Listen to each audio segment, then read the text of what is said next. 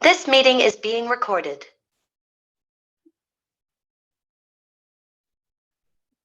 Good evening, everyone, and good evening to those in the gallery and people joining by Zoom. The May ordinary meeting will be live streamed via Zoom webinar facilities, and the link is on the Oberon webpage.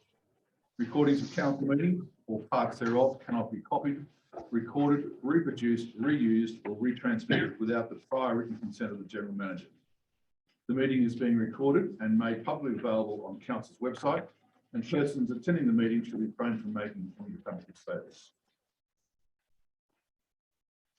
Council acknowledges that this meeting is being held on the traditional lands of the Wiradjuri, Gundungurra and Darug people, and respects the history and culture of the elders both past and present.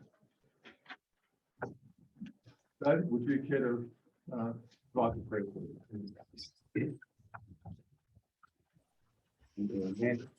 Let's pray. God of justice and mercy, thank you for the gift of life and the opportunity to serve the people in Oberon.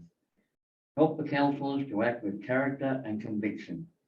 Help them to listen with understanding and goodwill. Help them to speak with charity and restraint. Give the councillors a spirit of service. Remind them that they are stewards of your authority. Guide them to be the leaders of the people's needs. Help them to see the humanity and dignity of those who disagree, and to treat all persons, no matter how weak or poor, with the reverence your creation deserves. And finally, Father, renew the councillors with the strength of your presence and the joy of helping to build a community worthy of the human person. And we ask this as your sons and daughters, confident in your goodness and love. Amen. Amen. Thank you, David.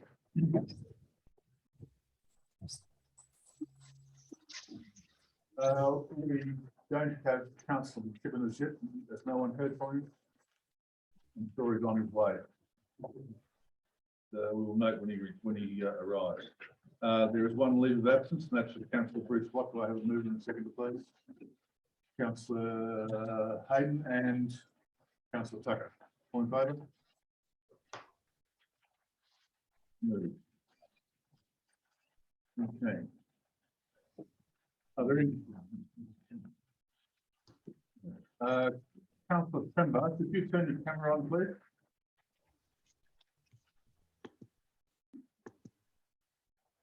That's better. Sorry.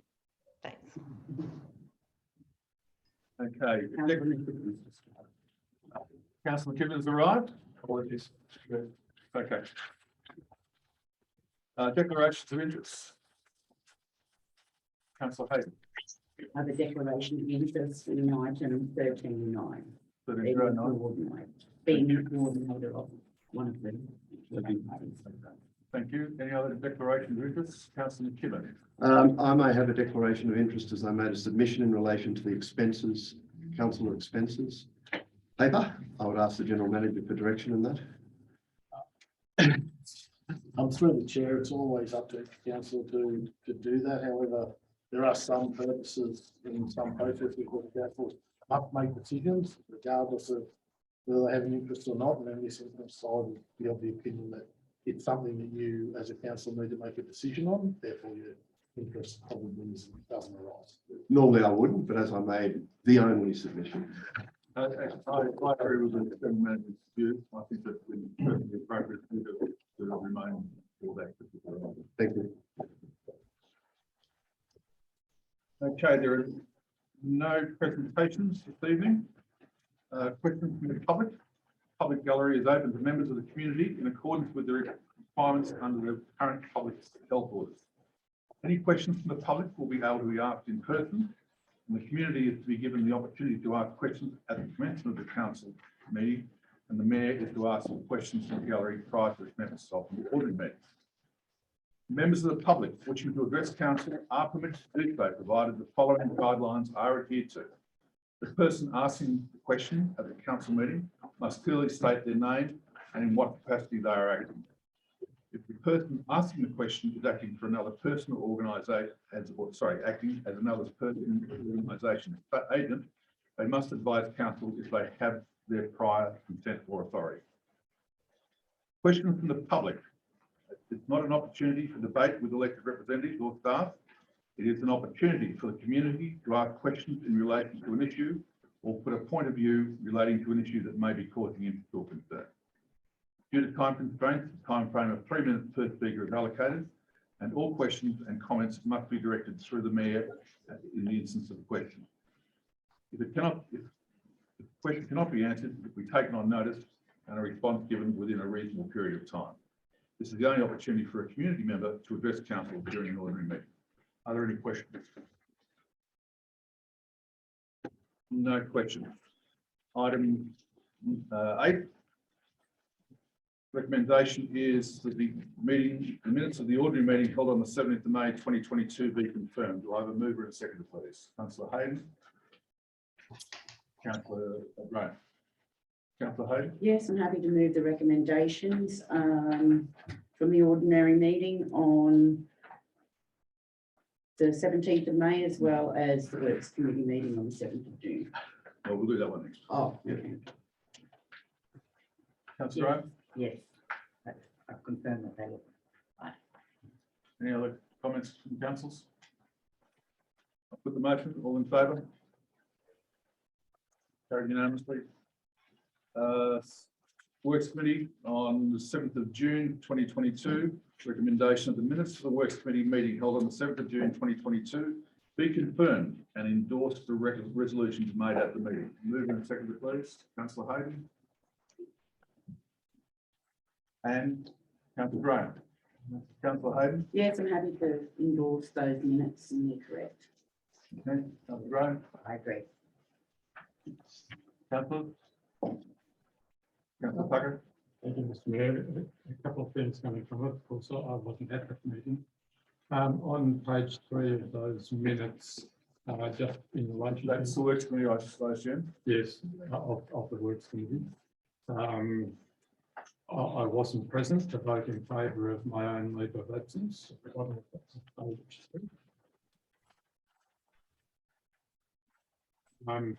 More importantly, I just wanted to ask a question about item 5.01, which is the trial line marking in Oberon Street.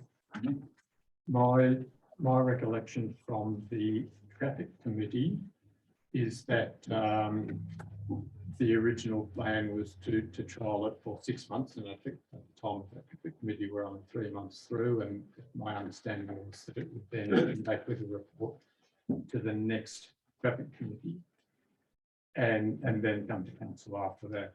And I'm concerned that council, as the Works Committee, deciding to proceed with it, I believe is not complying with council's delegation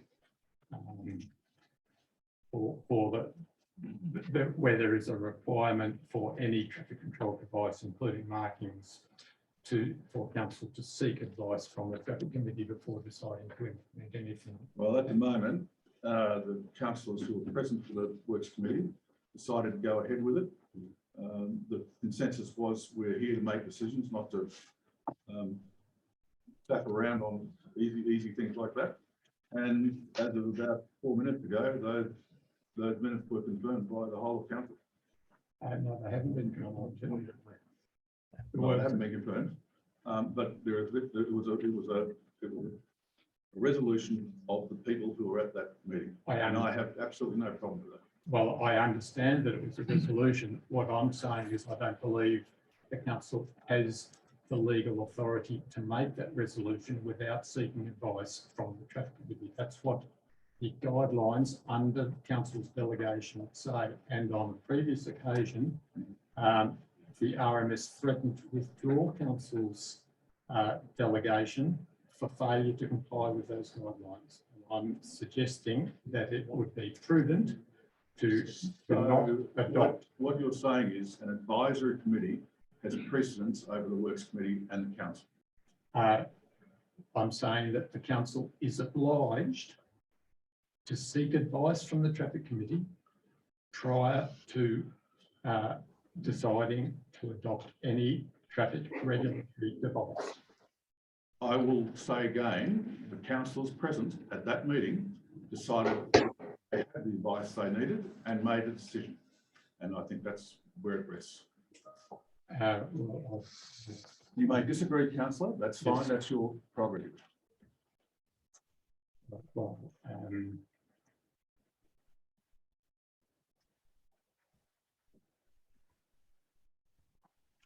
My final point is on page 7 of the minutes in relation to meeting times. And I think the suggestion made by Councillor McGibbon to try to synchronise works meetings with other meetings is sensible. Now, I note the GM's comment that the council had resolved to have the meeting on the first Tuesday of the month. I can recall that when council resolved to have works committee meetings each 3 months, but there was no mention of that being on the third Tuesday. So maybe there was there had been some older historical resolution, but at that time it wasn't part of that resolution.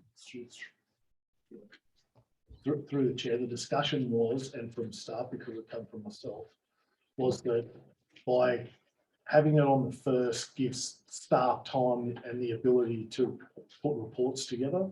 There is a lot that goes into the preparation of report writing, and given that the third Tuesday of the month is a council meeting, having them on the first Tuesday gave us that opportunity to, one, prepare the report, and two, then prepare minutes for the ordinary meeting at the next, which is why it was raised at that point in time. Yeah, If it didn't form part of the resolution, that's. I was just querying where it said that council resolved to have the meeting on the first Tuesday of the month. That was all. The resolution was based on the conversation that was had at the time, council, which is why we put it through that way. You'll also note that there was some concessions made that we would look at trying to do that, as is our want and needs at the best of times. We don't want councillors here when they don't need to be, so we look to have those meetings resolved around other meetings that we deal with. I can understand why you're saying to have it on the first Tuesday, but I just didn't recall that council had resolved it, and I checked it and I couldn't find it. So if the word resolved is something that council think is something that needs to be recommended, then that's something we can bring back to another council meeting, but also talked about and then explanation provided.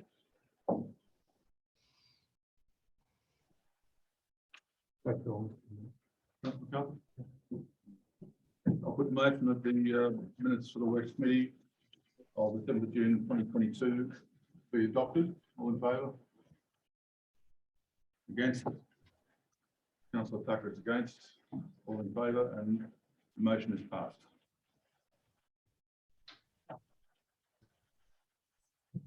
All right, the mayoral minute report, item 0901. I'll move in a second, please. Councillor McGibbon, Councillor Hayden. Councillor McGibbon. Thank you, Mr. Mayor. An extensive report. Number of considerable amount of correspondence I note and meetings. If I could, about a third of the way down to page 8, meeting with Peter Dykes and Bruce Walsh regarding caving issues. That was where. Could you give us a bit more information? It was here, they came along, they wanted to talk about access to Jenolan Caves, because they're part of the spelunkers. And we had an extensive conversation, including me looking at all sorts of proposals for how precincts should look, which I duly accepted from them. And that was about the limit of it. Yeah, thank you, Mr. Mayor. And I note on the 12th of May, which is halfway down page 9 of the correspondence, second item, invitation to meet with Central Tables Local Land Services General Manager Ian Shepherd and Ian Rogan. Has that meeting occurred? No, it hasn't. It's I have to check it. It's somewhere about the middle of next month. Okay. Would you like to attend that? Well, yes, I would actually, if that's possible. At least, yeah. If it's on work, yeah. And the next page, on halfway down page 10, and I note the letter only went out on the 10th of June. We've had no response in relation to the mobile cell tower issue at Black Springs. No. It was interesting, we got a telephone response from Andrew G's office almost immediately. Right. And they apologised that with the new government, they didn't have the many cases for the staff. Well, they had the ministers, because that's very easy to do, but the staff was quite difficult. But they also agreed that they would try and resolve that issue from their office with Telstra. Okay. As best they could. Thank you very much. I'm more than happy to move that the mayoral minute and report be accepted and received information.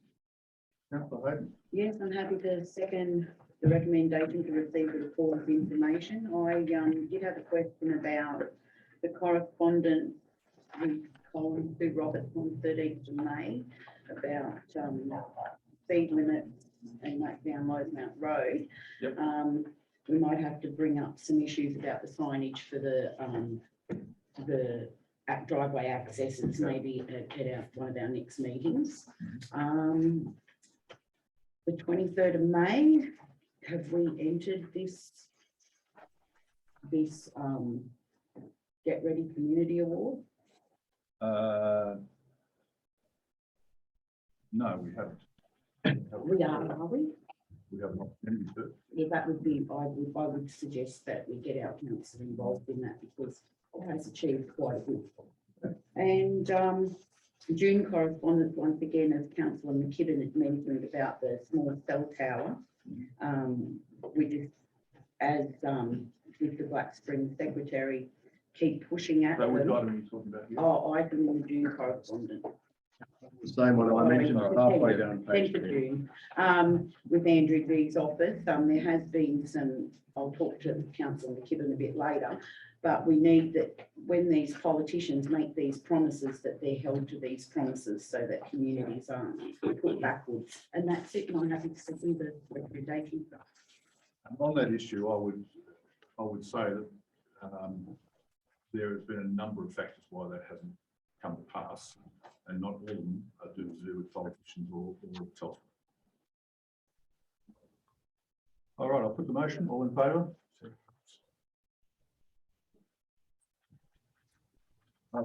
Motion is passed. Oberon Business and Tourism Association. Item 1101. The recommendation of item 1101 is received information. May I have a mover and seconder, please? Councillor Hayden. Councillor McKibben. Councillor Hayden. Yes, I'm happy to move this report. There was a couple of questions that those at the meeting had queried about the possibility of some transportable toilet units, and the queries about the bus stops for coaches. So I'll leave that in the general manager's hands to address. I'm happy to remove the report. Through the chair, we've responded to that correspondence. Councillor McKibben. I'm happy to second the report. Councillor McCarthy. Through you, Mr. Mayor, item 10, I understand you've got it excluded for operational nature, and that's fine. Sorry, On page 11, my mistake. I didn't mention that. no, I want to, in respect that, all right, we've taken it as operational. Yeah. I don't know I know the information that Mr. Tuck was after, but when we make a decision, and if we can use the street sweeper, we were told that when we bought that, there was to be 25% outside use. So surely to goodness, that information should be available to us to make a decision. So that's what I'm getting. I'm only using that as an example, that was the report to us.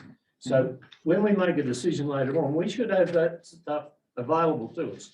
So it's not just operational. Later on, you come back and you're given a list of plan, and we've got to make a decision on that. So I don't think that's the information the council's required to make a decision should be available to them. I'm sorry, I don't agree with this casting it aside, but my concern is, and I'll use the street sweeper again, is we were told it was going to be used at the sawmill for 25%. But that week, they stood their contract bobcat down and bought one of their own with a big broom on it. So I often wonder, when I made that decision, and I supported, same as everyone else did, that I should be able to go back and have a look. Does it get 25% outside use? And that's what I'm getting at. These things, the council should have the information for them. General Manager. The street sweeper was a plant purchase. So there's I'm only outside- using that as an example. Yeah, I know, but Manager. so I'd just like to put some clarification there. There was a piece of plant that was purchased outside the approved budget that council made at that point in time. It sits separate to this, and I've previously advised the councils in question. I'm quite happy to sit down with them individually and have a look at this matter. Anyway. Street sweeper is just an example of a report before us, and we should be able to go back, have a look at the usage to clarify the report. That's all I'm getting at. So please, I don't think those are just all operational matters. I'm sorry. Councillor, Thank you, Mr. Mayor. Not wanting to disrupt the process of the meeting, but going back when the replacement of plant came up in the agenda, I could be wrong, but I recall one of the councillors sending an email around asking for information on hours of usage. And I believe that he was given that information. I just can't see the difference between this request and that request. If I could get some clarification on that. This is just asking, I believe, for information on usage hours of plant that we're replacing. And I believe the previous request from the other councillor was in an email with similar. I read the email again today and I can't differentiate between the two requests, why they're treated differently. okay, the General Manager decides what's on the agenda, so I'll pass that to him. Through the chair, this was a number of plan items, not one. And they all didn't relate to the purchase. They're looking at a plant replacement fund. This is not a plant fund. Feel like the overall operation of the council, which council would have people in charge of that too. No, I can't accept that. That's one. That's just dodging the question.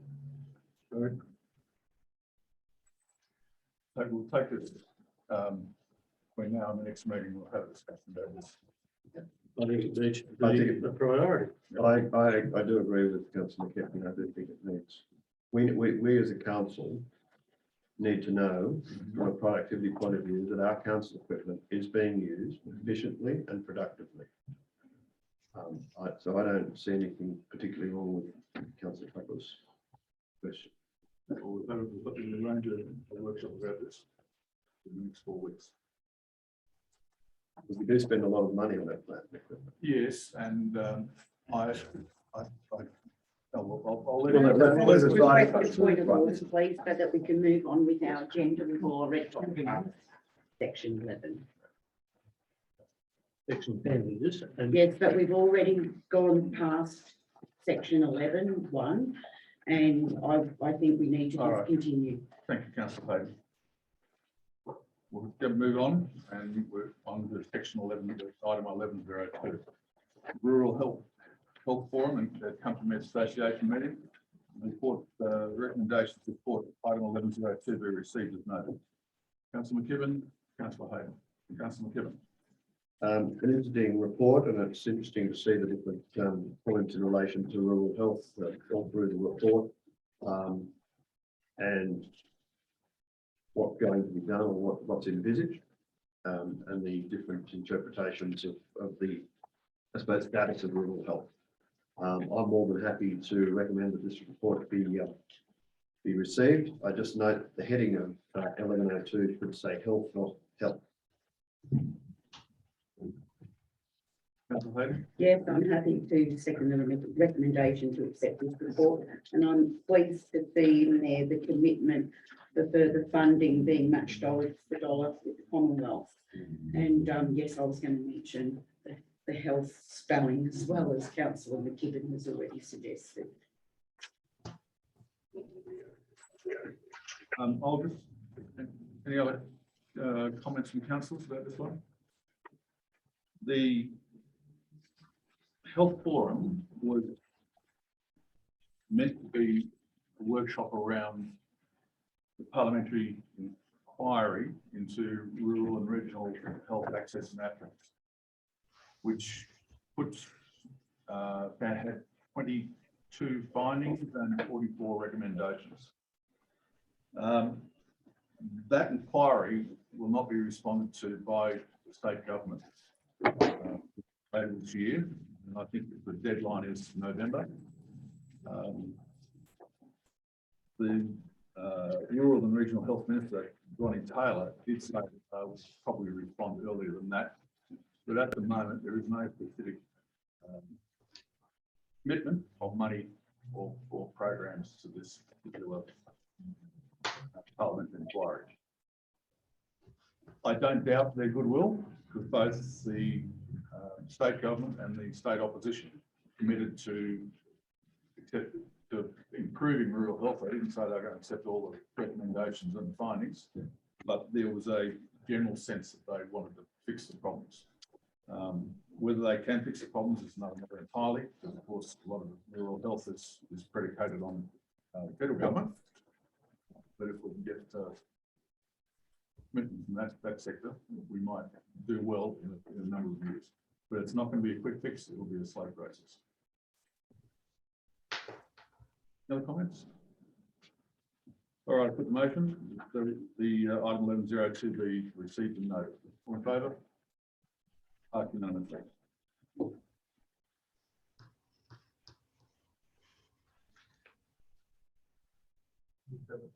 Uh, 1103. Central New South Wales Joint Organisation Board meeting 26 May 2022. The recommendation is that council note the report from the Mayor on the Central New South Wales Joint Organisation Board meeting on the 26th of May 2022 and provide feedback to the board regarding post-federal election priorities. Councillor Hayden, Councillor Hayden. Yes, I'm happy to move the recommendation. The very extensive report, and I did notice that in their current climate with our electricity prices and the touchy subject of whether we're going to have enough electricity. And I noticed that they're pushing in here very hard for electric vehicles, which most families, I can guarantee won't be able to afford one. I did have a question about our charger at the Vic. We do have one, don't we? And how many electric vehicles per week would actually stop in and charge there, roughly? Yes, through the chair, we based on the desktop research we do on sites like PlugShare and things, we think we're getting about possibly around 10 to 15 A week. Every week. Yeah, predominantly on weekends. Yeah. But yeah. Okay, so around 10. Yeah. Okay, thank you for that. I'm happy to move it. Thank you, Mr. Mayor.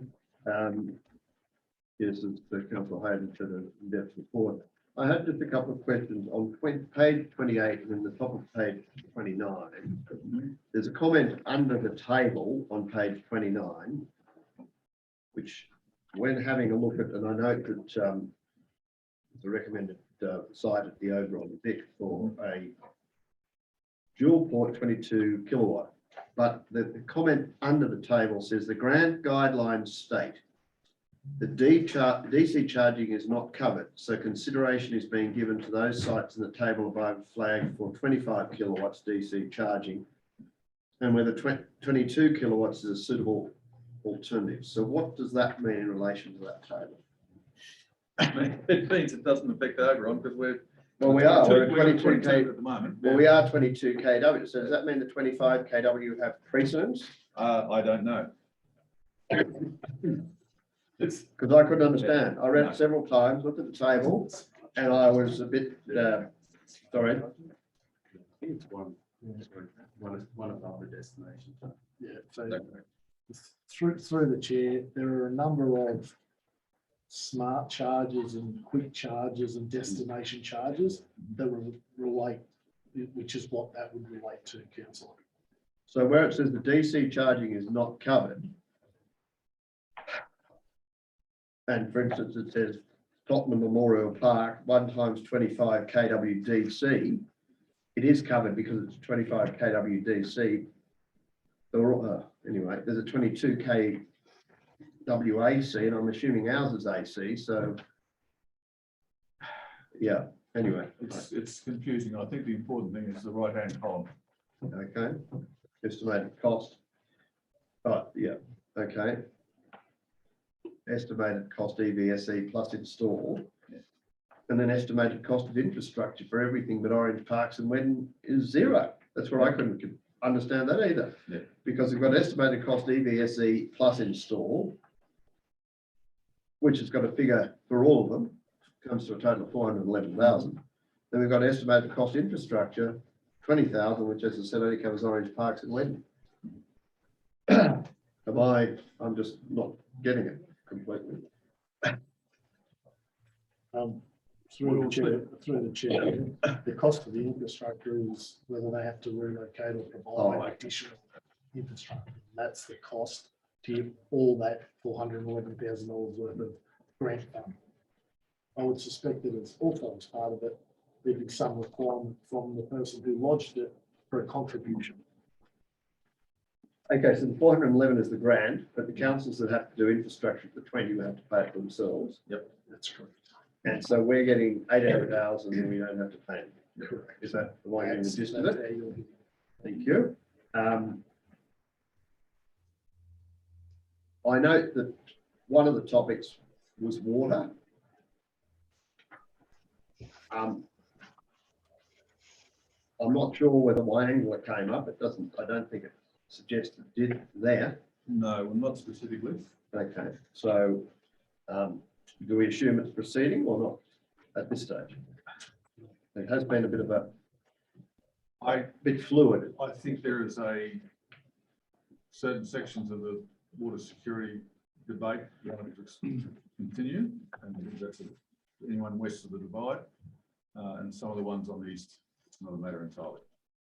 Well, I did hear some material on ABC radio this morning, 5:49, that sort of made me question whether it was going ahead. So, yeah. I must say that the presentation we had from the Secretary and the CEO of New South Wales Water and that team, probably best described as a bit acrimonious. Acrimonious to the government or acrimonious to each other? Just the relation, because this was all of the Central West mayors. Yes. And Oh, okay, I see, right. it was a bit testy between The mayors and the people presenting. Sorry, I'll take it that way. Okay. And on page 37, I note that the Treasurer and Minister for Energy has been tagged as a speaker for the next meeting. So in current environment, I think that'll be very interesting. yes, I hope he is able to attend, because I would love to hear what he has to say. And also I note that Mr. Sam Faraway, Minister for Regional Transport and Roads, and the Deputy Premier are also tagged. It'll be interesting to see where the Blackheath to Heartbeat Tunnel is going. Noting that when I drove to Sydney on the weekend, all I could see was more signs about Medlow Bar going up. And although Mr. Faraway has stated that the Blackheath to Hartley Tunnel is still on his radar, there is some uncertainty. Well, so the Deputy Premier has been very quiet about it. Yes, yeah. So I think this is one of the issues that will be front and centre. Thank you. Because of course the dual carriageway from Katoomba to Lithgow is still meant to be happening, and if you haven't got a tunnel, you haven't got a dual carriage.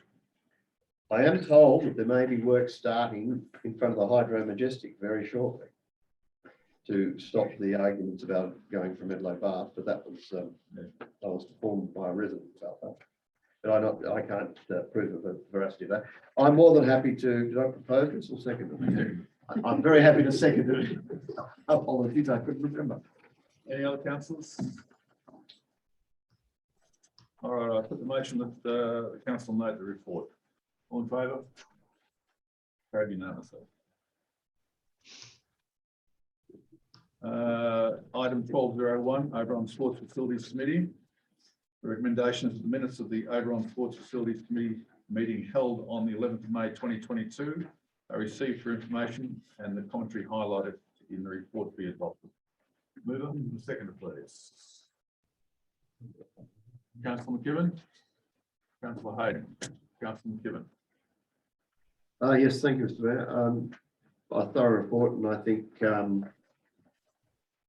the summary of discussions and the issues raised were appropriate, obviously, and need to be looked at by council. The other question I had is on page 40, halfway down.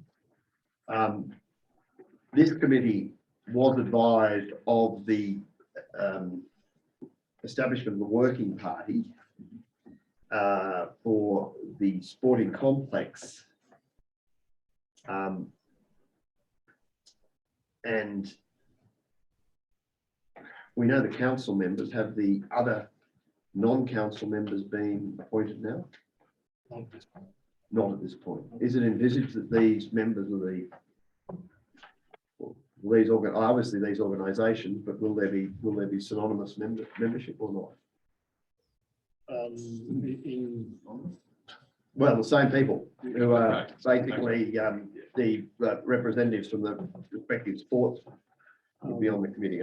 Through the chair, I'd like to think that there's a wider representation of sports on that committee, and we'll look at developing that through that working party. Okay. I'll raise when it comes to the status of resolutions where we are with JRP approval and all that sort of stuff later. But I'm very happy to move this report. Thank you. Councillor Hayden. Yes, happy to second the report. It's quite extensive. The back of the grandstand on the recreation ground, the technical services have any idea when that would be completed at all? Through the chair, a contractor's been engaged. Yeah. And they're building it as we speak. Okay. Cool. Very good. Any other Councillor McCarthy? Yes, Mr.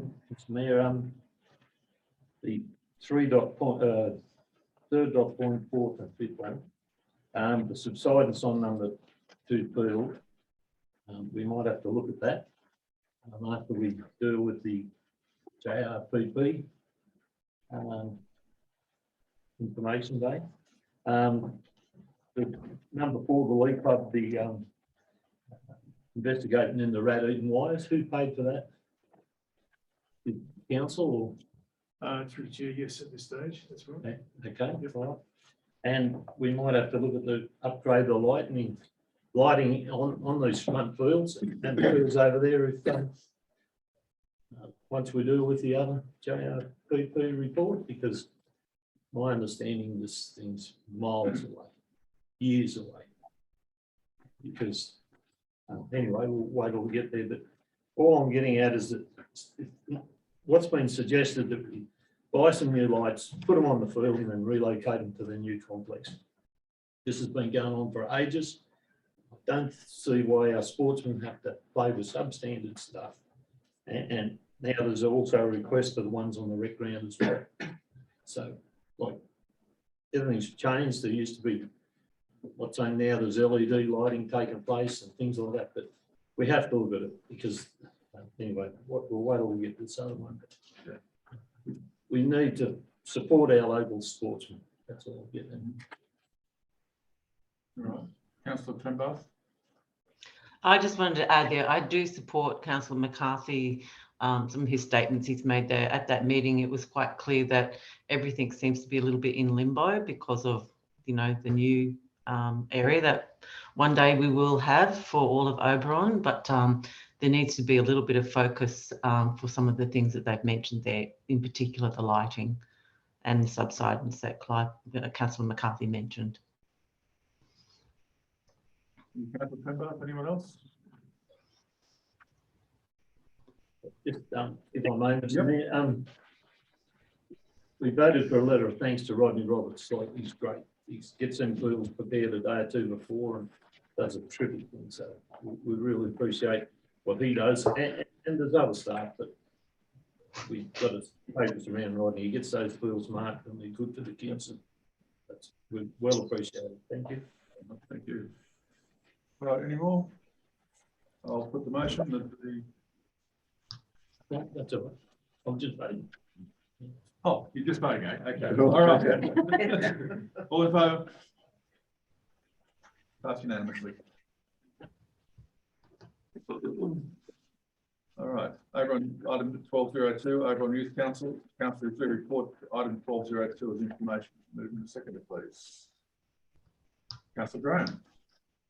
Councillor McCarthy. Councillor Graham.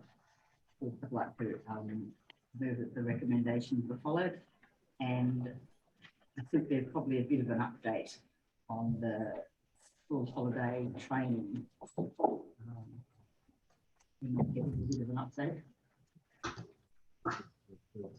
Through the chair, so through the Youth Council, we have been working on hospitality skills holiday program with the intention to run barista training style courses during the school holidays. This has come as I guess, a request from the Youth Council and an understanding from a lot of our hospitality sector that we can struggle for casual seasonal employment. We have written a number of grant applications to get this project funded. Unfortunately, none of those have been successful at this point in time. We have tried a number of avenues with the local business chamber and community associations who have indicated some funding will be available. We're also now trying to partner with the high school, as this is a potential an area that they'd be interested to explore, and we are looking at another grant funding avenue under that. So at this point in time, the July dates are still to be confirmed, pending this all lining up. But we are trying a number of avenues to get this program up and running, because I do think it's a good opportunity for the youth who would not be able to afford this type of training, and it's definitely been identified by our businesses that this is something they could benefit from as well. So that's the update at this point. It's a really good program, and we've support it. And you know, the office involved with me. That's correct. And that it's been along very well. Sounds like a good program. Councillor Gibbon? Thank you, Speaker. If I could ask through you to Councillor Graham, maybe what sort of amount are we looking at to fund it? $6,000 for 10 participants.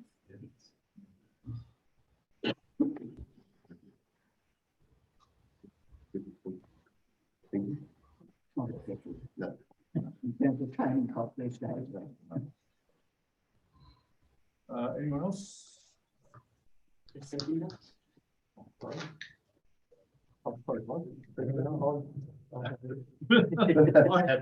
I apologise for letting Councillor Gibbon get in. Sorry, I know on the different debts. Thank you. No. Anyway, I agree with the report. Anyone else? I'll put the motion that the report be accepted. All in favour? Passed unanimously. Community Services Committee meeting. The recommendations are that the council endorse the terms of reference developed by the Community Services Committee. Council note the new meeting dates and times based on the new schedule of the second Thursday of every 2 months, and accept the minutes of the meeting. Have a mover and seconder, please. Councillor Graham, Councillor McKibben, Councillor Graham. Yeah, I'd like to recommend that this be approved. The terms of reference, basically, the committee wants to meet more often, which is a really good sign. They're very keen and enthusiastic. So it's pretty hard to go against that sort of enthusiasm. The other thing was getting more community representation onto that committee too, which would be good also. Yes, recommend that be accepted. Are you, Councillor Graham? Councillor Hewitt? Thank you, Mr. Mayor. Yes, look, I was very pleased to see that reading the full minutes and also the terms of reference that this community services committee seems to have a lot of support from its participants. And therefore, the only question I really had was, why do we need to re-establish the committee each 2 years in line with the mayoral election? Is there something that says that, or can we extend it out to the election period? Because I think it's just the cycle. Well, you go ahead. It's just part of your 355 manual. okay. Indicates that's how you run your committees. Because I was thinking that it's so enthusiastic, why can't we sort of Well, it's not have to re-establish it every 2 years? I think it would just roll over. Okay, well, if it rolls over, I'm happy. So I'm more than happy to second the recommendation, the 3 recommendations. McKechnie. Thank you, Mr. Mayor.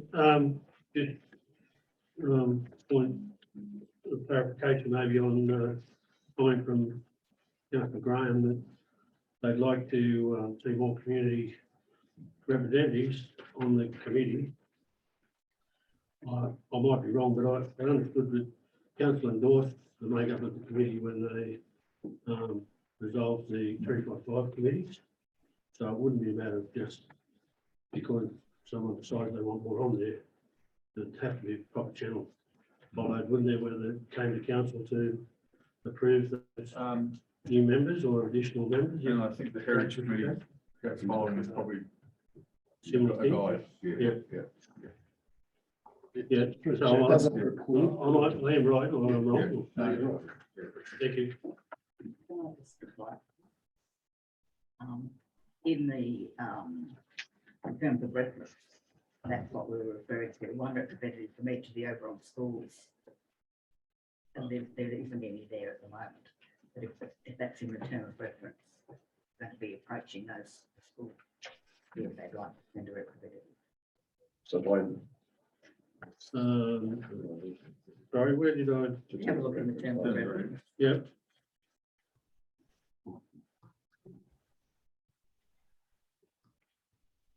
One representative from each of the school. I don't think that was a change. That would be the original. Yeah. Could be.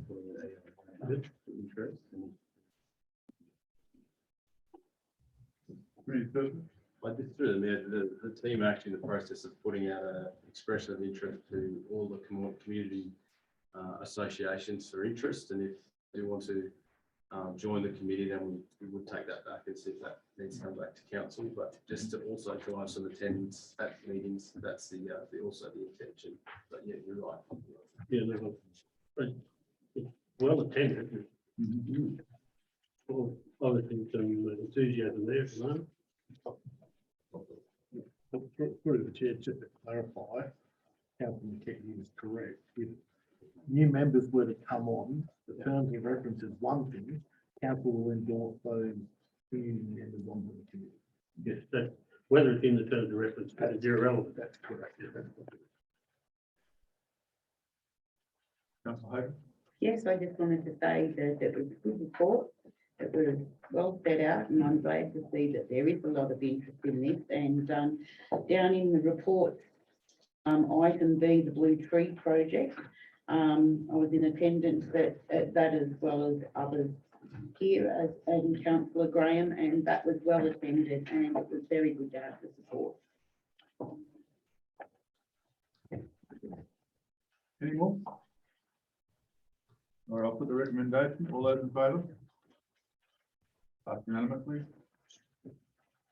Item 1204, the Heritage Committee. Recommendation is the minutes of the Heritage Committee meeting held on the 30th of May 2022 be received information.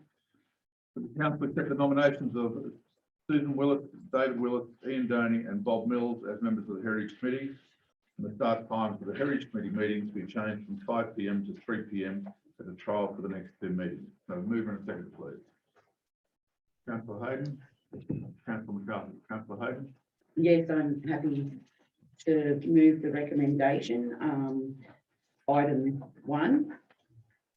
And as well as item 2, as these parties had missed the fact of submitting their applications on time and had some issues, and they have approached and are keen and were in the past committee. And the start times, I would like to move that as well, because it just makes it much easier for the staff in the council to attend at 3 p.m. rather than later at 5. For me. Councillor McCarthy, Yes, Mr. Mayor, item 2, as well as those 4 people, we should be getting a rep from the ORTC. We used to have one on there, but when I approached the bloke that's run the ORTC, at the moment he didn't have a person. We used to have Graham Williams on it, and he only attended on needs basis, but we really do need a attendee from there. So yeah, we need that added in if the mover doesn't mind. I have no particular problem, but do we know who the person is by name? No, we don't at the moment, because but we should have a representative from there, the same as the representative from National Trust is Ken Snowden, but anyone from the National Trust can turn up and fill that position. What are you pointing at, Councillor Hayden? Would someone like to move an amendment to item number 2? I'm just wondering whether you're going It will to. be done. Minor. that you- Minor, I think. Oh, okay. You two agree? that Yeah, I it's a agree. Minor change. I agree. Okay, thank So you. what are the words you want? Additional words of a representative from the, what was it? ORTC, ORTC, one representative. yes. OTHR, isn't it? OTHR. That's it. He was going to get back to me, but like many things he doesn't get back. And we used to have that rep on there. Right, so the mover and the secretary both happy with that? Yes. Yes, thank you. Okay. Can't see it. To but- the word. Trust me.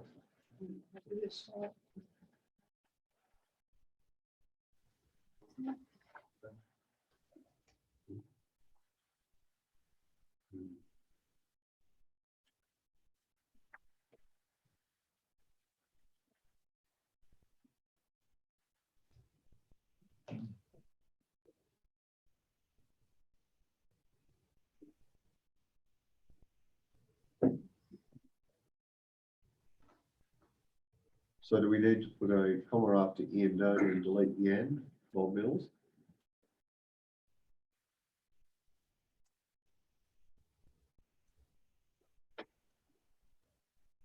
That reads pretty well. Yep. Happy? Yes. Anyone else have any comments on this particular report? Councillor McGibbon? My only comment was that I think it's good. I'm not saying it's not, but I note that 16 people attended the meetings as representatives, members or observers on the 30th of May. And with the addition of these 5 people, that's going to make a committee of 17, which would be by far our biggest committee. And it's Councillor McGibbon is going, is that a good thing? Yeah. Well, at least you'll always have a quorum. My views on the size of committees is not Yeah. set in stone, but I'm with you. I will take some convincing that I'm not correct. Yeah, I think. Councillor Carthy? Mr. Mayor, it might be the biggest committee, but it's the most active as well. We go on more sites and visits around the district, and we try to get as much work as we can.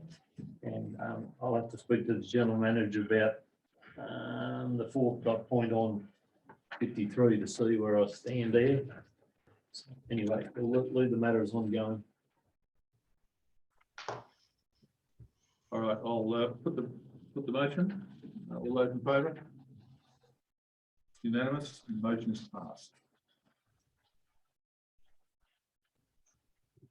All right, item 1205, the Traffic Advisory Local Committee meeting.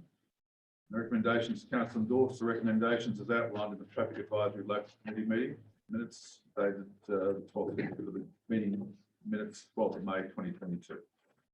Mover and seconder, Councillor Tucker. Councillor McCarthy. Councillor Tucker. Thank you, Mr. Mayor. Yeah, I'm happy with the recommendations as set out in the minutes. They're in accordance with the discussion on the day. Just worth my mentioning the item on page 3 of the minutes, or page 57 of today's business paper, in relation to the request for pedestrian crossing in Douglas Street adjacent to the Oberon Public School.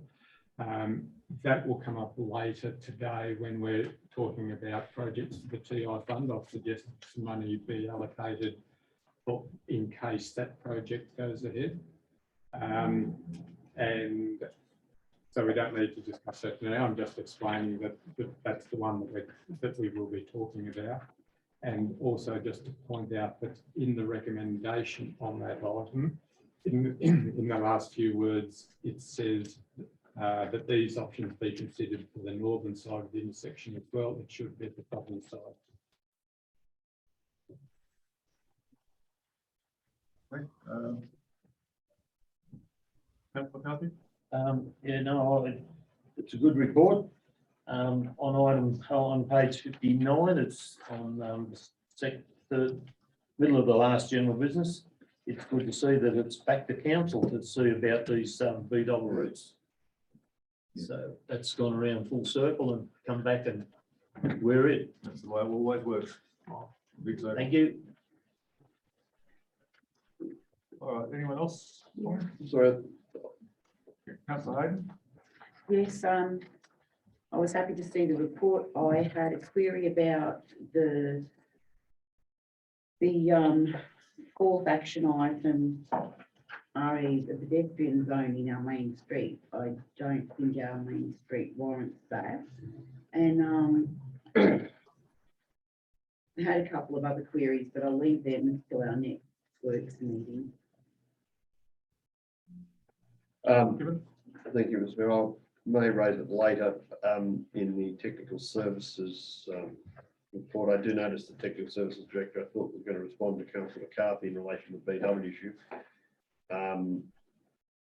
But it relates to Oregon, Campbell's River Road, etc., where there were going to be inspections done as to what the status of those roads would be for BW. I'll raise that later, it's more appropriate. Okay. Any more? I'll put the motion. All those in favour? Unanimous. Motion is passed. Okay. Item 1206, the Common Working Party. The recommendation is that the council receive report item 1206 and support the commentary provided in the minutes. So I have a mover and seconder, Councillor Hayden, Councillor McCarthy. Councillor Hayden. Yes, I'm happy to move the recommendation to accept the report, and it's a good report, and I'm glad to see that these living treasures is going to go ahead, that Councillor McCarthy's keen on. That's it. Councillor McCarthy. Yeah, thank you.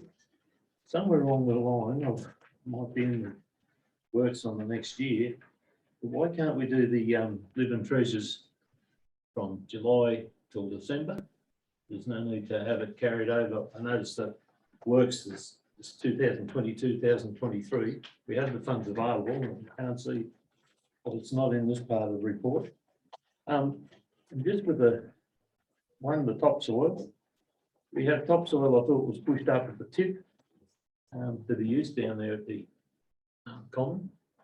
And somewhere I read one of these reports that there was about $6,000 left over. And I need Zoe to confirm that there is money available to actually take that from the tip down there and have it spread. So I just want to know, is that all that's holding us back? Is it the money or allocation?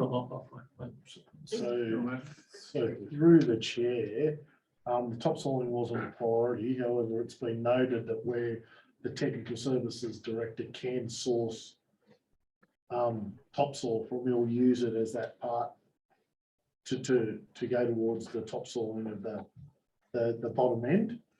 The understanding about whether it's being pushed up at the tip, I'll refer to the tech services director, or whether there is any requirement for funds in order to do that. I'm happy to take that one. If it doesn't form part of one of your priorities, it has been noted that where available, bill will be provided to that side in order to fill with the filling of that land. Well, if we go to sow it down, we can't plough, can we? So because of the asbestos. Through the chair, it needs to be filled, it can't be cut. Yes. That's right.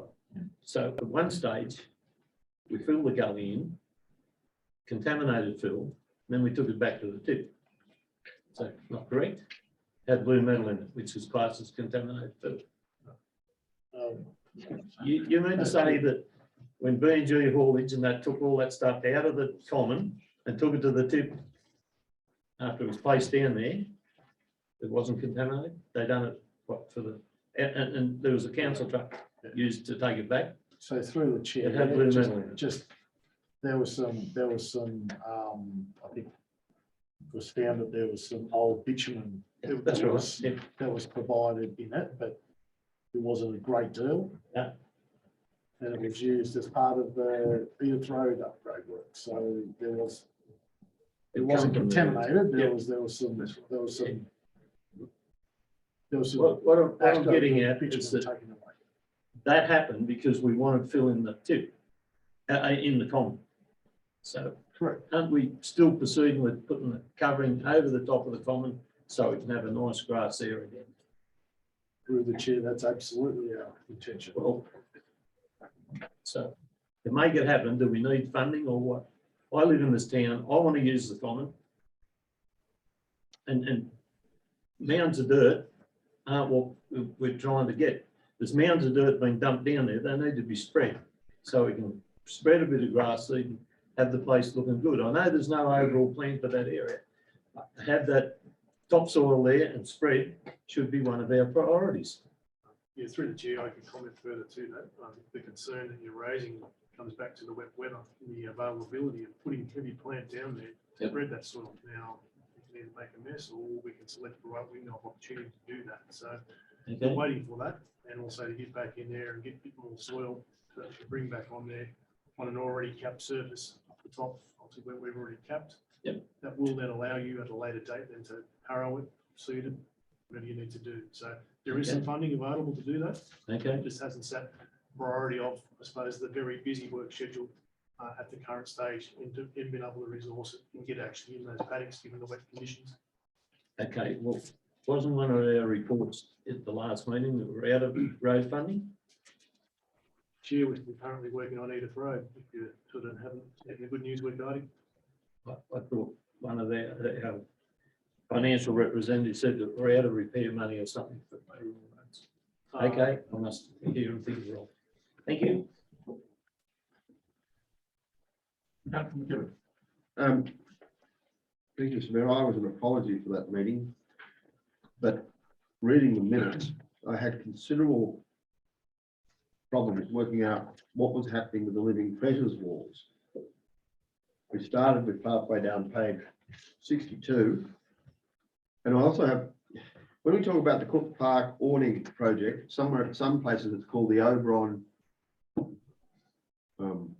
It's the area. Oberon awning, yeah. Your area where the toilet block is. Yes, yeah. But some places it's called the overall awning or whatever. So it's been used for two names. Anyway, leaving it aside. So we have the funds for the construction of the walls, according to halfway down page 62.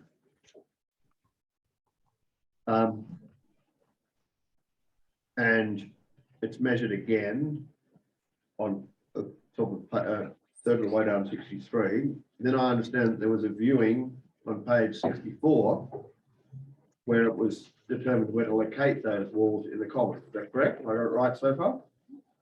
I'm through the chair, that's correct. And will the amount that we have allocated it allocated to it, that's back on page 62 from the sale of the scrap metal, pay for those walls in the now identified locations on page 64. So through the chair, the issue of that you raise about the nature of the walls has gone through many incarnations. That's why I'm asking, have we now? We now have an agreed way forward to house or certainly contain the living treasures, as well as 2 locations that are in the process of being quoted, because one is on a relatively level area and one is on a Not so level area. not so level area. So they are currently being requested for quote. And upon finding out whether that is in fact within the budget, we will report back to council as to how we progress. But there is 2 locations that the committee wanted staff to in fact investigate, or in the process of doing that. But you are entirely correct with your synopsis of how the Living Treasures walls have developed over time. And I note that 2/3 of the way down page 63, that we were talking about 4 on stage, 3 with 10 and 1 with 9. Through the Been amended to have 2 walls of 20. It started with 4, then I went to 8, then we changed the size and shape, and now we're at a point that we needed to get some resolution, which is why we brought it back to council for their consideration. I admire the fact that you've brought it up and give me the opportunity to state that we now have an agreed way forward in how we want to deliver that project, and we're in the process of dealing with that. Subject to the cost. Correct. Yeah, cost and location. I thought the location had been determined. No, Subject there's to- 2 locations that have been determined to be quoted. Okay, but so they're all going in one wall now, There'll be 2 walls. but there's 2 locations. So don't you have a location for half of it, a location? Or am I getting confused? There are 2 walls, and the wall has 2 sides, Yes, right. and the locations Okay. are basically, similar, relatively close to each other. Okay. And this was arrived at very quickly because it was very cold that day, and that is the best way to get a quick decision out of the common working party. And You're on through the that chair, committee too, isn't Sorry? We it? should It's have the changed second it. biggest one we've got. through the council, that's whole of council. And you know this. I'm through the chair. I'll be lucky that I was absent. Yeah, I was. And you too. Through the chair, the You know, current Oberon Common is all council. Yeah. There's no. Thank you for, There will be. thank you for the clarification, Mr. Mayor and Mr. General Manager. Just a comment, that was all, yes. Councillor McCarthy? Just the Rose Wall construction. Yeah. I understand from General Manager's comment, we have a contract with the person doing it. When's it gonna start? I'll refer to the Tech Services Director. Through the chair, the contract is not of the opinion that we should be starting it through the winter period. But the ground conditions are far too wet. And just the inability, I think, to carry out such a laboursome project is where he would prefer to delay it until at least spring. You know, I understand that, but price doesn't go up. We've got a contract. to do Fixed that. price.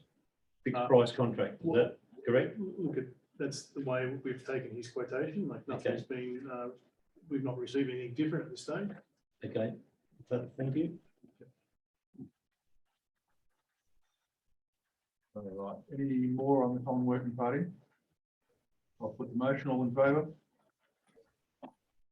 Carried unanimously. Item 1207, the local emergency management committee meeting. Recommendation is that council receive report 1207's information. I will move and seconder, Councillor Hayden. Councillor McCarthy, Councillor Hayden. Yes, I'm happy to move the reporter's information, lengthy report. Well done. Same here. Thank you. Anyone else? Okay, I'll put the motion. All in favour? Pass unanimously. Now, we have one late report, and this late report was of course, driven by the IPART releasing the determination for the rate variation. And that happened yesterday morning. So report 1301, report for decision.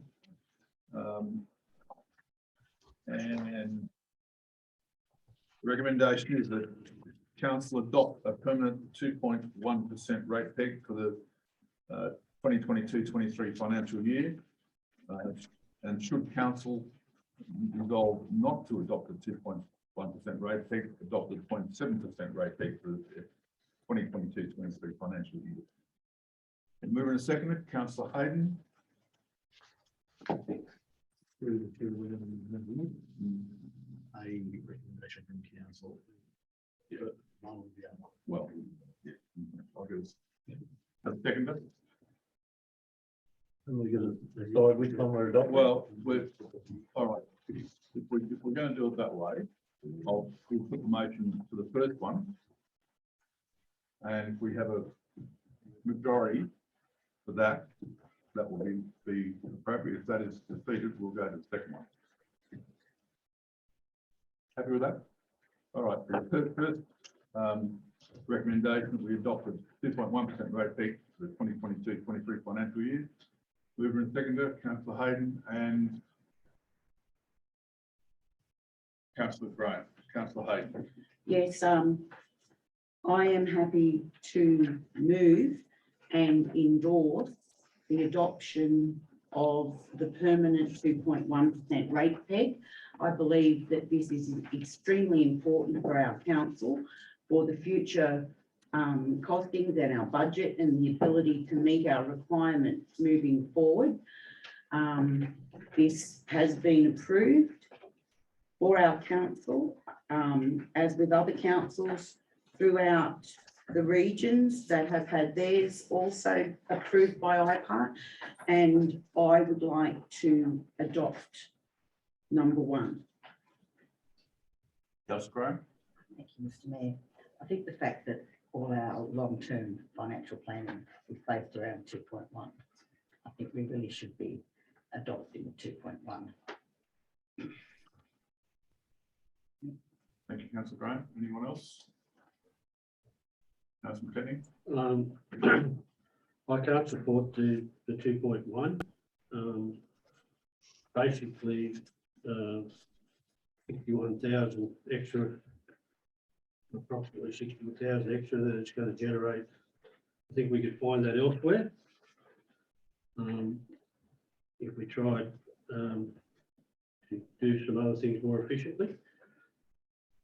The fact that people are already experiencing financial hardship, and we're seeing the cost of living rise way above the general CPI. Like the cost of living is, for most people, has risen in the 30%. The interest rates, mortgages, and all those things are going up. Fuel's going up. People are under a lot of financial pressure, and that's going to increase. So I think the responsible thing to do is try and keep it at the minimum, and we should be showing leadership in trying to find ways to trim that 61,000 from some of our other operations or our other parts of our business. Thank you. Councillor Tucker. Thank you, Mr. Mayor. I agree with councillor McKechnie. I support the 0.7, not the 2.1% increase for exactly the same reasons. We've all heard back during the election campaign, people commenting about how rates have gone up repeatedly over the years. I think we should stick with what the IPART originally came up with, noting that even with the 0.7% increase, council will still be in surplus. So that there shouldn't even need to be any need to alter our program. Yeah, I don't support the motion as it stands. Councillor McCarthy. I agree with just a 1.7. Point 7 is, I think we can find efficiencies. This doesn't stop the water and the sewer fund from going up. I think he's finance person said it goes up 5% anyway. So we do get a rise out of this. We also have a lot of development that we have rate creep, which these smaller blocks come online and we end up getting the rates for that. So I think we can be more efficient and yeah, the 61,000, we can find that within council by being more efficient.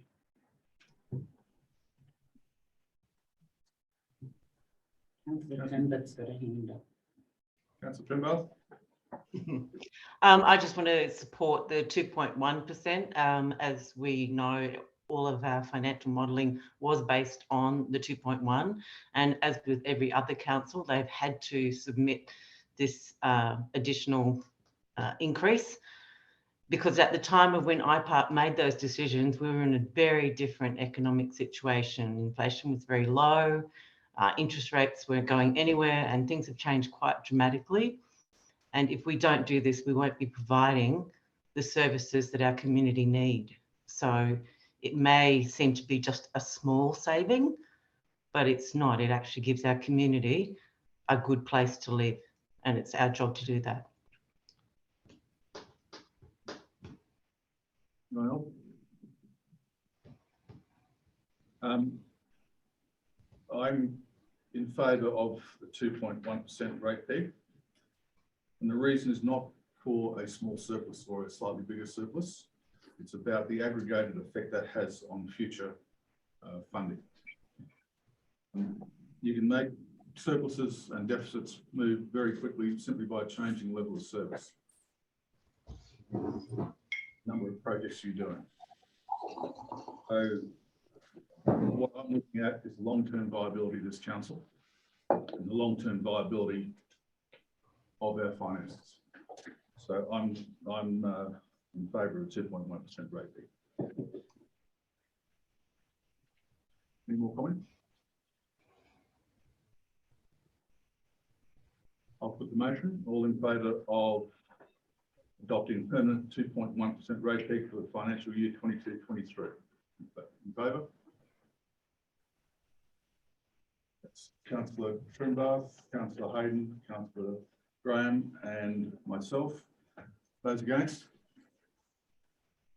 Councillor Tucker, McCarthy, McKibben, and McKechnie. All right, that's for all. I have the casting vote and I'll vote for the 2.1% rate peg. That motion is passed.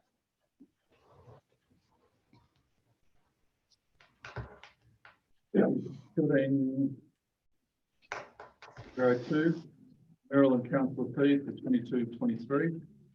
The council accepts 10% increase to Maryland Council fees for 22-23 financial year in accordance with the determination of the Local Government Remuneration Tribunal for the Maryland Council fees for that 22-23 operation plan. Do I have a mover and second, please? Councillor Hayden, you're putting your hand up? Well, You can't do that.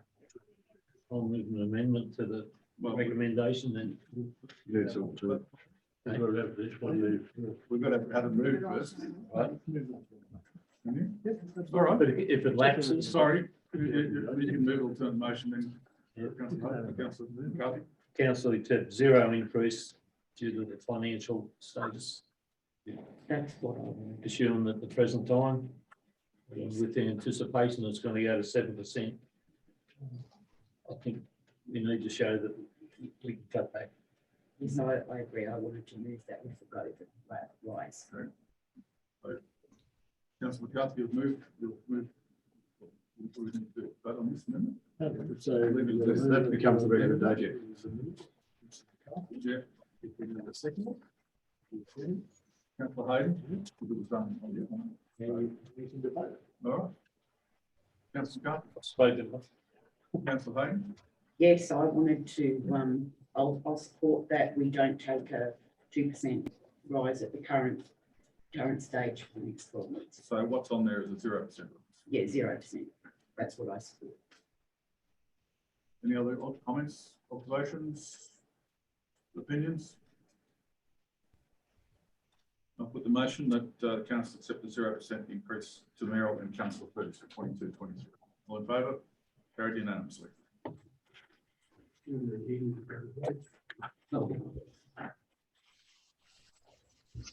All right, item 1303, integrated planning and reporting. Now, we need to change the recommendation. The second part is no longer active. So the council adopt the Oberon Community Strategic Plan 2019-2040, attachment 1. Adopt the revised community engagement strategy policy 1120, attachment 2. Adopt scenario B, which is 2.1% for the draft 22-26 delivery program, sorry, attachment 3B. Adopt scenario B, which is 2.1% of the draft 22-23 operating plan and long-term financial plan, attachment 4B. Adopt scenario B, 2.1% for the draft statement of revenue policy, attachment 5B. Resolve to flex up to $523,309 in the 22-23 town improvement levy, allocate projects within the town improvement district, and adopt the road asset management plan, attachment 6. Now, are people happy to adopt these as one, or would rather do them singly? Mr. Mayor, don't we have to decide on page 75 which scenario we're looking at this stage, or is that not? No, that's. You already done that. We've already done. We did that. Oh, but I'm sorry. We're going with scenario A. Yeah. Correct? Yes. Mr. Mayor, I see the submissions from Artie, Zig, Sovic and Michael Hill. I put in a submission, and I don't declare any interest, that we trial the tip from 8 o'clock back till 10 o'clock, which will give the operator another hour to clean up the tip. It hasn't moved out there for a long time. So I don't think I've got a pecuniary interest, but that should be a part of this report. It'll give us the option. Other than that, when I go to ask it later on, you'll say that you've accepted this report. What I'm getting at, I'll put the submission in, I'll put the letter into the front counter. Through the chair, regardless of whether we've seen the submission or not, council's already resolved that we have a look at the tip operations, and that is an overarching analysis on what we do. What we are currently doing is trying to give some stats around how people use that, and that'll come back at a further date. So whether you do this or not. Let's just stop right here. No, that's right. The issue up for debate is the recommendations 1 through 7. My question is council happy to accept these as one, or would they like to do it individually? I'd like to do it individually because I'd like some more discussion on this. Yes, sorry. I just want a quick view on whether you want to do them individually, and then we can take other bits. I think we do them individually, but I would ask for clarification, again on page 75, where did we agree on A, scenario A, B or C in 1301? Sorry. That was my question before. And I think that has to be agreed. Through the chair, my apologies. Right. The scenarios I thought you were talking about was the points of No. the town improvement fund is something the council will need to consider at this meeting. Yeah. Council will need to make the recommendation themselves in terms of how and what, when and why, or if That's right. they want to utilise the town improvement fund this year. And it'll be a debate that needs to be considered. So if council want to consider the 6 and leave town improvement as a separate one, that's fine. Or whether they want to do it individually. Well, Well, through Mr. Mayor, that was the one I was saying, I think that has to be looked at separately because there is a decision to make there within the recommendation. And Councillor Gibbon, I'm happy to take them separately. I think your confusion was between the scenario A and B for rate cake versus scenario A, B and C for town improvement. Through the chair, that was my confusion. Not the- All right, so we will now take those recommendations individually. And the first recommendation is to adopt the Oberon Community Strategic Plan 2019 to 2040, which is the effective one. Councillor Hayden, seconder, Yeah. someone? Councillor McKibben, Councillor Hayden. Yes, I'm happy to remove that, to move that resolution. I'll want the second. Any comments? Anyone wish to speak to it? All right, I'll put the resolution that we accept the Oberon Community Strategic Plan 2019. All those in favour? Unanimous. That motion one is passed. Adopt the revised community engagement strategy policy 1120, which is at attachment 2. Moving to sector, Councillor Hayden, Councillor Tucker. Councillor Hayden. Yes, I'm happy to move that resolution, item number 2, being on public display. Councillor Tucker. Yeah, no comment. Mr. Mayor. Anyone else wish to speak to this item? Those in favour? Councillor McCarthy? Unanimous. Recommendation 2 is passed. Recommendation 3 is adopt scenario B of 2.1% for the draft 22-26 delivery program, attachment 3B. Moving to seconder, Councillor Hayden, Councillor McKibben. Councillor McKibben. Yes, I'm happy to endorse that resolution. I'm happy to second that recommendation, Mr. Mayor. Thank you. Anyone wants to speak to this? I'll put the motion. All in favour? It's unanimous. Motion 3 is passed. Motion 4, adopt scenario B 2.1% for the draft 2022-23 operational plan and long-term financial plan, which is attachment 4B. Councillor McKibben, Councillor Hayden. Happy to move that recommendation, Mr. Mayor. Happy to second. Anyone wish to speak to this recommendation? All in favour? That's passed unanimously. Item 5, adopt scenario B 2.1% of the draft statement of revenue policy, which is attachment 5B. Councillor McKibben, Councillor Hayden. Councillor McKibben. I'm very happy to move that, Mayor. Councillor Happy Hayden. to support the recommendation. Anyone wish to speak to it? I'll put the motion. All in favour? Mr. Mayor, can I propose that item 7 be proposed in front of item 6? Happy with that? I'll do that. Item 7, we adopt the roads asset management plan, which is attachment 6.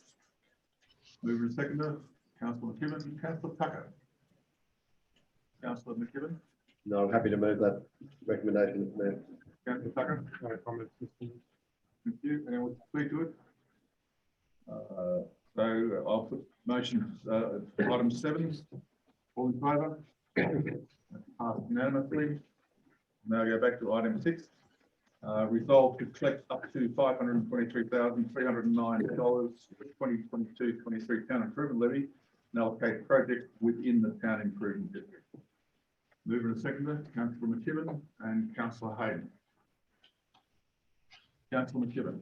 Thank you, Mr. Mayor. I think on this one, we have to come to a decision on page 75 under C, town improvement levy, as to which projects from either scenario A, B, or C, or a different recommendation mix to do that. So I propose that I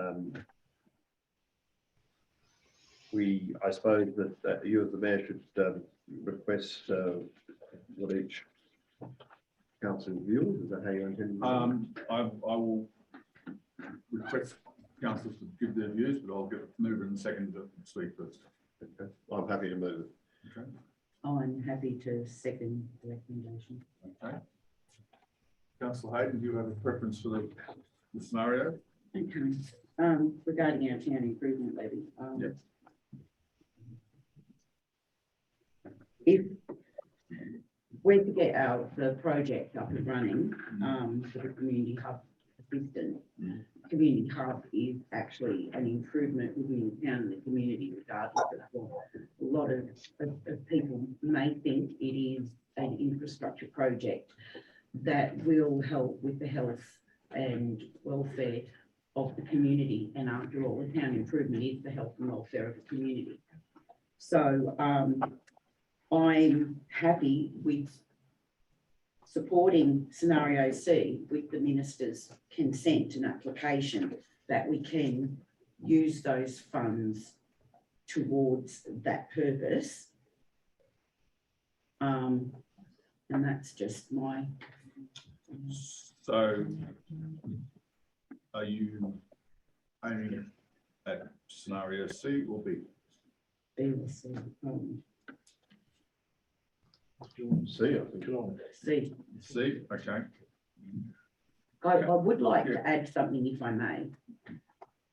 I really think that it's time in this century that we actually have a look at the whole policy of our town improvement fund, because this was set up in 1933, a century ago, and it needs to now reflect the current situation of our community and our town and be looked at down the track. We need to actually have a good look at that policy.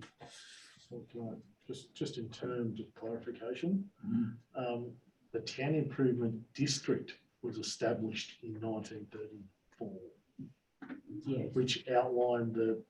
And then it had been updated That several has times. been updated on a number of occasions, and the last time that council proposed to do that, it decided not to increase the town improvement district. So it's always something that council can consider in the future.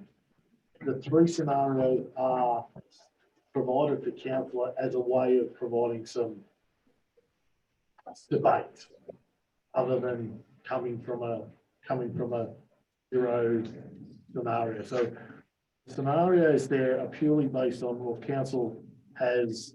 Okay, can I change adopted. my scenario? Through the- Can I change what I decided on? Through the chair, you can, I can jump I on. suspect you can do that if you. Well, Decrease. 1 minute. Go. 1 minute. Go. Okay, all right. I choose scenario B. Okay. All right, councillor Graham.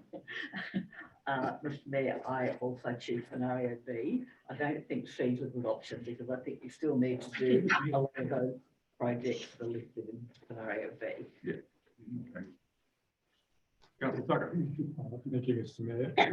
I support scenario A with one change. I'm happy with all of the list except for the last one, which is the bulky goods collection. I don't think that's appropriate in the TI fund. I am opposed to any further money from the TI fund going to the community hub. If that's the option that is put up for debate and vote, I'd like another chance to speak, to explain further why I oppose that, but I'll leave that for the moment. Through the chair, scenario A without the bulk. Without do you propose to add something? Yeah, sorry, I should have explained. I would replace that with the same amount, 29,800. I would put towards footpath improvements. There are a number of places around town where footpaths go to top of curbs and there's no pram ramp. I'd like to see a lot of those get improved to help people in wheelchairs or bicycles or whatever, or prams. And also the area over in front of the tourists that Councillor McKechnie sent an email around earlier. I think that's a good idea, and that could come from that allocation. Councillor McCarthy. I support scenario A. I want to see the awning over the footpath down there on the main street completed. This gives us the opportunity. I agree with Councillor Tucker about the footpath and not using the bulky goods. as one of the things I witnessed down in one of the streets, truckloads of rubbish was taken away from one premises. That's not what this bulky goods collection was for. And someone's got to say to that, and I think it was for rented premises. So those trucks get filled up, taken to the tip, hour and a half wasted for one premises. So I agree with Councillor Tucker with the bulky goods. But yes, I support scenario A, that we need to finish this warning down here on the main street, get the people out of the weather, stop the snow on the that section of the footpath. But yeah, and I think the 250,000 in C can, in scenario B, can wait for a while. Councillor Gibbons. Thank you, Mr. Mayor. I'm proposing a scenario D.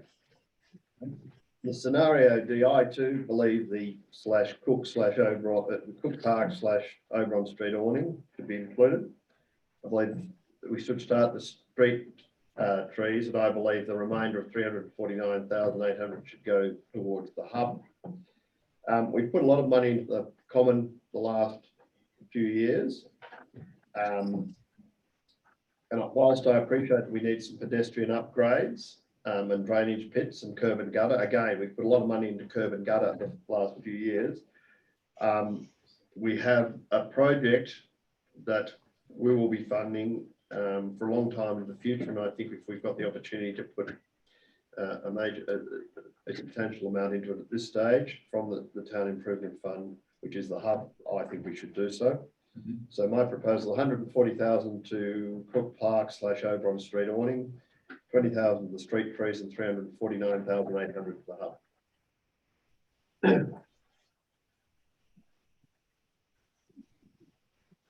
Better than 500. Thank you, Mr. Mayor. I support scenario A in the same format that Councillor Tucker and Councillor McCarthy have previously spoke about. I don't support any more money going to the hub.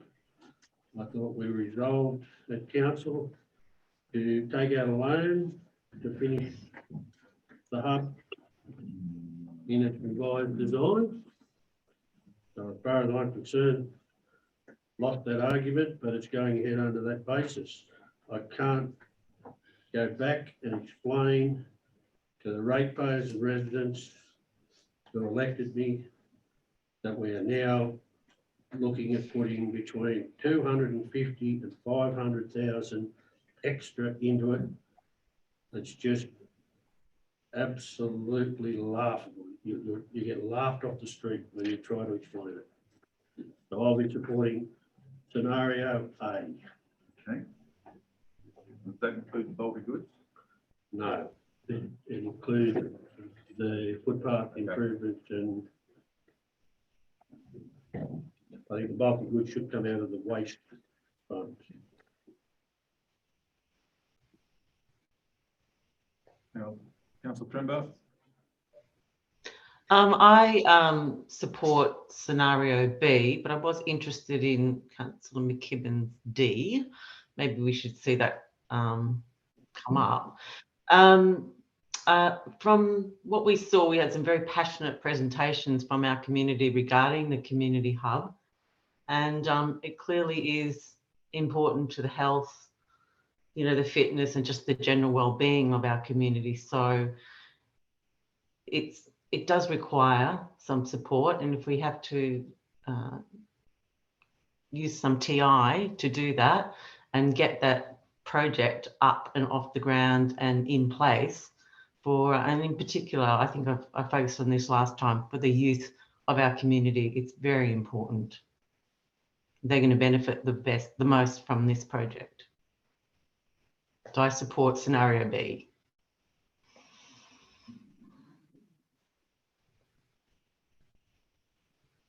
Councillor McKibben. Why did we resolve to take a loan to finish this hub project, and now we want to? We didn't resolve to take a loan. We resolved to for the general manager to source funds. Funding, yeah, which are, yes, you know, the general manager has come up with this recommendation. Somebody's come up with this recommendation. It wasn't the council, obviously. So this is, in my opinion, going about it the wrong way. This should have come to the councillors to put their scenarios up, as Councillor McKibben has been allowed to do tonight. But to come up with a scenario to spend $500,000 at a council meeting, or just when, in 3 days' time from when you get the business paper, is not practical. And I just, you know, I just cannot support, I'm not against the hub but I'm against spending any more money on it. We actually agreed at that meeting. And we agreed, whether you can put it in whatever words you like, but we agreed that we were going to take a loan and it was not going to go over that budget. And I don't care what words you put it in, that's what the pub test will tell you. That's what we agreed. We can go back and have a look at the recording.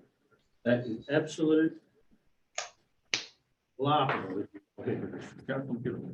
Mr. Mayor, I understand that we agreed that the general manager was to source, what was the amount? 1.3 million. Up to 1.3 million. So if 300, 509, 250 or 349 is sourced from the TI fund, that reduces the loan. So if it's 1.3 and say we allocate 300,000, then the loans will only be 1 million. Am I correct? That is the way this went. That is the way. So this. I understand that, but we've already taken money out of the TI fund to support this project, quite a considerable amount. This is a whole of community project. It's not just a town improvement project. And the town improvement fund has already substantially contributed to it. And I just don't understand, or I understand, but I don't believe it's the right way to go now and ask the town improvement fund, when there's a lot of other things in town, the people that got water running into their yards, the people that haven't got a footpath, the people that can't, their kids can't ride up the gutter into the house where they live. Go and tell them that we're spending another 500,000 there. Sorry, I don't disagree with you. What I'm trying to do is just clarify. Yeah. It sounded as though it was your view was it was 1.3 plus 500 or 2. No. Sorry, I misunderstood you. No, I understand that if they want to limit the reduced amount of loan by taking money out of the town improvement fund, that's the nuts and guts of it, and I don't agree with it. And the last time that, if the town improvement area was last determined in 1933 or 1934, it's interesting to note that that was the end of the Great Depression. Yeah, look, regardless of the funds, the town improvement fund definitely has to be looked at. As Councillor McKechnie says, the hub is a whole of community. Well, it will be servicing the whole of the town community as well. The common services, the whole of the community, the visitors, everyone else. The road service, the visitors, everyone else. The curb and guttering services, everyone that comes to Oberon. The businesses, the community people that live there. The drain service everyone. The septic, the sewage, it serves the people that go to use the public toilets. So really, when we're looking at the town improvement fund, we need to set the boundaries again. We need to have a meeting, set those boundaries, make sure that those that are within those boundaries are paying this fund, and whatever the fund gets used for, we need to rewrite that policy and address the issues that meet this century's needs and not the century of last century when the roads, we've got curb and guttering on a dirt road. Wow. So we need to look at how the hub is going to be help the health, welfare of the community in general. And if needs be that the minister gets asked for some approval to use some of that funding, then so be it. Mr. Mayor, certainly everyone's getting a second go at it. My concern is that this is supposed to be a community project, but it's only half the community paying for this hub project. It's only the people who all the rural people on the small blocks, the large rural blocks, people of Black Springs, people like myself, we're not paying this levy. And that's where it's wrong. That's why I agree with the $1.3 million that the general manager's got to source, but this is just a cheap way of doing it. I don't agree that it should come out of this fund. Because it's not shared. Councillor Tucker? Thank you, Mr Mayor. At the risk of just repeating what Councillor McCarthy and Councillor McKechnie, the decision has been made to proceed with the hub. I accept that. And of course, it has to be funded one way or another. I accept that. The question we're facing tonight is whether the town residents should be covering a disproportionate share of that funding. We're already putting in 220,000 from the TI fund. It is intended to be a facility for the whole community, not just the town. The 220,000 is enough, and the remainder, 1.3 million, should all be from loan or other sources and not from the TI fund, so that the whole community is paying that portion of the cost of that project. Thank you. Okay, my view is that I don't agree with scenario C, or where there is very large amounts of money allocated to the hub, because we need to continue to service the other parts of town. My mind is on scenario B. Saving $250,000 off the loan amount will have substantial effect over the next 10 years and will actually probably pay for itself pretty well. But I also recognise that we need to keep doing curbing and guttering, street trees and those other things. So that's why I don't like scenario C. So I would go for scenario B. Now, I'll ask a question of your scenario. sorry. Just one question for you, Mr Mayor. In scenario B, do you support leaving the bulky goods collection at 20,000? Yes, I do. I think that gets away. Most people do the right thing with bulk goods collection. I sympathise with Councillor McCarthy's view that sometimes there's people who put out half a house worth of goods, and we need to be able to deal with that. But most of it is a relatively small amount of stuff. So I will go with scenario B. There's still some difference between where we all sit. So what I'll do is I'll put scenario A and see what happens. If it is not passed, we'll move to scenario B and see how that works. And if we have to go to a bespoke scenario, well, that's what we'll do. Are you happy with that? Put in scenario A with the changes. Yes. Yeah. Okay. Yep. All right. Through the chair. The issue, as I see it in the debate that's occurred, is whether you include the hub into a town improvement fund or not. The more practical resolution be to first find out whether your scenario is based around having the hub included in the town improvement fund or not, rather than making a considered opinion on scenario A, B, or a bespoke model. Or are you happy with all those options in A and or B? Because in my calculation, it's close between A and B. Unfortunately, Councillor McKibben only self-supported scenario D, which is quite Well, councillor Pimbar's got close to it. quite entitled to. But it seems to me that it is just, now it's at the hub and whether you want to include that or not. All right. I'd say scenario A is not including bulk goods and having to put past. Sorry, you are correct. I apologise. And I see scenario B as pretty much as it's said. Yeah. And scenario C is as it's said. So, Well, you've got no support for six. but that's what we clear on that. So I'll put scenario A. If everyone is happy with that process. All in favour? Councillor McKechnie, Councillor McCarthy and Councillor Tucker against? The remainder of the councillors. So scenario A has been knocked out. Scenario B, I pick scenario B, which as presented there. All in favour? That's Councillor Pembarth, McKibben, Councillor Graham, Councillor Hayden, Councillor Callum.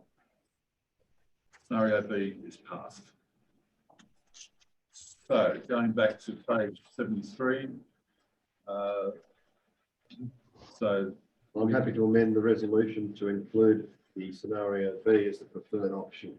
Removal of that point 6. So that will say something like resolve flex up to 520 and town improvement levy and fund scenario B. We better make sure. I just wonder if we should call it something else because we're talking about scenario B all through the rest of it at the 2.1%. Town improvement levy. So town improvement levy, maybe we should call it option B. It's option B. Otherwise, we've got too many scenarios. There'd be confusion. Mayor, while we're at it, can I have my vote recorded against scenario B, please? Yes, Then we voted on I think that was recorded, was it not? it? No, it wasn't. So I don't think you asked for those against scenarios for option B. That's So correct. Can you record my against? Okay.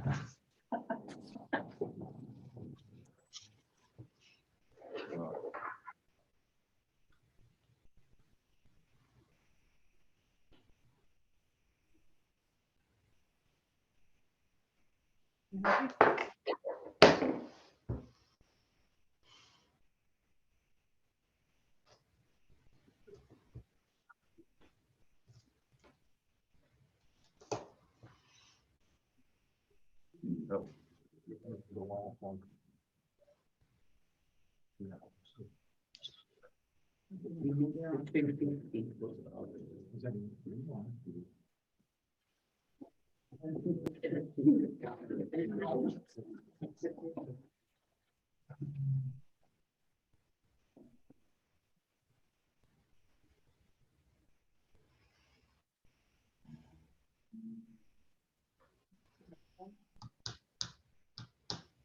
All right.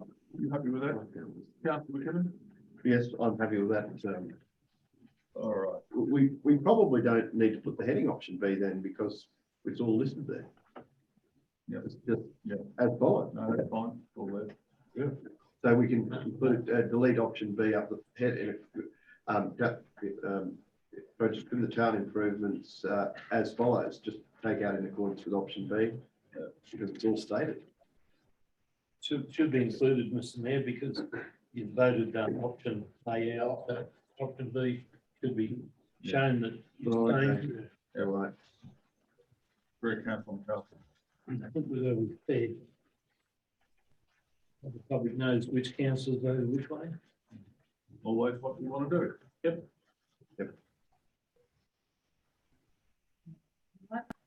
That's right. So.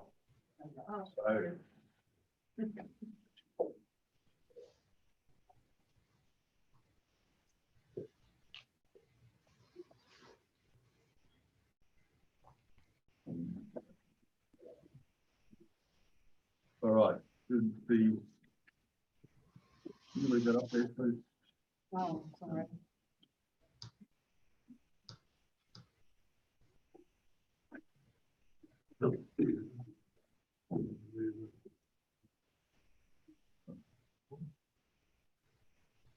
So for resolution 6, we have Councillor McKibben and Councillor Hayden.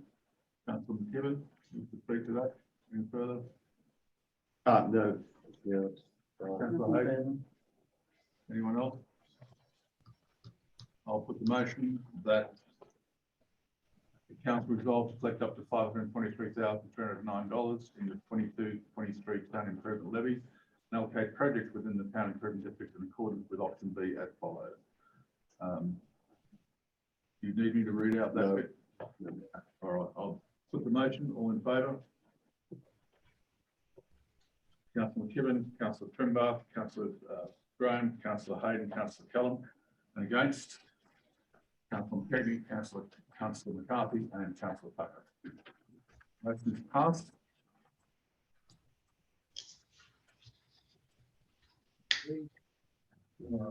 Item 1304, development application 102, 2022 46.1, a shed at 129 Curtis Street, Oberon. The recommendation is that council vary part C.5.5 building height plan with current DCP 2001 in relation to development application 10/2022.46.1 for construction of shed at lot 902 in DP 12104337, being known as 129 Curtis Street, Oberon. And the petition be called in accordance with section 375A of the Local Government Act 1993. Councillor Hayden, mover. Councillor McKibben, seconder. Councillor Hayden. Yes, I'm happy to move the recommendation that the building height plane be varied. Councillor McKibben. Thank you. Yes, well, I've had a look at the proposed shed at the back of the property in Whittaker Lane, and I've looked at the similar properties up back there and what exists at the current properties surrounding it. I'm happy to second it, obviously subject to whether there are any submissions when the date for submissions closes on the 28th of June 2022, as noted in the third paragraph of the preamble. Councillor McCarthy. Yeah, I agree with the recommendations. It isn't about time we had a meeting and discussed this, so we don't put the onus on the planner. Like on the edge of this building, it's not exceptionally high. What is it, 2.7 metres, which is 9 foot. 9 foot, yeah. It's about time. We've been calling for ages that we have a planning meeting. When do we do it? Through the chair, our new DCP will meet is something that we're considering as part of our ongoing strategic documentation. And Mr. Mayor, if you go back 2 years, 3 years, 4 years ago, when I sat next to Don Gable, we got the same. We've got to do things. Through Not the talk chair, about it. what you also had was a separate planning legislation that was advised of council at the time. The DCP needs to be amended to reflect that change. Correct. And when can the DCP be amended? Through the chair, it's advisable that you do it as part of your review of your strategic documents. So you do your strategy. But if council were of a mind to give the planners or the general manager some delegation to undertake these reviews, then that's something that council can consider. Could Yeah. we discuss this at the next IBS and then set up a time to have a look at this? Through the chair, what I'd propose is potentially a workshop with councillors to do that. Look, I agree with Councillor McCarthy. The only issues would be if a colour-bond shed or something similar of 0.7 or higher was put up in a sensitive area of the Oberon area, which is heritage buildings or something similar. Certainly when it's somewhere like Whittaker Lane, etc., I agree with my colleague, but I don't know how we've got some planning restraints around the sensitive areas anyway. Look, I have to agree with Councillor McCarthy as well. I think we need to stop faffing around with this and sit down together, figure out what is the reason to change. and bring it to the next or subsequent council meeting for the councils to give some delegation to the planners. I note that some councils have, and I don't know if we have, they have what they call a heritage precinct or something similar, which is a central CBD area. In something like this, might, if it was in there, would have to come to it, but if it's outside there, the planners. And that's an issue for that. That, yes, that's what I'm thinking. But I think it's a good idea.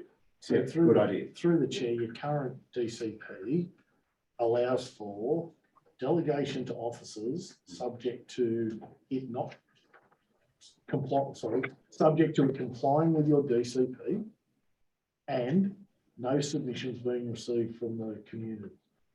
What council staff do at this point in time is acknowledge that there are requirements that we have to meet in these spaces. So we try and preempt what we do through council, which is why you see a lot of reports that, well, council support the change to the DCP whilst it's on exhibition. And if there is no submissions, well, staff do that proactively. If council were of mind to provide a delegation through the general manager under the current DCP, then that would be a way of removing these types of applications coming to council. But they are planning decisions, and council are of a mind to make decisions when it comes to planning those. So that's why they're provided in the way that they are. But what I think council and what and I do too, is get rid of the ones that are actually almost equivalent. What we need to do, Madam, Mr. Mayor, is You're regressing, Clive. You're regressing. you know, that's some nice stuff. Bit of flexibility. What we need to do is, once we do a DCP, it goes out to involvement with the community. Yep. So they get involved in it. There's a lot of these sheds around that people who live in a rural area. But we'll ask all the councillors, and you go to Bathurst next time, in a heritage zone that Councillor McKibben just talked about, have a look in the corner of Mitre and Keppel, and it's a heritage zone, the back shed there. Have a look at the shed that's been approved in a heritage zone. It'll open your eyes. I know the one you meant. Yeah. Yep. All right. That's helpful. I think we've. No, I'm just But I think we're in saying, agreement. we need to have a look what can happen. Yeah. Proposed. On the side issue, which is, let's have a look at how we can give a delegation to the planners. We will do that over the next month or two. But at this stage, I'm going to put the motion. All in favour? Unanimous, and the motion is passed. Right. VA 10/2022.31.1, dwelling, secondary dwelling at 69 Humphreys Drive, Oberon. Recommendations that council approve development application 10/2022/31.1 for a dwelling and secondary dwelling at lot 49 in DP 1272904, being known as 69 Humphreys Drive, Oberon, in accordance with section 4.16 of the Environmental Planning and Assessment Act 1979, for the following reasons. The development is permissible within the Oberon Local Environment Plan 2013. The development is considered satisfactory despite non-compliance with clause 4.2b of the Oberon Local Environmental Plan 2013. And the development is considered to be appropriate and will not impact the locality unreasonable. Division is to be called in accordance with section 375A of the Local Government Act 1993. I'll have a second. Move in a second. McCarthy again, Councillor Hayden. Councillor McCarthy. Yeah, I don't mind the recommendation, but can you read number 1 and number 2 dot points again, in respect that it says it's permissible, and then it says it's non-compliant? So aren't we double dutching there? No, I don't think, well, through the chair, there is two things that you need to sort out, and one is a minor non-compliance with the lot size. The lot size is less than 2 hectares, it's 1.9 hectares. 4.6 of your LEP says that you council, have a delegation from the Minister of Planning to deal with these things up to 10%, which allows you to in fact approve something that is a non-compliance. So that's why it is despite the non-compliance. So it's the 4.6 provision where that relates to, which is on page 91. Just to read it as a layman, 1 and 2 contradict each other. Through the chair, I absolutely agree with the commentary. I just thought I'd explain it. Councillor Hayden. Yes, I'm happy to second the recommendation. I endorse the fact that the development's permissible regarding the application for a dwelling as well as a secondary dwelling. And I'm happy to endorse the fact of seconding the recommendation of approval on the land size being 0.95 of a hectare under the total lot size of 2,000 hectares, and it's only 2 hectares. 2 hectares, 2,000 square metres, I should have said. Isn't it? 20,000 20,000 square square metres. metres. Right, well, it's only a very brief size under, and the other residents are happy and they don't have any objections, so I'm happy for the recommendation. Yeah. Seconder. Any other Thank you. councillor wish to speak to this? Councillor McKibben. Just for clarity, Mr Mayor, so we have a lot that's 1.905 hectares, Mhm. which would be the minimum size for a residence, is 2 hectares, correct?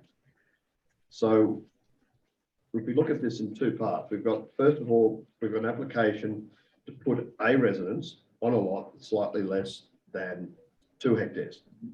And that's what we're based. But in this case, we're being asked for a second dwelling because it has a bedroom, a bathroom and a kitchenette. So we're actually being asked to put 2 residences on a piece of land that is less than the prescribed size for 1 residence. So that, to me, it is quite a major deviation from the standard. If we were just talking about 1 residence on 1.905 hectares, it's only a small differential. But we're now talking about, because it does include a bedroom, a bathroom, a kitchenette, 2 on less than 2 hectares, on an area that's less than 2 hectares. So normally to do that, you would have to have 4 hectares, Through the chair, no, that's not the case. isn't it? Because dual occupancies or secondary dwellings, in this case, a granny flat, Yes, is permissible on the single block of land. it is. Yes. So this is deemed a granny flat, is it? It's, yeah, so it's for all intention purposes, what it is a dual occupancy. But because it's the secondary dwelling is below a certain size, it's got to be considered a secondary dwelling, which is a granny flat. So, just for clarification, if this secondary dwelling was 239 metres squared in size, would it pass? Through the chair, it would then become a dual occupancy. And the dual occupancy is permissible on all zones except the industrial zone in the overall. So it would get through even if it was 239 metres squared. So if you had 2 houses as big as Each other. the big one, Dual occupancy is permissible on all zones, in all zones. Rather, except the industrial zone. right? Thank you for the clarification. Arcane, isn't it? It's, I think It's interesting. So just a clarification, and Damien might be able to, sorry, the director might be able to tell us. We're restricting activity on Sunday and public holidays. I thought the government vetoed that at one stage, that you can actually work on Sundays and holidays now that because of the shortage of tradesmen and so on. Page 96. Through the chair, we dropped that exemption in March this year to allow for the working on the public holiday or Sunday. So we went back to then the local council setting the standard for hours of construction. So do we need to enforce it? Like, what I'm getting at is driving out here and you see a lot of activity being carried out on Sundays, public holidays. So That's the to put this onus on this rate per payer, I don't think it's needed. the shortage of tradesmen, sometimes that's the only day you might get them. Through the chair, these are recommendations made by council. If you want to override that condition and allow for work to be undertaken on Sundays and public holidays, now is the time that you get to debate it. Okay. What's the proximity of neighbours? They're big. Be close. They're not that close, so. But they're too big to- They're not. I wouldn't say they're miles away, but The thing, of what I observed there, they're working on weekends themselves. That's why I brought it up, like. Yeah, I just think it should be, number 9 should be deleted for now. Till we get back on our feet and tradesmen become abundant again. Yeah.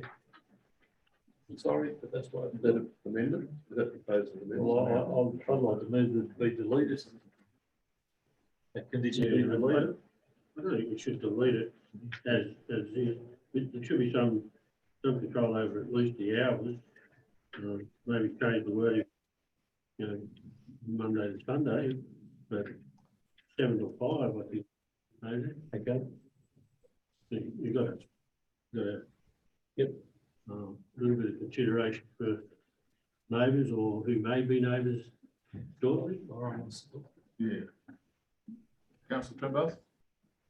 I just want to ask a question. If you're saying to delete that, are you saying that we will approve this for anyone within the Oberon LGA, regardless of the size of the property or how close you are to your neighbour, that people can now start having trades come in on a Sunday? Or is it just for this one person? Down the DA in front of us. through These are large lot residential. through the chair, the concessions have been made by the virtue of this particular development only. It's not the change within the premise of any planning law that we have. Seems a little unusual to me to make a concession just for one person on Humphreys Drive on that basis.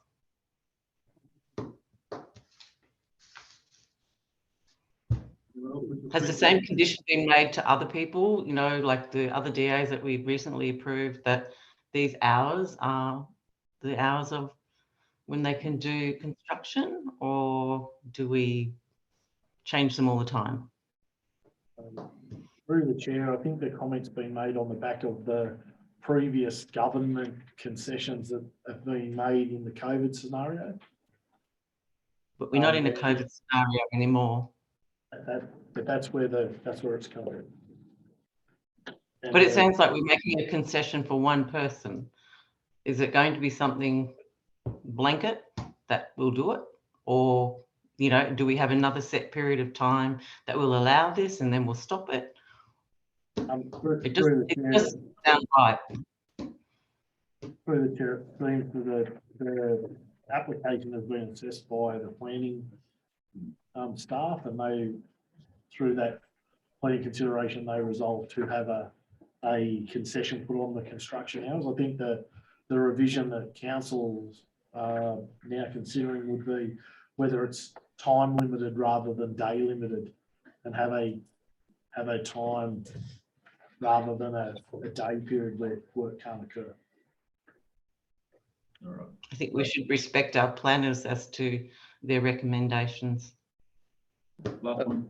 Yes, I think Councillor McCarthy's position is that the available, and I do sympathise with the availability of trade people. It's horrendous. You know, it's very hard to get trade people.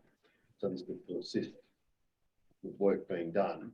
If we were to allow Sunday or public holiday work, then my view we would have to constrain the hours to maybe 9 till 4 or something similar.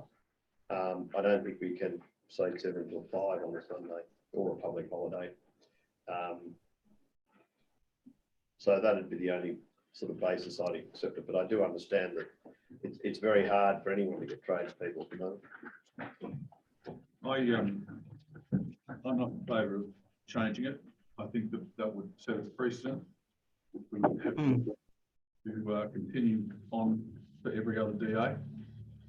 And I can imagine how that would go, for example, in that 8-block subdivision on Albion Street.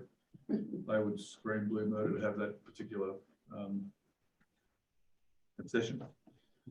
So I think in the interest of good neighbours and what is, I think, a pretty generous program already, going 7 till 5, Monday to Saturday. I recall in previous DAs, it was only up to about lunchtime on Saturdays that work was permitted. And we enforce that fairly rigorously. And I think we should just leave paragraph 9 as it is. However, someone will remember what must be put up. Do that.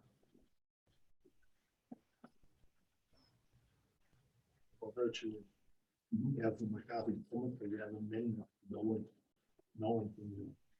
Okay. I never got a second or something. Yeah, that's it, that's the other thing, you need a second before you consider it. Oh, sorry, what did I say? I was the mover of the motion. I was only just trying to get that deleted out of it. Yeah. Which I didn't need, but anyway. So, And I say leave it as is. So you don't have a second for that, but No. you might want another. DA just stays as it is, that's right. Okay. In that case, I'll put the motion. All those in favour? Motion's passed unanimously.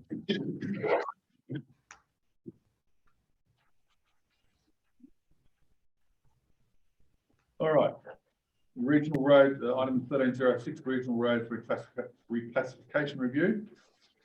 And recommendations of Councillor Wright, the independent road Councillor Wright to the independent road classification panel, indicating it will not object to the reclassification of Oberon Street Road by regional road, should Albion Street be reclassified from regional road to state road.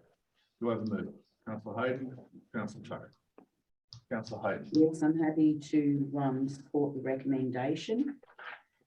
And it will be invaluable. Councillor Tucker. Thank you, Mr. Mayor. It makes sense to reinforce the use of Albion Street as the main through road, particularly for heavy vehicles, and with the main street reverting to a regional road, perhaps gives council a bit more say and control over what would happen in that street. My only query is in the small table, just over halfway down page 111, where it says Oberon Street length 1.6 kilometres, Taranah Road to North Street.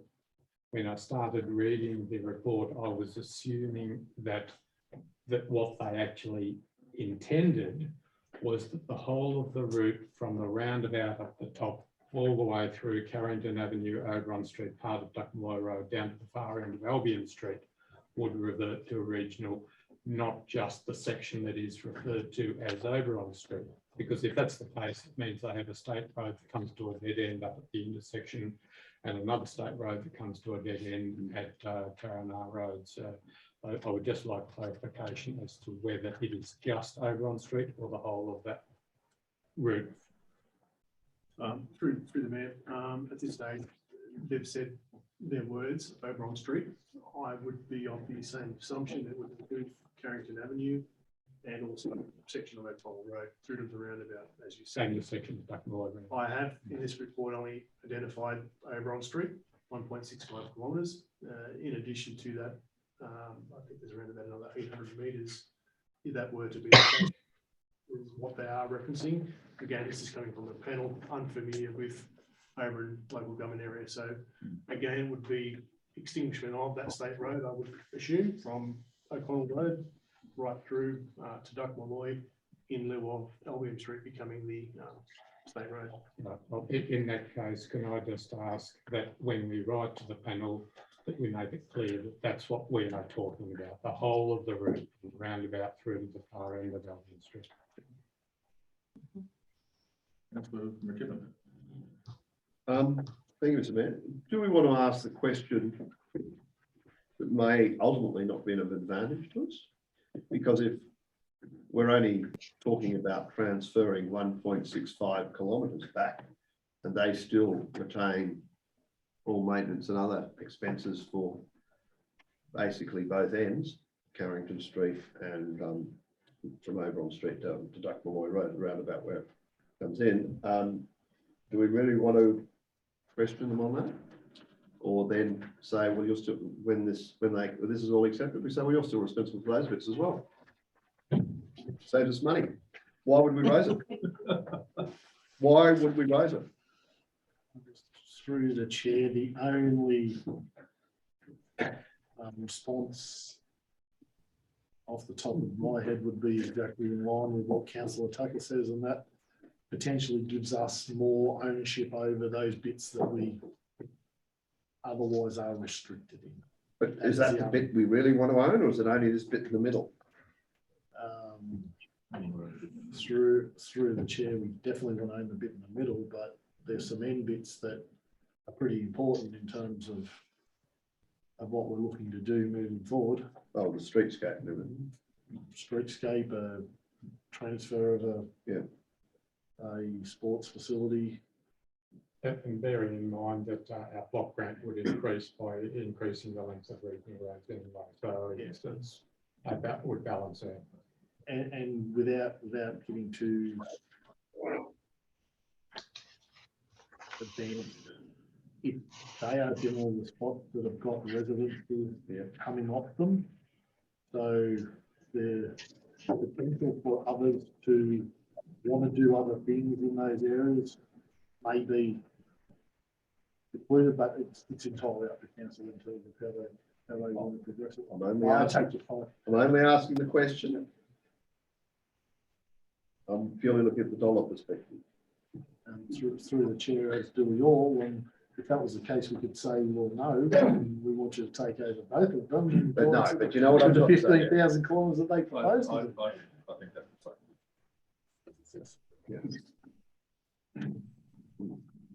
that's right. Where does this put the short section of Ross Street? Does it affect it at all? To where it links to the Edith Road down there, the Vic? Does it change any status there? No, through the chair, that still remains regional road. Fine. It's not anything to do with the state road. So it's not affected. Thank you. All right, I'll put the motion. All those in favour? Unanimous. The motion is passed. We now move on to item 1307, which is a declaration of Oberon local government area as a Posking district. And the recommendation is the council gazette the Oberon local government area as Posking district, and 2, notify the Division of Mining, Exploration and Geoscience in writing that council has declared the LGA a Posking district. I'll move in a second. Councillor Hayden, Councillor McKibben. Councillor Hayden. Yes, I'm very happy to move this recommendation. It's about time, and I think it's absolutely fantastic. Councillor McKibben. Thank you, Mr. Mayor. I'm happy to second it. Obviously, it doesn't preclude people still have to get the landholders' consent. Yep. In all that. But I have had already a couple of people requesting if they can find. Okay. You know what that's on your property? You might be surprised. Okay, anyone else? Does that mean the area out near Chain of Ponds is excluded from this here? That it's not a Costigan area? No. Chain of Ponds and Curry's Lane? No. There's an area in there and All this, that's a different thing. This fossicking area is about providing fossickers with the legal coverage to actually do their business on areas that are covered by exploration leases. Okay. Which at the moment they can't do. It doesn't change anything. Those fossicking areas we have are just areas we have that we know there's gemstones to be found. Thank you. Okay, I'll put the motion. All those in favour? And that motion is passed unanimously.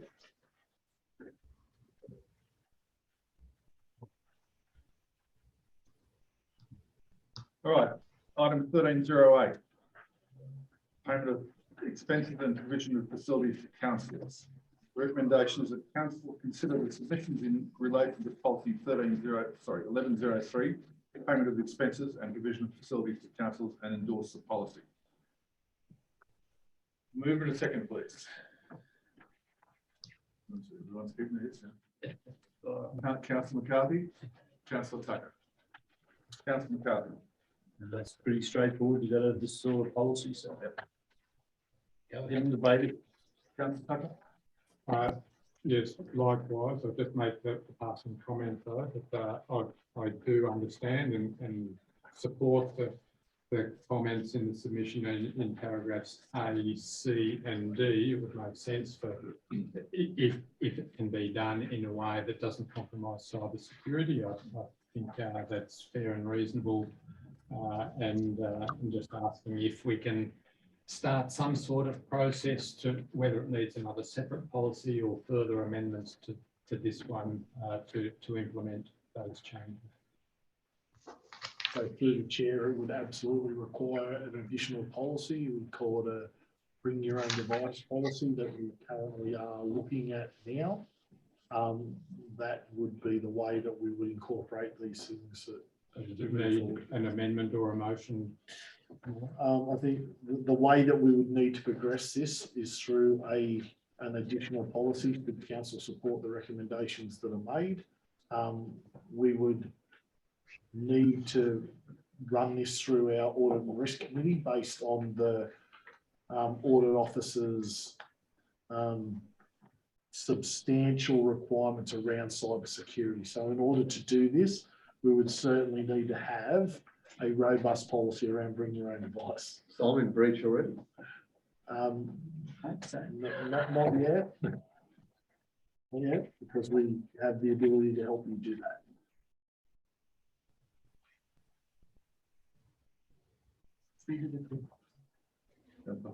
Yes, I'm happy that we have a policy relating to the payment of expenses and provisions.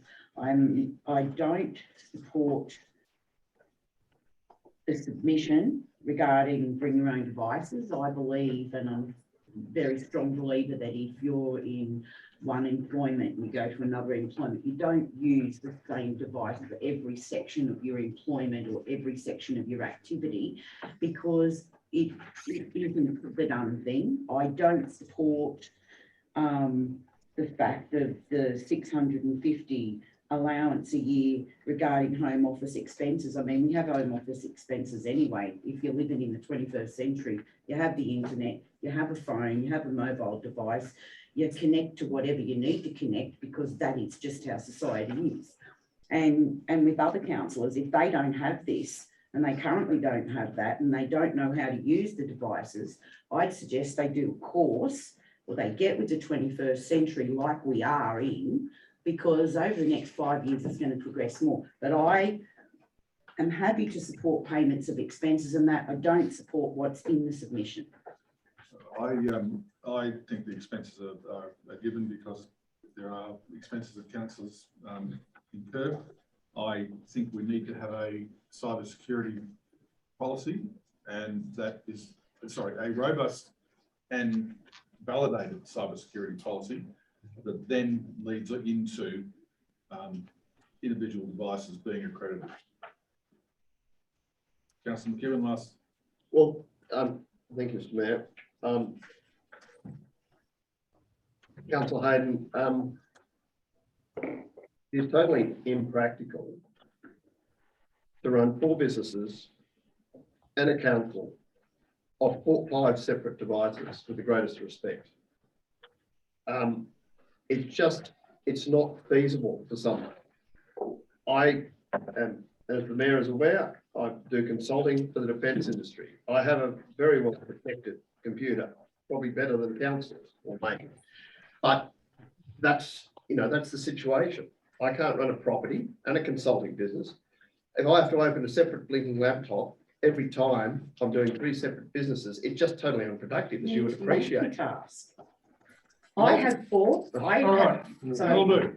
It is totally impractical. That will do. Council, the time had the floor, I thought. That's what I'm getting. I'm just saying it's totally impractical. And I have other businesses involved with that. Now, I come in at night or in the morning, I look at one computer. Yeah, sorry. Yeah. I understand your circumstances. The point we're at here is we are considering submissions in relation to policy 1103, and that's payment of expenses and provision of facilities. And that includes us, council, taking notice, serious notice of your submission. And I think that is supported. So I'm going to put the motion right now. All those in favour? We should be able to discuss it. Well, we have had a pretty good crack at it. Two might have, not the rest of us. Thank you. I'm in agreement that we should have a policy. Yep. I sat on a previous council where the kids got on and racked up a bill of over $1,000 of some game. Mhm. So I think you've got to have a policy and you've got to be wary of where these computers are sitting at the time. I'm on with the dinosaur, but I had to turn 4 PowerPoints off the other day that Councillor Hayden talks about to get my phone to work again. Because I have one of those view phone on the thing. It don't work all the time. Well, landline, she works the treat. There you Oh, go. copper one, well, you know. Anyway, this technology today, it's not always cracked up to me. But anyway, look, I think you've got to have a policy to protect the council. So through the chair, it is just whether council want us to consider the policy as it sits now, because we don't propose not to have the policy. This is an update on it. Yep. It is whether councillors want to consider the submission that's been made in relation to certain things within that policy. The report has highlighted that there is some, so council supply council laws currently with a laptop enable them to do their role as a councillor. The submission has asked for some concessions around that, and it's now up to council on whether they want to consider those concessions. All we are saying is if council want to consider those concessions, we would need to do it through a robust policy around bring your own device, and it'd have to be substantially considered by the current cybersecurity risks that we're facing and the requirements of the audit office in that regard.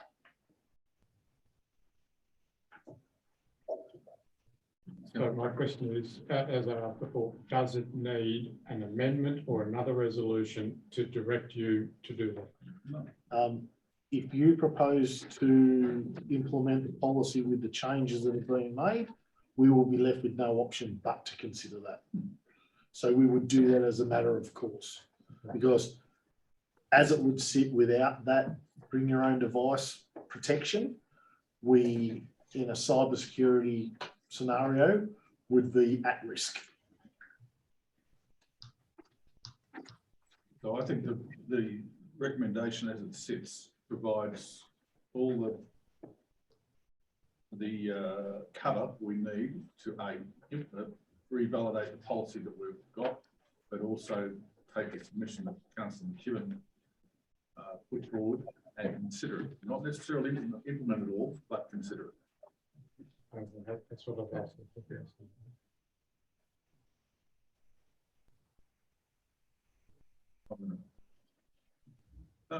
Oh, sorry, 1 minute. Yes, look, I'm absolutely in agreement with the general manager's position that obviously whatever is needed to be installed for cybersecurity, etc., I'm very happy with, and I've always said that to the general manager.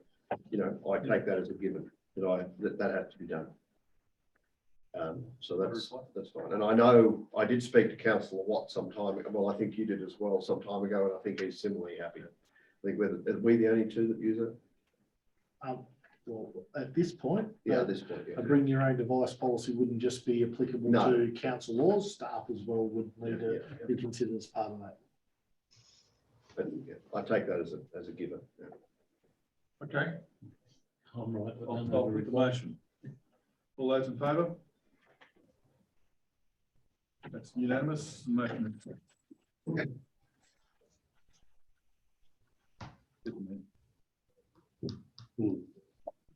All right. Reconnecting Regional New South Wales Community Events Program. Councillor Hayden is leaving the room. He has declared a conflict of interest at the beginning of this meeting.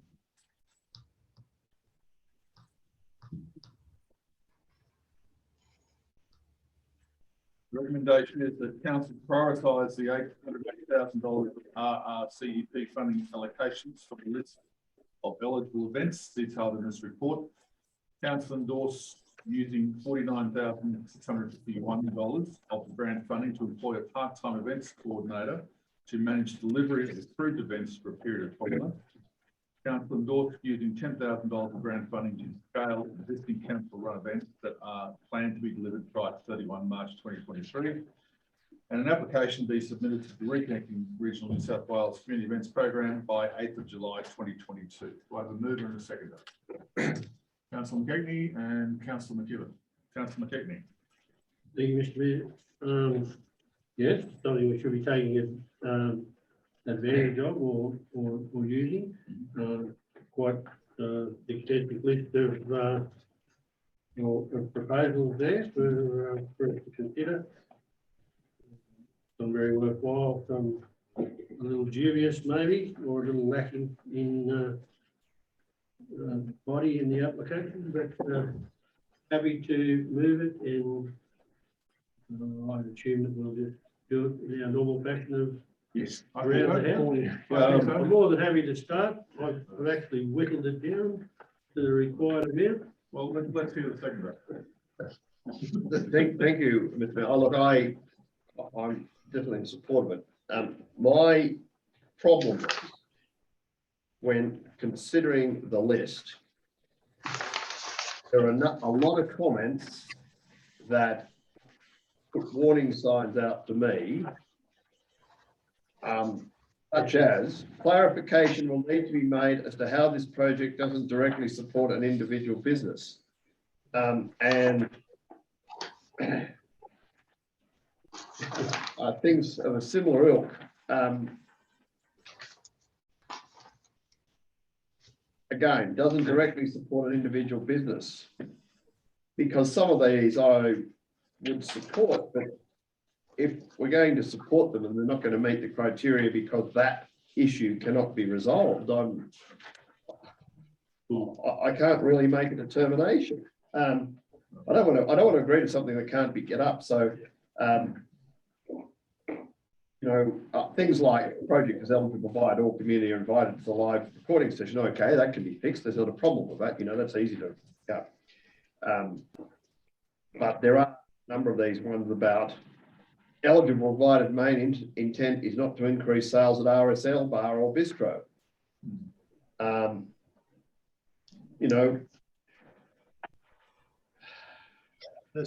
Only short and approval from public will not be received by this date, Oberon Show Society. So does that mean we shouldn't consider that one? These are the sort of problems I had with the list, because I'm thinking, as the mayor asked, that we should prioritise this before we came to the meeting. But I'm thinking, well, I can't really prioritise when there are. Well, Catching. but at least you've got your thoughts in a row about what you see the problems are. That's fine. No. So Through the chair, I'll try and answer those questions. There's a few of them, and we're trying to sort this out. I don't know if anyone else had the same problem. Yeah, I think there is just a consistent theme around some of these that we all, by the nature of the report, you would probably know there are some. The assessors and general comments have come from the assessor of the grant. So our grants officer, together with myself and Matt, we brought them in to say, look, this is how we've gone about it. They absolutely commended council in how they've gone about trying to engage with their community, but they also understand that there is some restrictions on the grant funding that you need to in fact consider. So the assessors' comments that have been made, should council support it that says, how do we do this, or can you make sure it needs this? It would simply be a matter of us going back to that to say, council want to support this. However, the assessor from state has indicated, how are you going to do this to support everyone? Because the whole premise of the grant is purely to encourage everyone. It's not a section of the community. So there is some things that would need to be teased out from each of these people to make sure that they know that is what is required. you made it, that's, I hope that answers a couple of your questions. The other one you made was about, one is going to be undertaken prior to the funding being allocated. We have been told that if you undertake a project before the funding has been ticked off, however, you've supported that in your grant, they support it, you can get the money back. So that's The a risk. issue is, the risk is involved in council supporting something that they might not get back before the funding. Yeah. That's all. As I said, there's a few things there that the application don't lack substance or they haven't got enough detail. But that can be cleared up. Yeah. So if you prioritise one that needs more information, we go back and get more information before we go back to the funding. Yeah. So if we go to say the Oberon and Taranah Heritage Railway Great Railway Ball. Yep. The comment is the type of event is not considered favourably by the funding body as it involves bar sales. So the whole purpose of this is to encourage buying from everyone. And if there's a ball, traditionally, a ball dictates that it's an over 18s and there's this ball might be held at 12 o'clock and uses the train as it's, I don't know, we would need to clarify with that community group as to how we would go about that. Yeah, there's several ones in there. One that I've probably have been involved in the past, that Andrew alluded to, was the Oberon RFL Club. For the Australia Day, both bowl clubs and their application is fairly whimsy in that it doesn't say that traditionally at the family event as part of the Australia Day celebration and the money raised from it at the well, it is normally donated to one of the local, or is donated to one of the local charities, Can Assist or the hospital. But they haven't put that in there, you know, which to me, there's quite a few like that. I mean, yeah, need more information on them, I think. Gotcha. Madam Councillor Trimble, who are next? There are several there from multiple applications or multiple proposals from some some that I'm not familiar with.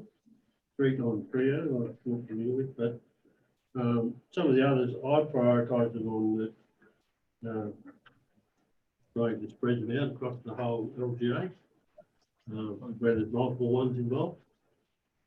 But yeah, I'm not sure what the right way I'll is there. just take over Councillor Trimble and we'll come back and we can start doing Yeah, it. right. Councillor Trimble?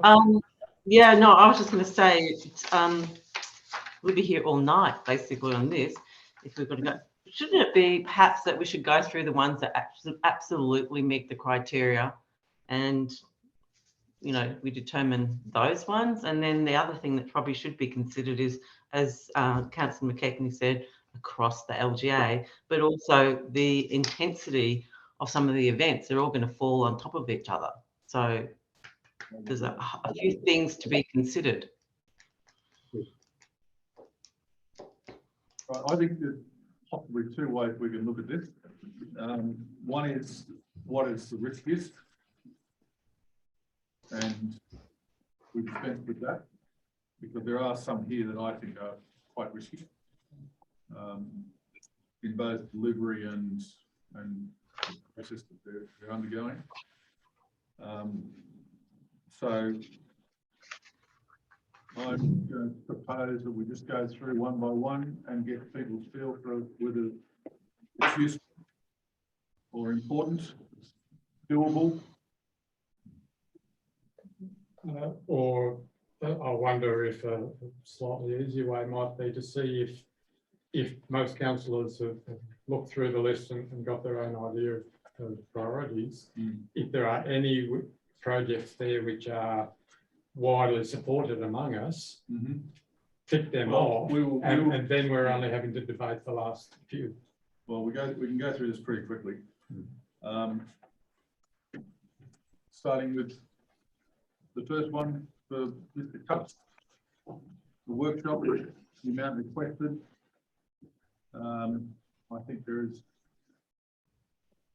think there is some risk there in achieving the sorts of criteria that the funding body wants. I agree. I can't support that one. Single applicant as well. Lots of question marks around that one. Ability to deliver and what we're going to get. Qualification. Councillor McKibben? I had a question mark on that one. Yep. Gone. Gone, you say? Gone.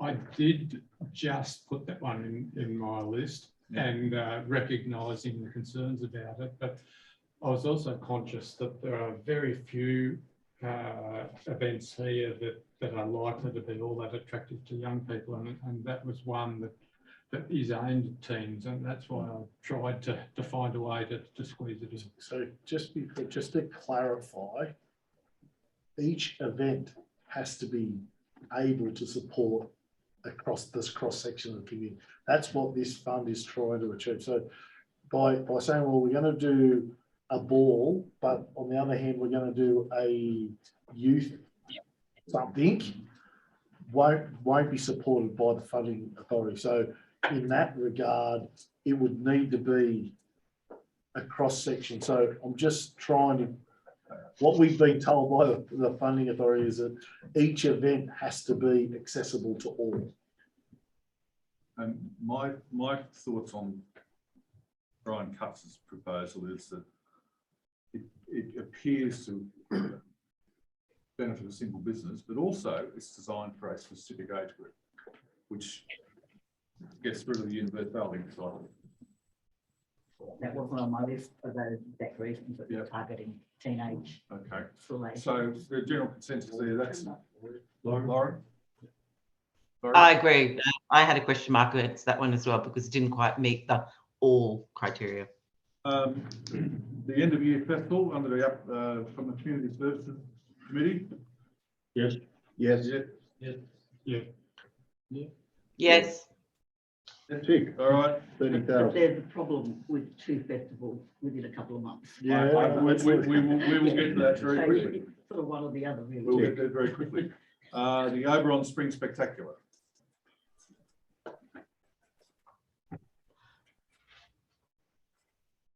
I had a yes. The only question I have is, I agree with the mayor and councillor Graham that some of these are going to be competing with each other. We may end up with some mini spectaculars that are not so successful instead of maybe a smaller number of successful ones. So given the support for a events manager to come on deck, we would be looking really hard at trying to move them throughout the period of which we're looking to provide for. This is, less than 10 weeks away. It's a massive, It's a Massive. huge undertaking. It's a huge undertaking. My concern there is that it's trying to recreate the past a little bit, which is, I think, always a bit risky. It is a massive undertaking in 10 weeks, and noting the funding won't appear until August. And I just think it's too risky. yep, I don't disagree. There's a question. All the questions I had, I did leave you just. Yeah. Oh, I don't like giving money back. Well, we don't have to give them back. So I had questions about the amount stated and how it was worked out, 65,120. I'm assuming it's backed up with a spreadsheet or something. 50,000 for a singer and the rest for some stuff.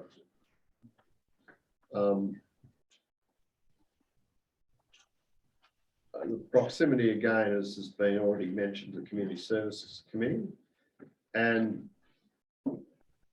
we've got Helen involved, but what is the rest of, who's the rest of the working? The rest of team? the Brenda Line is the advisor. Right, Michelle Swan, Sian, Uda Sian, and Margaret Kilby. okay. And they have been meeting already. So I would put that in my second list at the moment. Doesn't mean I'm going to not accept it. Yeah, so It goes in as far as I'm concerned, but I think we should have a question mark around dollars. So that if we need to cut one back, this is one that might have to be cut. So it goes in as far as I'm concerned. I'd have it in, recognising the concerns, but I included it because of the range of activities and the range of age groups and sections of the community that are likely to find something in there that appeals. I didn't put it in only because I thought the two festivals next to each other within a few months was too much. And you need to go with one or the other, I thought. And that one was very expensive, basically. So I didn't put it in. Okay. I wish we had councillor. Lauren. Sorry, Lauren. I'm the same. I was worried that it was so close to getting funding approved and how you would actually get that event happening and promoted, because it looks like a big event.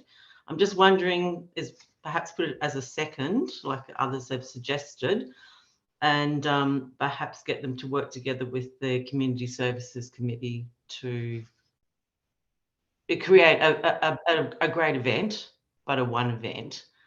And maybe take the artist out of it, because I know the artist is about $50,000, and that's quite a lot of money for us as a small community to spend in that way when we could spend it in other events. So it's sort of a combination, perhaps. I agree with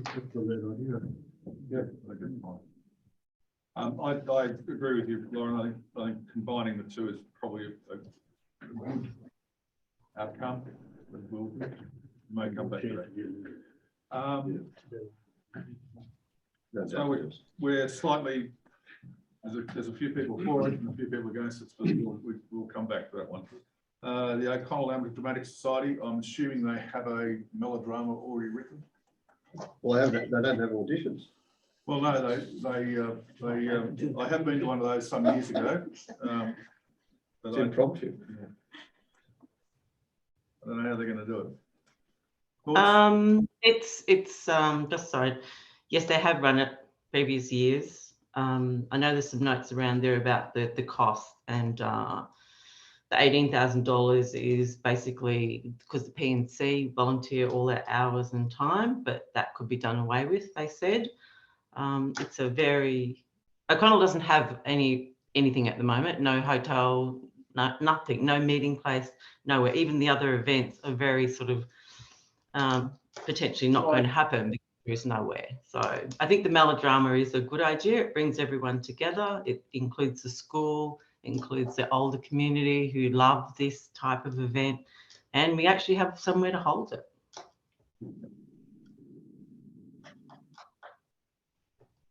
No, it's a no for me. Okay, Basically around the costing and Andrew. It's a yes for me, subject to costing being finessed. Right. I think it's a nice one. Not at 32,600. As I said, they probably take the volunteer hours out, so you'd lose about 18,000 out of that.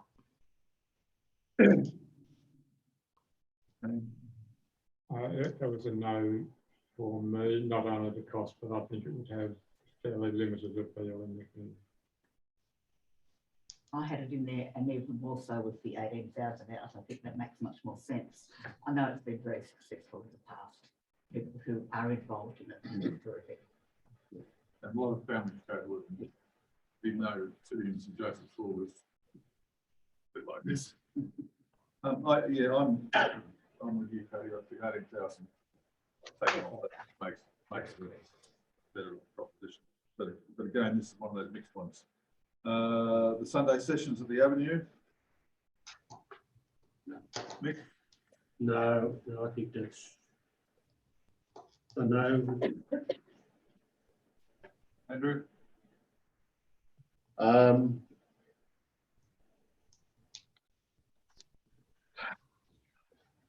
was probably a no on, well, again, I put this in my second range of list, not my priority list.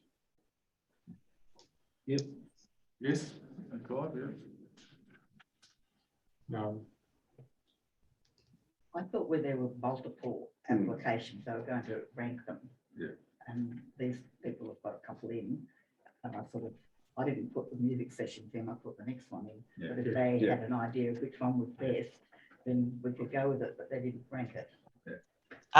Actually, they did, because I rang and checked about that. So the ranking was 1 was the Sunday sessions, 2 was the melodrama, 3 was music at the Mud, and 4 the Fish River Festival.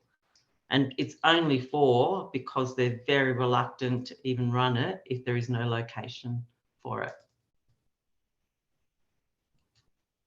So, just a clarification, this one's the Bell that fancies Mud Hut, that's on the Beaconsfield Road.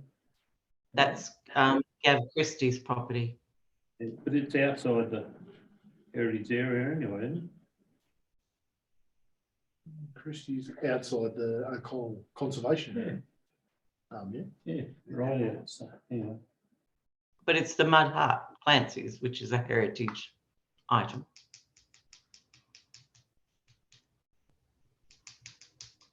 That's all. But they were ranked, Katie, just so you know which ones were in their preference list. And the reason that they have selected the O'Connell Cafe, again, nowhere to have anything in O'Connell, no rec ground, no hotel, and they don't have public liability for the property next door that the Christie's own. And it's a venue that they could use. That was the only reason for that. The risk with the O'Connell Valley that sessions is that it's an individual business now. Yeah. I think it's pretty tough if you've got nowhere to go and the best place you got is actually the grounds of the cafe. But if that's the way they want it, that's the way they want it. So some support for the Sunday sessions, but not a lot. Music at the Mud.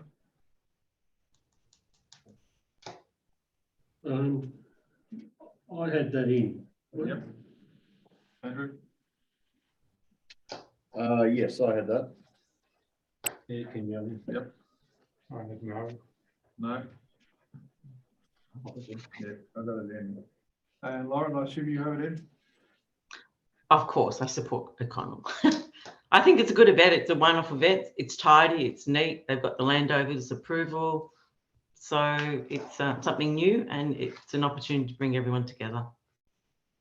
And it's the only village event in this whole list. The O'Connell, the Fish River Festival, if the organisers are reluctant to go at it, I've got to say that makes me reluctant to take the risk. No, not that one, not Music at the Mud. The Fish River Festival is the one. It's gone down to the next one, which is You're on the next one. because there's general support. Oh, sorry. Yeah, it's only because, I mean, I've said that the rec ground will in some form be available to them, but there's just that little bit of they're not sure. And I suppose that's to the general manager is, will they be a venue for them to hold the Fish River Festival? Because there's no point putting it up for funding if there is no venue. And as the general manager has previously said, I think it's the only place that you can have it. Mm-hmm. And state will rec ground by December 2022. I would suspect that it'd be, Ready to go. I don't know whether the amenities will be built, but certainly we would consider the staging and all the earthworks and the bits that pieces, the irrigation, the moving of the water fill station, hopefully car parking. as we have funded is well and truly on its way.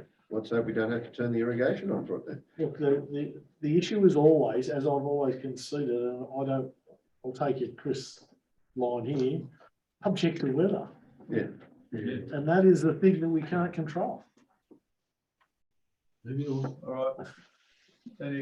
So how do you feel? Well, I actually support it because I know what a great success this event has been. Yeah. I know there's something about, but this is getting, you know, previously it's got 800 to 900 people. It's 1,000 people. This gets real community involvement from within the council area and outside. It has been a great event. I think it would be a pity for it not to go ahead. I realise the constraints in relation to weather, about whether the amenities block finished. We might still have a mud bath on the rec ground. However, of every event that's listed in this list, this is going to appeal, I think, to the most people, because I note that the bonfire and fireworks at the showground, I mean, that's going to occur, I think, before we know whether we've got the funding. That's 2,500 then. But this one is probably, and it has a reputation already, so people will come to it. So that's my view. I would dearly love to support this one. Oh, yes, for that one. All right. Clive? Yes, on the yes, but I think you can find the other side if they, the record is not You complete. put it in the Black Springs Hall, Laura. Of course. Yes. Change of venue. All right. You got a whole series of ticks there. Now you just need to get hold of the committee and get them invigorated. But I think you need a fallback. That's where. Oberon Arts Council. Reconnecting the arts workshops to reinvigorate the arts in Oberon. No, No. I'm not sure what we're up to, but I did support this. Yeah, that's the top of page 160, sorry. Yeah. Clive? Yeah, I support some of it. I don't support the blue tree part of it. So I suppose they've got to exclude it. Yeah, that's putting ribbons on it, so that's Well, really true. that was the agreement when it went there. It was just to be a thing of peace. Yeah. And this is what we were frightened of, that someone was going to. Turn into Highlight. memorial. Yep. Yeah.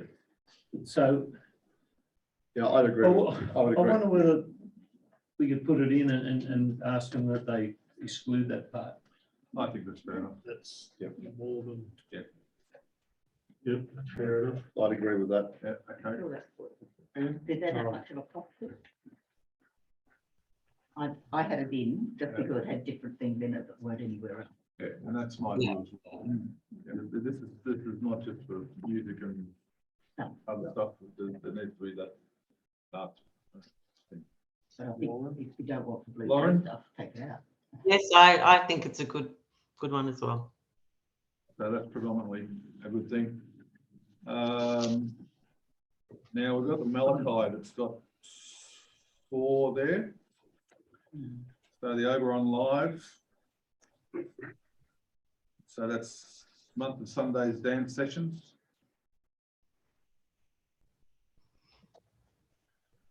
Okay, do you want me to go the other way for once? No, sorry. I was just daydreaming, but no, for that, I've got some of their others in, but not that one. Okay.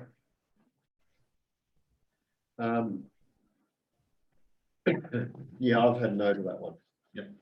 Okay. No, Had it in, but I did say that it wasn't very inclusive. no, it's not very But inclusive. they've listed that as their #1 priority. That's all right.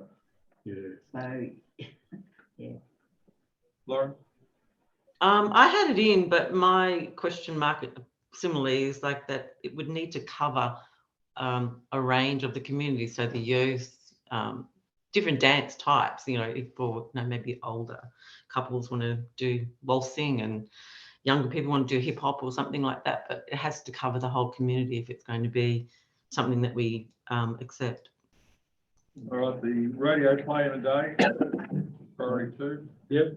Yep. Yes, Yep. yes. I didn't. I think. You didn't, No, I didn't have- okay, that's 1, 2, 3. Lauren, radio playing today, Yes. I'm for it and 2 against. All right. Oberon Live Project Priority 3, the Australian Theatre live screening. Or film theatre productions direct from this year's Sydney Festival. Include screening of film Prehistoric Picnic. And there's some other stuff in there. I think you. Okay,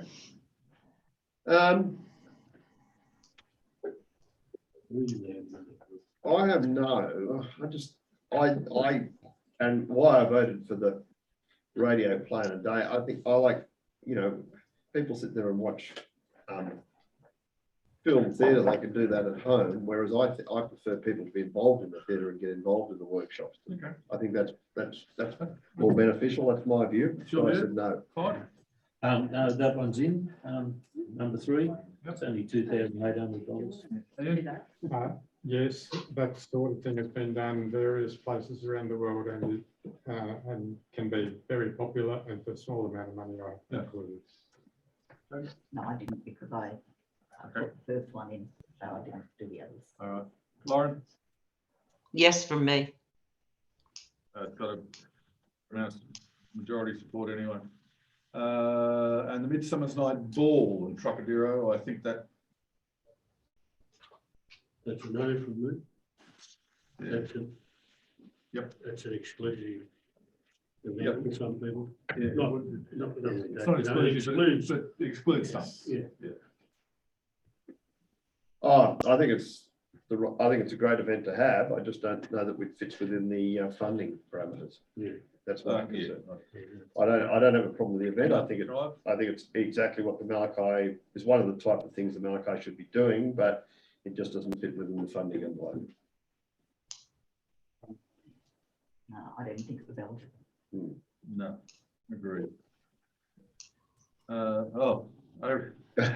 Everyone RSL. Yes, for me. Yes.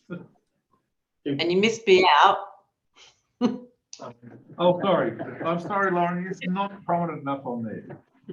That's right. I was just going to say, I think it's a great event, like Councillor McKibben said, but no, it doesn't fit the Midsummer's That's right. Night's Ball. RSL, your pick, Andrew? Yeah, I think I support this, yeah. Yeah, Yes. yep, Yes. yep. I like the Bowls Day, but not the Seniors Week Yes. because that's very restrictive in terms of the community. So I reduced it to $2,000. Lauren? I think it's a great thing to have an Australia Day event, but yes, a little bit, the Seniors Week is a bit of a question mark. Yeah. All right, and that's the reason, I think. The Show Society's bonfire and fireworks. Yes. Even though it's all in a couple of weeks, yeah. Yeah. But Andrew? Look, I say yes, but I know that there's a risk that we could fund it and then it not be accepted. So that's the risk. yeah, that's the other thing. But I think it's great for the showground to push it along, and yeah, I put it. Can it go to February for the show? We asked that. We could ask them. We already I have. mean, the show is Already as have. inclusive as you We can get. tried to. Yeah, No. and they won't do it.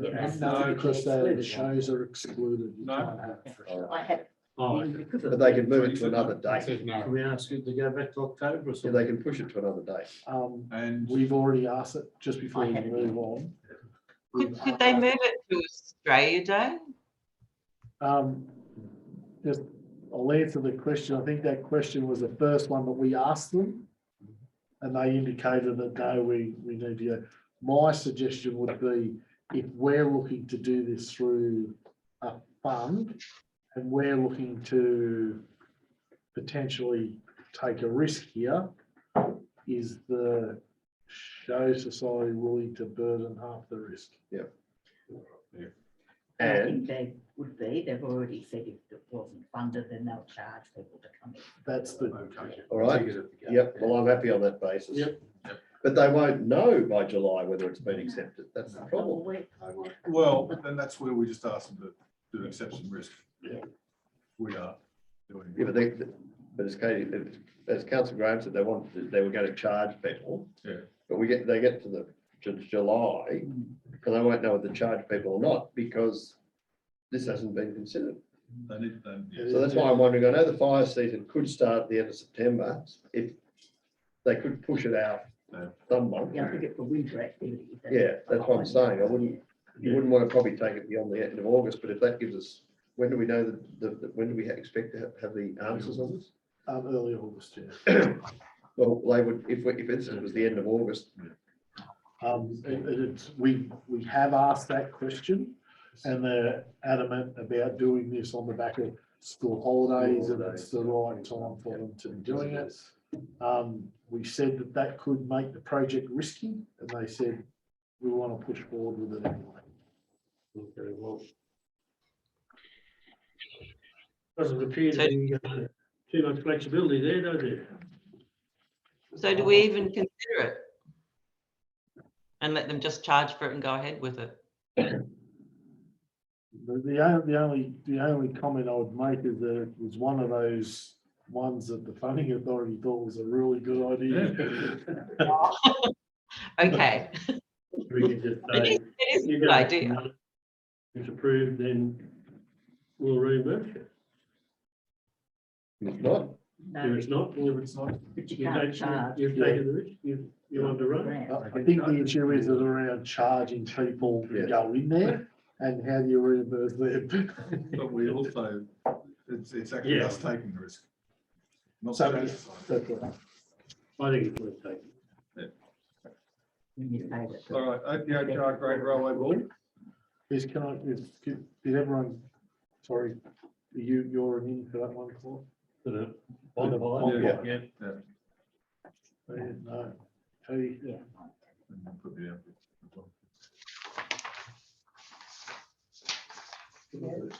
all right. The OTHR Heritage Railway Greater Railway Board. I think that's the same as the other board. Crocodile. Yeah, great idea, but wrong criteria. And they're probably in too close proximity. Because they're only 2 months apart. I think a lot of, especially if people got to pay for tickets,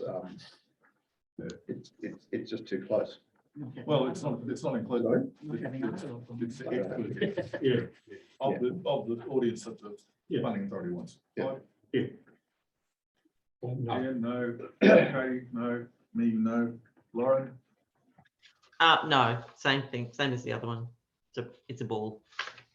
it's Credo on Credo, so it's Chamber Music Festival, 6 chamber music concerts, plus going to schools and Columbia. There you go. Eligible project that targets all age groups. I had it in. Yep.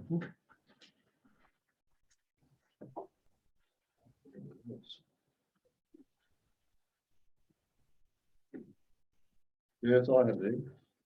Five. Just concerned about the amount of money, but anyway, let's go it in, consensus. Yes. Had it in. Lauren? Yes. Yes, as well. What do we add up to? Through the chair, may I take this next bit to answer the fundings? Yeah. I worked on gauging the priorities 1, 2, and 3 and the completely outs for this. So what I had on priority 1 was the Oberon End of Year Festival, Music at the Mud, Fish River Festival, Reconnecting the Arts, Australia Day Bowls, Bonfire and Fireworks, and the Oberon Chamber of Music Festival. Those all come to $124,820. Okay. Priority 2, I had the Oberon Spring Spectacular, the O'Connell melodrama, the radio play in a day, and the Australia Theatre live screenings. It totals $89,704. So we don't have to really look at that, as we're up to 24,820. We've got 180,000 grant. We're allocating maybe 10,000 to council projects and 49,000 to our. So the 180 is specific for these projects. If you only endorse the 124, that leaves a $55,000 unallocated, which council may use for other things over and above what's already in the paper. Or look at the secondary component. Or look Yeah, at the there's secondary. 49,000. So if you take 49,651 and 10,000, you're back to 121. because- That's already taken out. That's already taken. Oh, 296, yeah, 239 allocation, sorry, got you. So what have we got to play with, Zoe?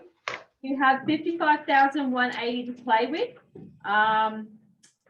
Yes, and there's priority 2 that you guys were pretty much okay with, but not all the way there, was the Spring Spectacular, the melodrama, the radio play in the day, and the theatre live streaming.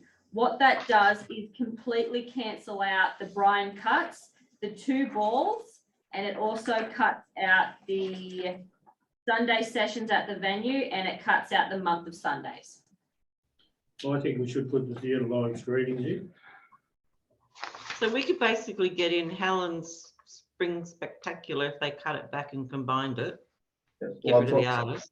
I'm The suggesting. melodrama and the radio play in a day, all in that number. So if we put half the radio amount play. for Helen Hayden's and a working group for the Oberon Spring Spectacular into the Oberon End of Year Festival and increase that 30,000 to 60,000 and somehow got the 2 groups to work together. You wouldn't even need it. I mean, her number was 50,000 was for an artist. So really what they were left over was just over $15,000. I think it's like. Maybe put 20 in.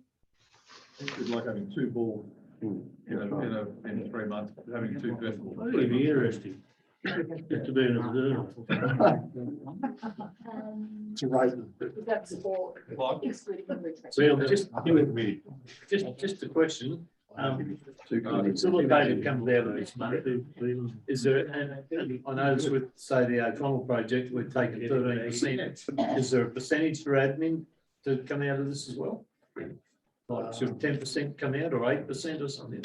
So I think the fact that we're proposing to take a chunk for events manager is the chunk that you take. So You wouldn't take an additional chunk. so there'll be no help from our other staff to be required for that person. Well, possibly, but That's what I'm getting at. Should there be a small amount, 5% overall? Like, yes, see that thing down there that you get all the lines and then you've got 13%'s got to be taken out for admin. So should there be a small amount taken out for admin? Like you said, is there going to be people helping out or? I think it'd be difficult to try and get that past the funding authority. Like, I think we need to include that, probably that 5% in that 49 potentially. Okay, all right. Can I just ask a question, and it might just, we talk about 2 festivals, the one that's at the end of the year, is it a Christmas festival? Is it a Christmas fair? Okay, so there's no, not pagan. It's no religious implication. okay, so they potentially could work together to do something. But they won't have the daffodils. No, it's not. It's not gonna have any- Trying to get people right else. The issue could be like the spring one has open gardens and things, which mightn't be very good at the end of December. My only concern is that we have provided this to our community to say, show us your events. And now we're trying to mix events together, which could be problematic for all concerned. We could just mention that it's a possibility that they could do it and not include it, at this stage. So is it because the 2 festivals are close together that we say, should you consider putting something together so we can then lodge it? Because this has to be done before the 8th of July. That's all. We need to have some idea about what you're going to support. Lauren? I was just going to say, if you say putting it together, and I think you think it might be problematic putting 2 different groups of people together to work on something, but it could come together at the one time. But the Spring Spectacular team be responsible for a number of those, events within the end of year. So at least they have some sort of contribution to the event and feel sort of like that they haven't been overlooked. Well, I think it's a very good idea, and I'm sure that they will work very harmoniously together. May I just, How do you, Jen? Why not? I Why can, not give, So you've why got the not floor. give through the chair, may I please ask how much money you are willing to put towards the combination project? So we had the $30,000 set for the end of the year festival, which we have pretty much said priority one, go for it. Then there's the $65,000 for the working party, which we pretty much said, no, we are going to probably reduce it. So as a combined amount, what would you anticipate to be okay with? 45. Well, can we push two events together without each association agreeing That's. to work together and do a combined event? I don't think we can make that determination without.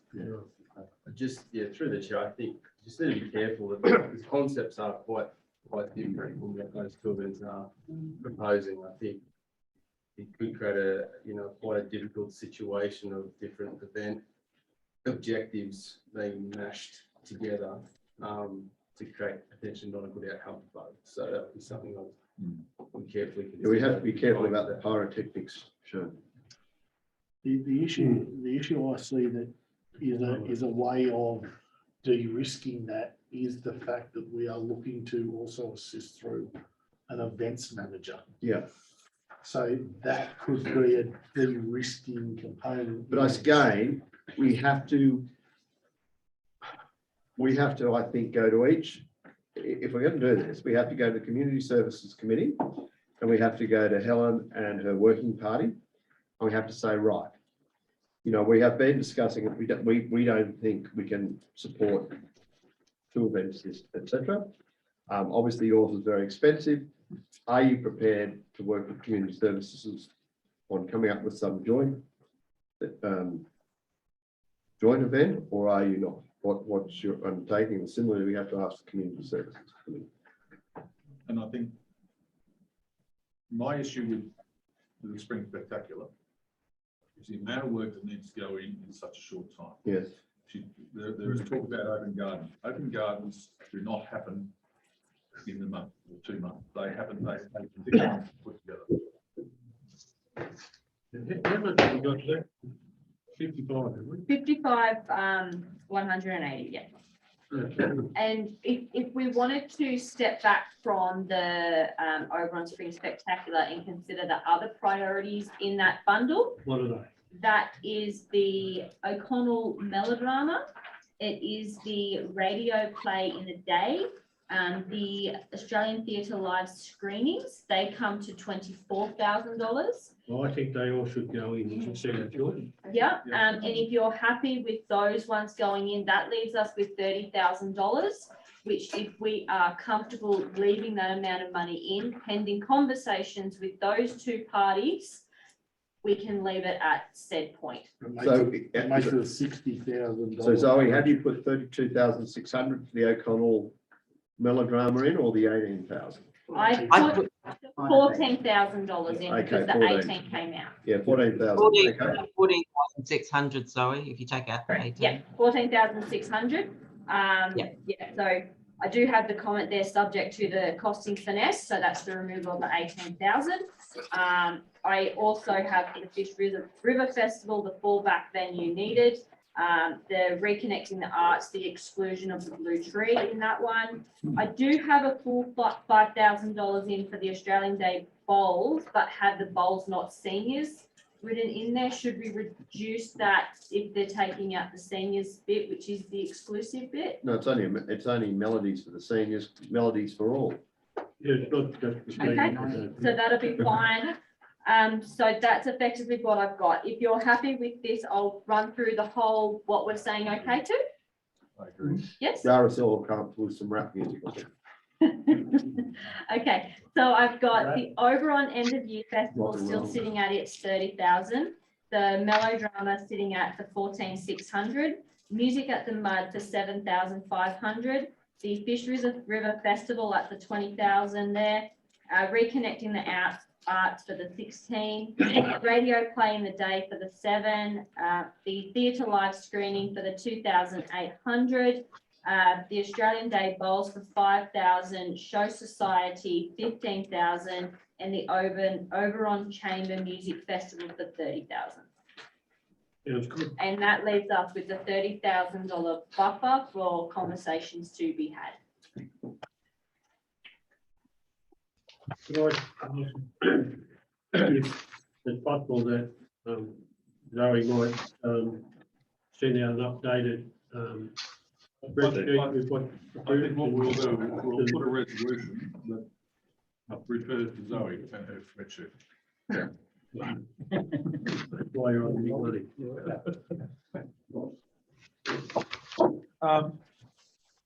Is everyone happy with that course of action? Combining the two. Yeah. Are we saying that it shouldn't happen in spring? It should happen at the end of the year? We're not I haven't combining. We're seen- not I doing anything. think Yeah. that combining the two festivals is Well, fraud. I think it's problematic. So given, can I make a comment? So given that you already have supported the end of the year festival of 30, and there is 30,000 left over, which you are asking us to consider having that conversation with the two groups, which is 30. Does that mean if the two groups can't get together, you want to go 30 and 30? Because both projects, I didn't think we allocated the 30 to them. no, sorry, we've got 30 left over. Yes, Yeah. without allocating Unallocated. any to the spring festival. But General Manager, we haven't canvassed any, they're only the projects raised by others. The councillors haven't had an opportunity to raise projects that they might have. Well, it has. Well, they have, Well, yeah. it's not on that list. Yeah. If councillors want to come up with I've got nothing. with Nothing, but a, I'm with a not going with idiots. scenario that they would like to see considered, now is the time to raise your hand. There's plenty of arts and crafty people here. I'm not one of them, I'm a dinosaur. I don't have any suggestions for other events. I was just going to make the comment that it could be very handy to keep a bit of a buffer there, because with these sorts of events, I think inevitably you're likely to find requests with groups saying, oh, could council just bring one of their trucks down and move some chairs, or can or the list for it, that sort of thing.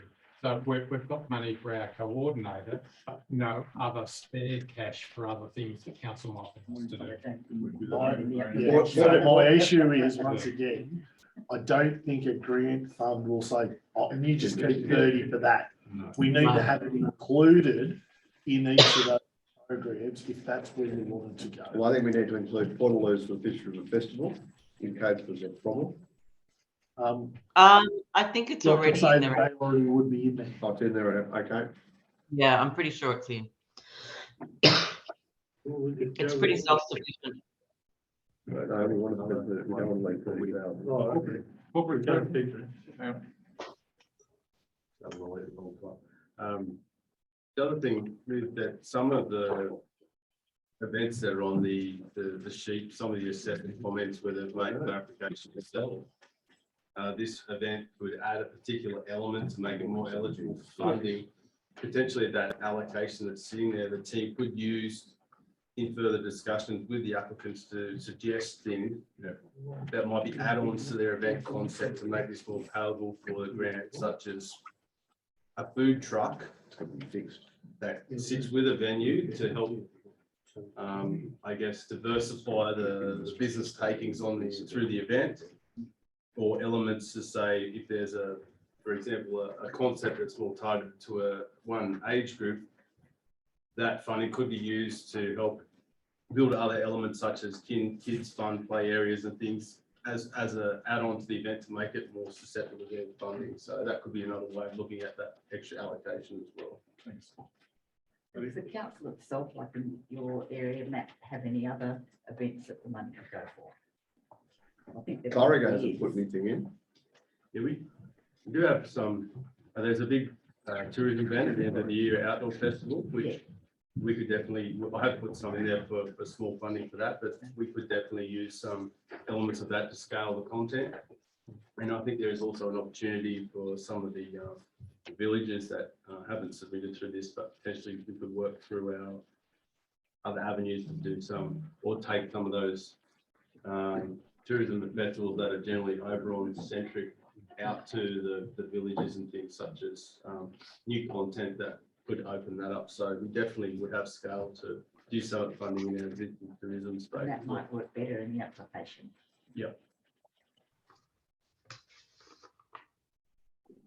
So we do from here. Okay, Chloe. Richard? We are adjusting the minutes. So the way we sit right now is that there is $30,000 that we're yet to allocate based on your priorities. So hypothetically, if Burringer were to have an event, and incidental to that, there was some spending on the floor because it was a minor infrastructure as part of that event, then that could use $30,000. Yes. I would suspect that that wouldn't be looked at favourably It by wouldn't. the funders. If Burringer were going to do something that was, and I think that's what Matt said, if you took that $30,000 and said, dear events manager, go your hardest with some around the villages. Have we got time? This is going to be in by the 24th of June. It has to be in by the 8th of 8th of July. July. There's been an extension, not that that's great, but our issue is we don't have another opportunity to get additional funds. I'm trying to get some clarity around how you want to see this money spent. Now, I'm like Councillor McKechnie, I hate giving money back if we don't have to. Now, not for 1 minute am I saying that all these things are going to get funding, because we need to go back to those people who would now prioritise funding for and say, right, here is what the grant funding, this is what we must have as part of our application before it's lodged. Like, you're going to get supported, but we need to see all these things from you, and taking the comments from the assessors, one of those things. So as Matt said, where there might be some where it says, well, it doesn't quite meet it because everything isn't catered for at that one time, add a food truck to do that, add another avenue to support that. If they then come back and say, well, if we do that, it's going to cost another $5,000. So could we That say, may be some, as Councillor Tucker's indicated, a way of providing. council liaise with applicants and community groups for the remaining allocated to determine style projects allocation? Can we say that council staff? Yeah, that's liaise? what I'm talking about, council staff. With the applicants and community groups, because Burringer hasn't put in anything yet, for instance, if they were going to do something.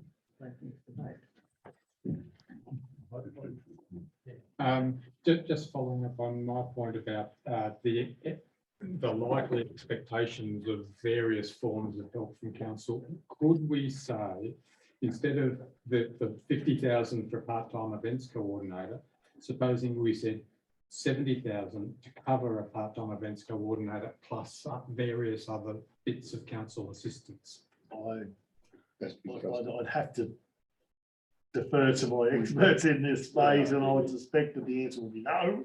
But It just depends on what you're looking for. There is potential, I think, to have some admin around that, but that was essentially the idea of funneling that towards a position. But I get what you're saying in terms of additional support through people council say, infrastructure and things. how like much that. in-kind support's In-kind, council yeah, going to that's- give, and not realising that in-kind is still money.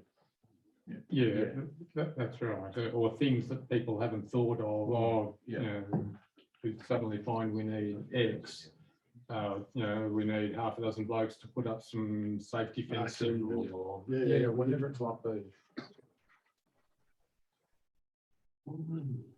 So the second one reads, council staff liaise with the applicants for the remaining allocated 30,530, determine its final project selection with preferred project selected being the Oberon Spring Spectacular. I would have Not thought- the priority one. That's been, The remainder money, no. council staff liaise with the applicants and community groups.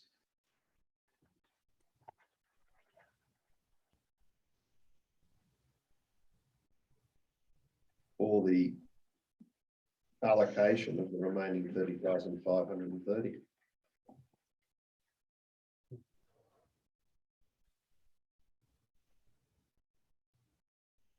So could just clarify another one on that, would that be okay?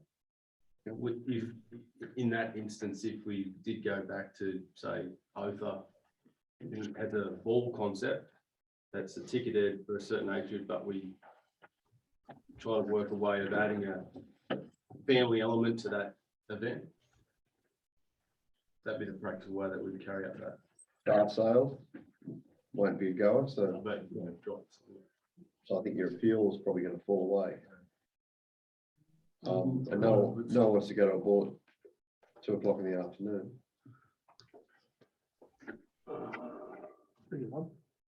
Maybe I'd like look at having something like an open day and Yeah. In conjunction. yeah, car show combined thing like they had previously over in their grounds, which might qualify. Is that, but If they don't, well, they're not going to get the ball, the 10-feet ball. the ball won't qualify. We know the ball won't No. qualify. So even if we try and work with these groups to spend that $30,000 is, Yeah. like, here's our priority, like Pete, the community's gone out of their way to try and provide us with some stuff. If we work with those non-committed projects to try and get them up to scratch, would councils be happy with that? Like, I'm just mindful that we don't have another opportunity to bring this back to council. I think that's. That's why we put that in there. Yeah, Not an I think that- unreasonable way of doing business. I think if you did a delegation to do that. Does that include the Spring Spectacular? Because they're not going to be happy with less than 30,000. So I think that revolves around all these groups we have that conversation with. And that's why I said, And come up with the 30,596 spend. Yep. Does that work? Like, Matt, does? Well, I just know that by mixing things together, Okay. it is going to be difficult for both parties. I think they've got to stand alone. I've suggested it's probably unworkable any other way. I'm not, yeah. So we take the point, that, We all know. Yeah. We have to avoid the question. Let's move on. no, there's enough fireworks going to occur at the show. All right. Is this what we want to see as a resolution? Yes, I think so. Is everyone happy with that? Thank you. Going once, going twice? Done. I'll put the resolution. All in favour? Lauren, I can't see it. Oh, there you are. This year. Okay. Unanimous, resolution is passed. And I'm going to call a 10-minute break because I think we've been sitting down long enough. And it's like watching sausages being made sometimes, isn't it? I've been through council meetings before, and you close your eyes at the same time. So we'll break now. We'll come back for the last couple of things and then we'll go into content after that.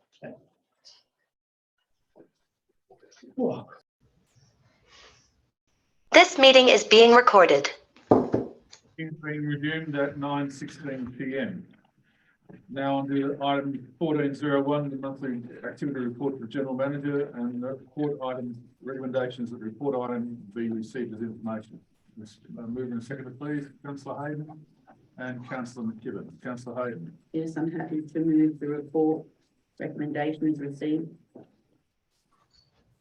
Councillor McKibben. Thank you, but I have a mouthful, but I apologise. Thank you. Look, an informative report. If I could start, the gentleman, through you, the gentleman, a couple of issues. I note the insurance renewal risk management. Am I being growled at? Have I said something wrong? It's Pluto under the door. That was me. Oh, councillor, let's get on. So, I note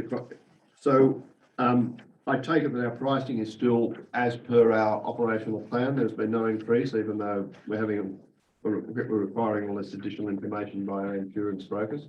That's correct. I note the AREC re-establishment. So the meeting on the 9th of June, which was, I think was the first meeting of the new AREC. Any comment on that? Is it what happened? Did anything substantive happen there, or it's all in its formative stages at the moment? It was the same, two of the same Representatives. the independent members, and there was Councillor Tucker was here and myself and the general manager. Yes, it was a bit of feeling your way. Yeah, through the chair, yeah, it was, but I think that there were some real positives out of that, the way that we're presenting our new processes and what we expect from the independents was well received. I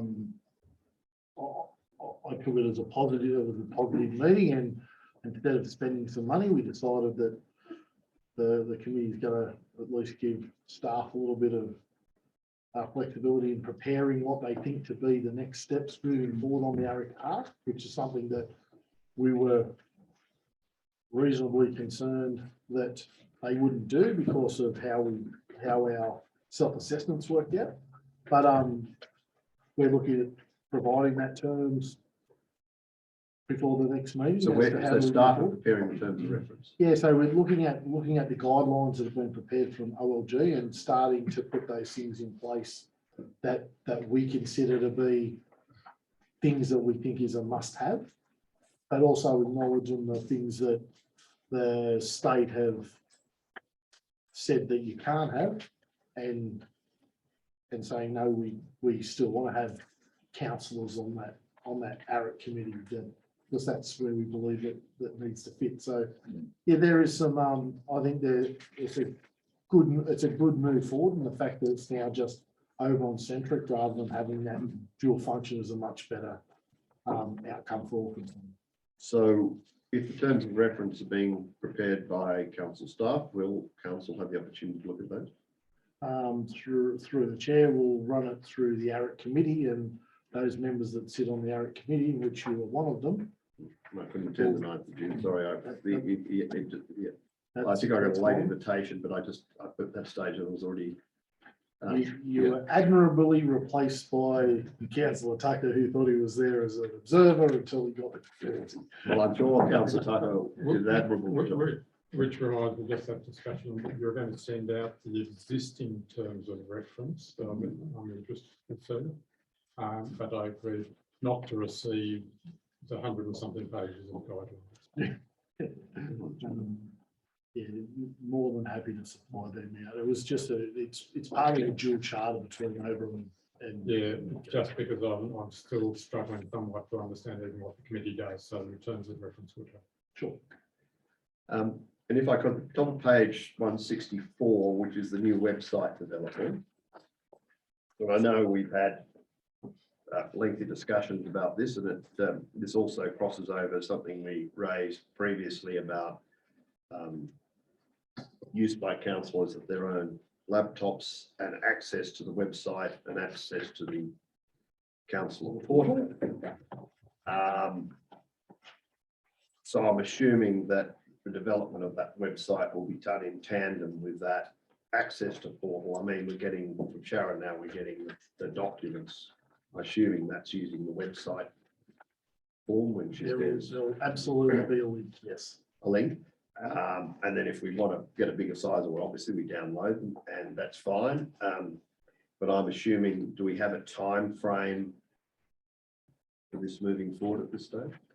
So as the document says, we're looking to provide a briefing to council on On July. where it's up to. And that will give you an overview on what we're doing, how we're progressing. This is a whole new starting point. So our working committee is working very hard in doing it. We're all working together. I hope that it's going to be sooner rather than later, but there is a lot of work in it. But the snapshot of the informal briefing on July will give you an indication on how much work's gone into it and where we're up to. And a timeline, hopefully, as to when it'll be. Absolutely, but yeah, as you know, we're all keeping a whole ton of documents in our folders on our computer because we need to access. It might be the the disinfected roads, or it might be the priority road list, or it might be reports, etc. We've got to access from time to time, and So when it's nice to have. you have access to that now through our 365. I don't think I do because I'm on a laptop. Yeah, the councillor portal would more sit on the SharePoint where it's currently in its early stages with council papers. Yeah. The website would be more just a public facing of council. So this project is not capturing the council portal. The council portal is being developed on the suite of 365 SharePoint. Oh, it's being developed in SharePoint. That's right. Yeah, that's where all that information needs to be developed. Because SharePoint can be quite clunky to get into. Once you go in, you pull pull a document out, have a look at sometimes, or you leave it there. So if it's a document that's in the portal, we want to suggest some changes to. You usually got to check it out, do your chat markups, then you check it back in. I don't know if that's how this is going to work. If you just want access for read only, it's left there. There'll be some documents that that will only have read only, but sometimes going into SharePoint from previous experience, it doesn't matter where you are, it can be quite slow and clunky. It's not just your internet connection, it's the nature of it. Yes. So staff are encountering that with our migration to SharePoint. You are finding it, yeah. We are working with different software as to how the best way of doing that. But the document control mechanism on SharePoint is where that type of it really needs to be for councillors. The website doesn't have that sort of document control and window into the types of information that you'd be looking for. So at this phase, that's where that council portal is developing in the SharePoint environment. Because some councils do have their council portal on the website.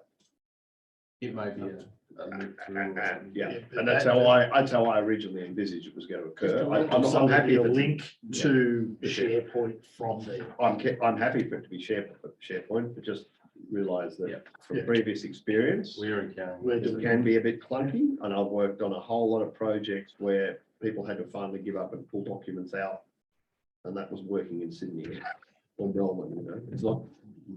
Yeah. Anyway, that's the council. That's all I have. Thank you. All right. Anyone else? Oh, general managers. Yep. Yeah.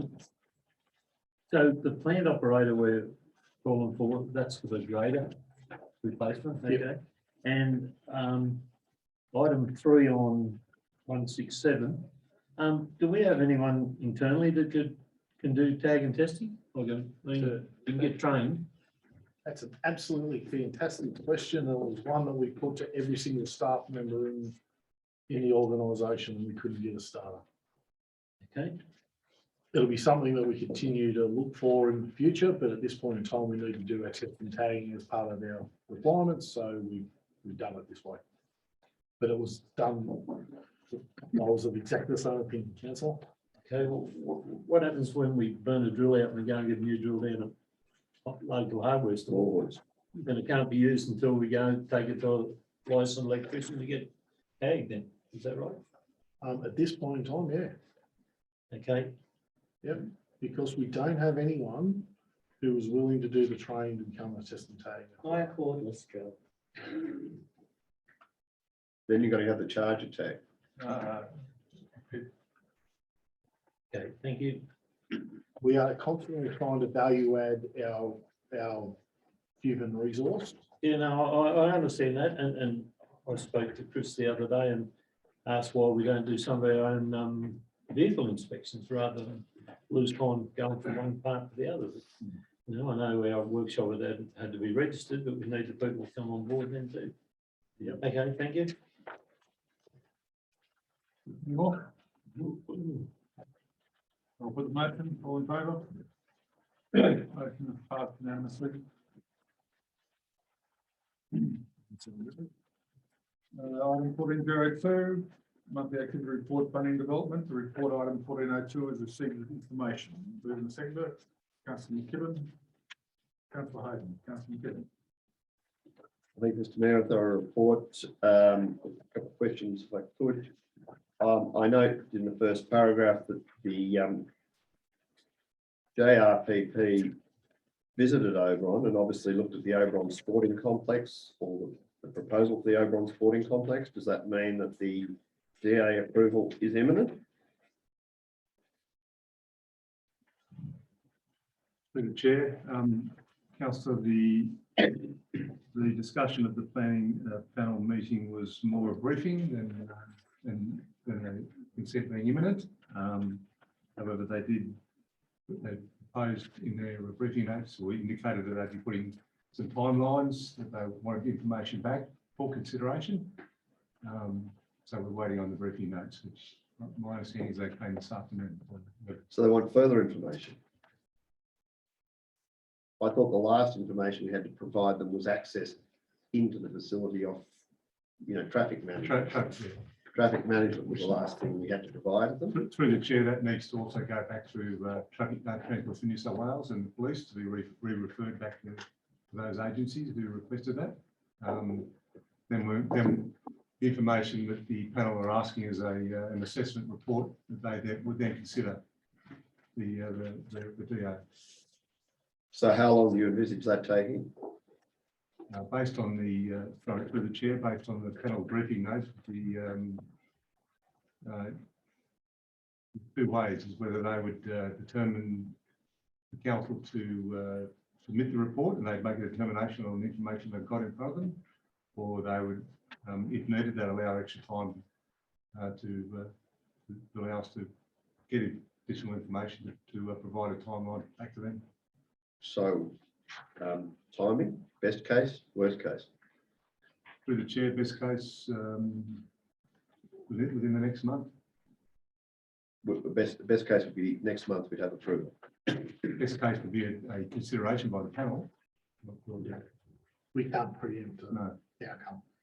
And worst case? March, June next year? September next year?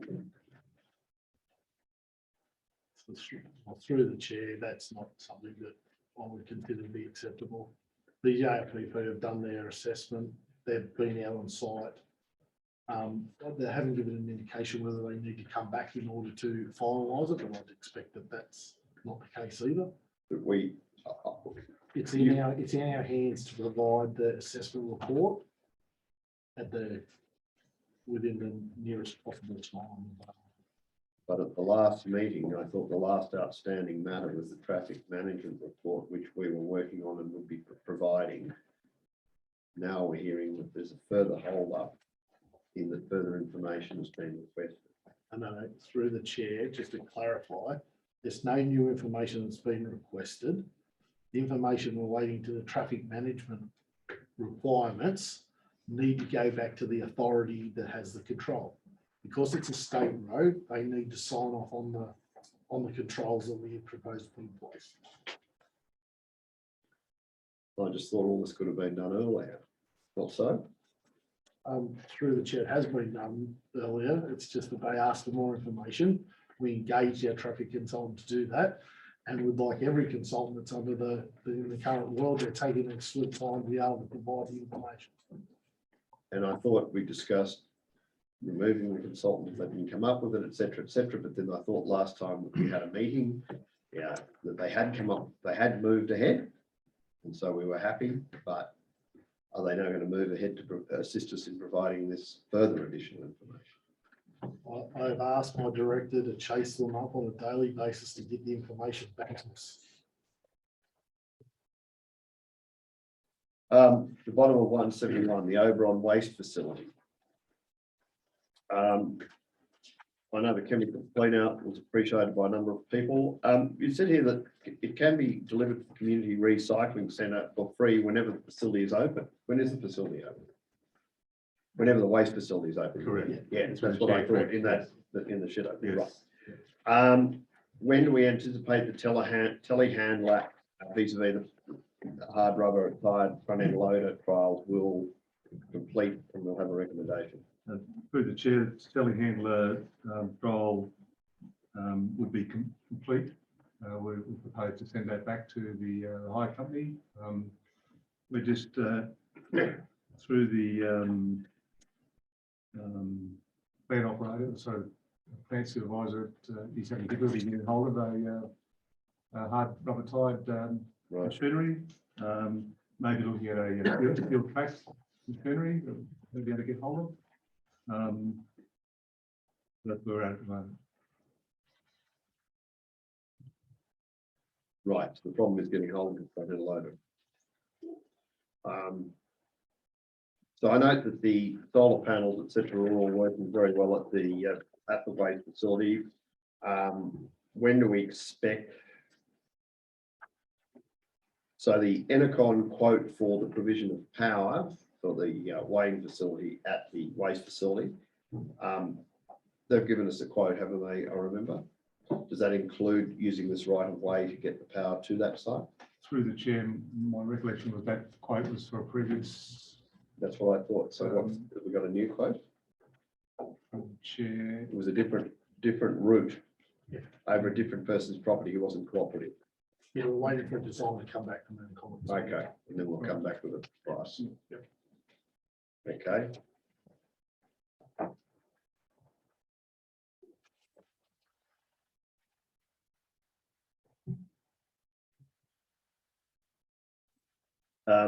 So with the number of applications lodged, we seem to be getting on top of some of them. Do we have a time frame that we think will be back within the parameters, which is what, is it 6 weeks from lodgement of an application that's lodged correctly? Is that what we're aiming for? Through the chair, that would be best case scenario. 173 to 175. Yeah. Yes. Been unable to engage a full-time health and building surveyor at this stage to assist with some of the smaller DAs. Right. So we're still using contractors a couple of days a week. So that certainly does assist, but having the full-time planner who's taking up some of the bigger applications, it's still a little bit probably time taken a little bit longer than I would like at this stage. And design. Okay. Right. Okay, I'm happy to move that this report be accepted. Just before we move off the health and building stuff, this is not a Oberon Council alone problem. Councils across the, I'll say across New South Wales, because I know a little bit more about that, are finding an extreme lack of professionals in this space. Councillor Hayden? Yeah, I'm happy to second the report and I won't focus on this, councillor.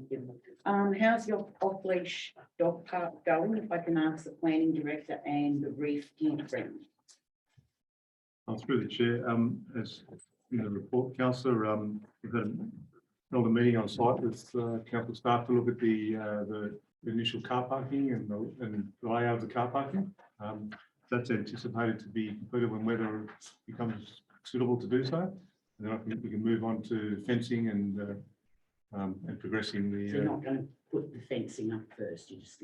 No, we need the car, through the chair, we need the car park layout completed first to know the exact location for we can do the fencing. In terms of.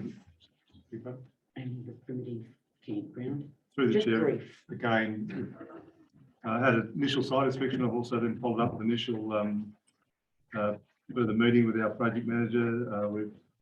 The updated design is still to be completed to ensure compliance with the National Construction Code, and disabled access, also, and looking at means of the on-site wastewater, how that's going to work. So just undertaking that type of investigation.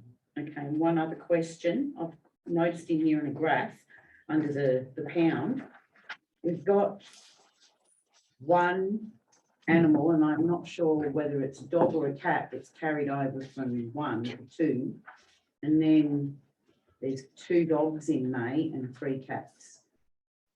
How have they been rehomed, or what's happened with those?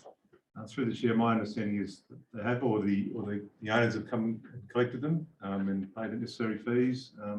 We did have 2 cats. I'm not sure if they're 2 kittens that came to council and they weren't microchipped or registered, so they needed to be registered, microchipped first, and then registered prior to being released.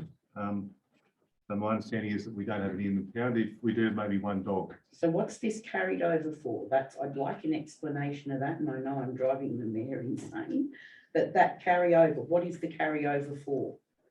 A dog or a cat? Because it's purple. Through the chair, council, I think I'll need to take that on notice and come back to you. Thank you. That's all. Happy to second. I don't know where to start here, because I was an observer for the Western Regional Panel, and my information that I took notes from conflicts with the director. I sat in on the panel, and I think you're in the office and general manager walked through. On the portal, they requested more information on the 10th of the 21 for the sports complex. They said that they will not make a decision on the concept plan. We need actual plans. And that was from Mr. Graham Brown. There was Graham Brown, Brian Kirk and Tony McBurney. There's people here, and this SUNGP UK was the person from planning. And they said that they wanted actual plans so they can make a decision. They wanted drainage. They want to know where the sewer was. They want to know where the water was. They can't make a decision until they get those plans. And there was no plan there for the traffic management. And Jacqueline Burns was here, or she said, we haven't got it. Like, you know, so how are we to get this approved when they are calling, this is the JRP, are saying that they won't approve this plan until we have actual drawings and DA requirements? Ball's in your court, Damien. Please either say, authorise what I said, or tell me I'm a liar. Through the chair, I think once the planning panel briefing notes are available to you, councillor, you'll see those their comments, and they do differ from what you've just mentioned. Okay, well, I'm disappointed that they only come this afternoon. But wasn't it the one stage that Mr. Graham Brown said we should really knock the DA back because there's no plans? We've only been given this. That's correct, isn't it? Came through the chair, that's not in their briefing notes, councillor. At the meeting, didn't Mr. Graham Brown said we really should knock the DA back because of lack of information? We cannot determine it on these concept plans. Okay. Going through the chair, councillor, that if the panel had considered the DA as at that time on that particular day, they did indicate that they may not consider it favourably. That's right. But through the chair, but no assessment report had been provided to the JRPP either. But when you've got a DA going in, like they said, you have to have where the sewer's going, where the water's going, all the rest of it. And that's what they said. The actual DA, that's what they're waiting on. Correct. So through the chair, there are 2 ways you can get an approval. Okay. You can do it through a straight DA, or you can do it through a concept approval. Right? And this, we're trying to get that concept approval approved so as we can talk to our potential partners in how we can best deliver this project. Okay, well, we can talk till the cows come home, and like I thought Andrew said it pretty well. We thought all this was together before. They requested information that says on the 10th of the 2021, which wasn't forthcoming, they said at the meeting. What was the information, councillor? What information wasn't forthcoming? Well, they said that they requested information from the Oberon Council. It's out on the portal. It's a highlight in the comment on that page. But what I'm getting at is that we can muck around here all day, and the only people that miss out is the Oberon people, because this thing, the cost will go through the roof and we won't have the money. At that meeting, they weren't going to approve what this were. They're not going to approve a concept plan. They want an actual plan to know where the water's impacting on the person that owns the ground below us. They want to know where the water's coming from. They want to know where the sewers come from. All the stuff that we haven't provided. Through the chair, that's never our intention because of the current circumstance that we sit. Now, I won't go into confidential briefings at this point in time, but there are some things that we're looking to progress in relation to this development where a concept approval is the key document that we need to have approved. Now, I'm going to have a look at the briefing notes on what's been provided, and I'll give you a briefing based on my best judgment on what that said. No, I wasn't part of the JRPP meeting, nor should I be, because I have people that are doing this on our behalf. But if there's things in there that I don't believe to be right, I'm more than happy to challenge them. But I want to see the briefing notes, and I'll provide you a copy of those briefing notes because I only got them this afternoon at 4:30 at the same time as the directive. More than happy to provide the briefing notes to all council because they are out there and available. So I'll provide them to council and then I'll make a comment in regards to what you've asked. Okay, well, I was just interested enough as a councillor to go to the meeting. I wasn't allowed to talk as I was an observer, as we think we have a pecuniary interest. But like I said, I sat through the whole thing and that Graham Brown kept saying, we cannot approve this concept plan. We need drainage plans, we need sewer plans, we need water plans. So I don't know what's in that briefing note you're going to give them to me, so I don't know why they weren't printed off. Anyway, like, let's go with it. Through the chair, the reason why they weren't printed off is they arrived just before we had this meeting. Okay, thank you. And also the telehandler. How many different employees have had a crack at this? Because apparently the lass out there made a comment it's too slow. I didn't know there was any race out there. There's a whole heap of garbage that's uncovered from when Don Capel, I collared him out at the tip one day. It still remains uncovered. I thought that the telehandler would have been given an opportunity to use a bit of gravel and spread it out so you weren't driving. You had that buffer so you didn't have any holes. But how many other operators that use our tip have had the ability to operate the telehandler? Through the chair, my understanding would be three. Three. And they all feel it's too slow? That's the indication at this stage. No, thank you. And there's other, through the chair, there's other reasons as well. That Okay, come back with the report. that's fine. But we need to also gauge that against the rubber tire. Yeah, no, So that's it fine. might be too slow, but it might be the best option. It was only a trial. Yeah. Yeah, I understand that. And isn't it true here somewhere along the line that the DA for a simple shed submitted in November? I haven't got it, but you were going to get it out middle of last week, and it's been in since November. Just a simple shed on a rural farm. Through the chair, Humphreys Lane. I'm not sure how long it's been in for, but it was issued today. Okay.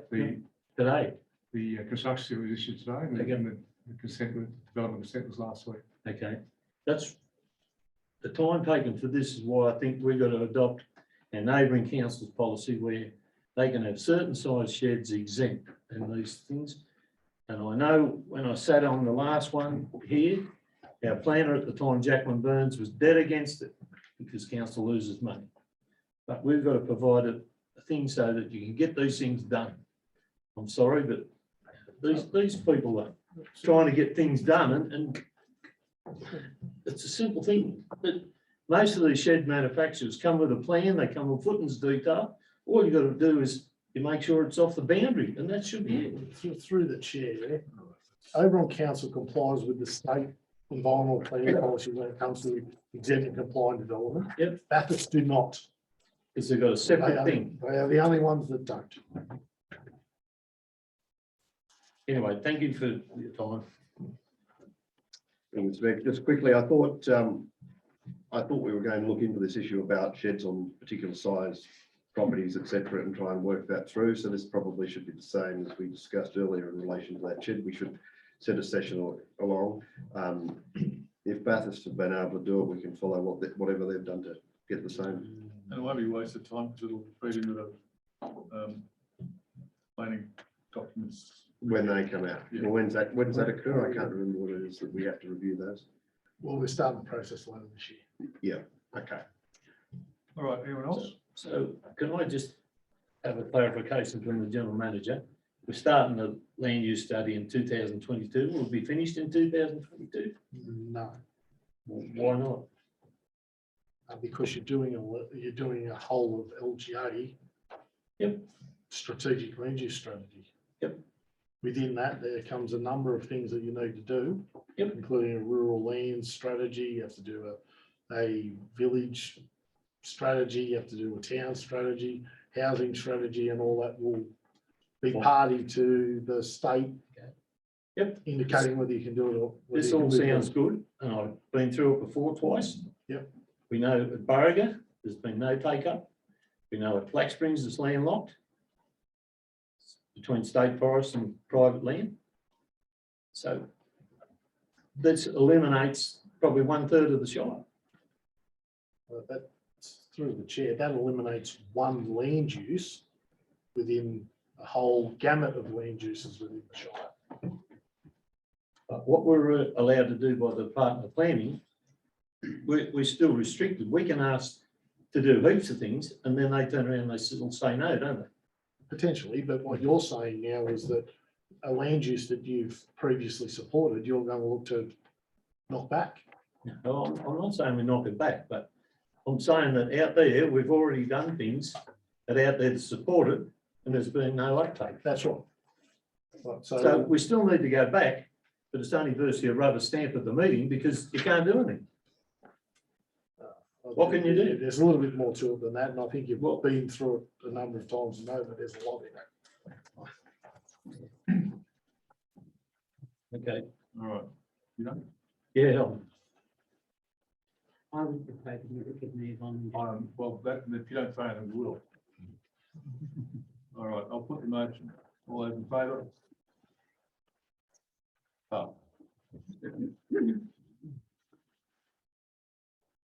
The activity report, technical services, item 1403. Recommendation report, we received that information.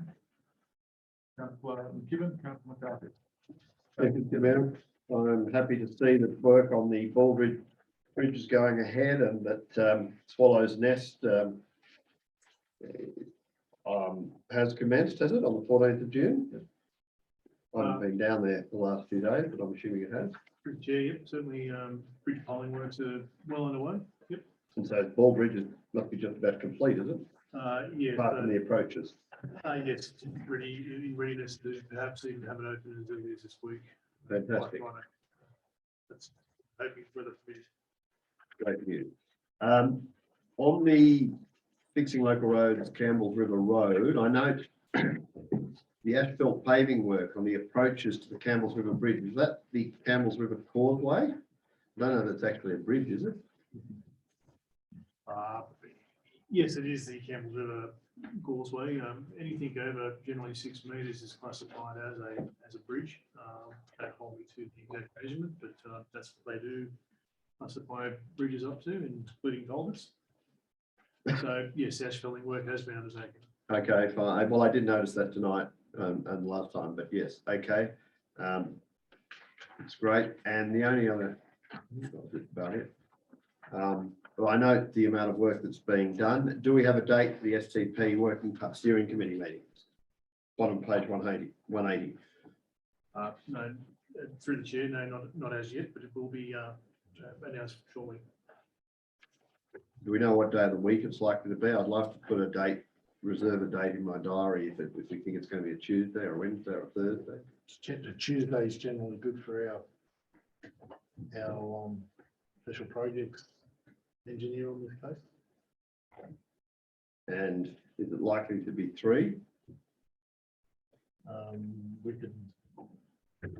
Make it 3 3 or 4 would suit me as I'm in the midst of lambing at the moment. or earlier.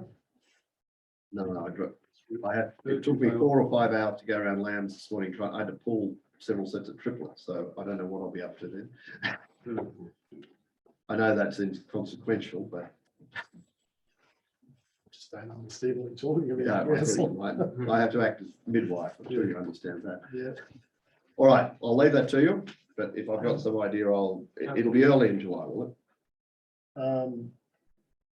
If not next week. it? Okay. Councillor Carr. Yeah, very good report. Just a couple of items. Dark Street, we haven't started that yet, or we ordered the pipes, or we've got the material, so we're not held up. Through the chair, no, we haven't started it yet. Okay. And yes, resourcing is really the key thing aside from the weather. It's most material in terms of pipes are available. There will be some stormwater precast stormwater sumps that will need to be ordered. So, but that is really just it probably won't start before 30th of June. To be honest. Okay, so will the pipes and that be delivered on site, or they say double handling, or that's for just noticed there a couple of times? Through the chair, no, they're already in the depot. Okay, thank you. And the other one's Noonan's Hill Road. We've added an extra set of culverts, haven't we? That's correct. I did mention that last council meeting. Yeah. How does the work now affect the budget? Through the chair, as I said, certainly with the concreting and the wing wall works, it will be very close to the $80,000. Okay. There may be some funding that from the environmentally affected roads that will need to probably include the actual bitumen ceiling work. Okay. So look, it won't be a great deal over, but there is that option of using some of that funding to assist. Okay, and we're going to get an inspection on Mozart Road one day this week, are we? Or? Yeah, through the chair, I'm happy to talk to you about arranging a time this week to go and inspect it.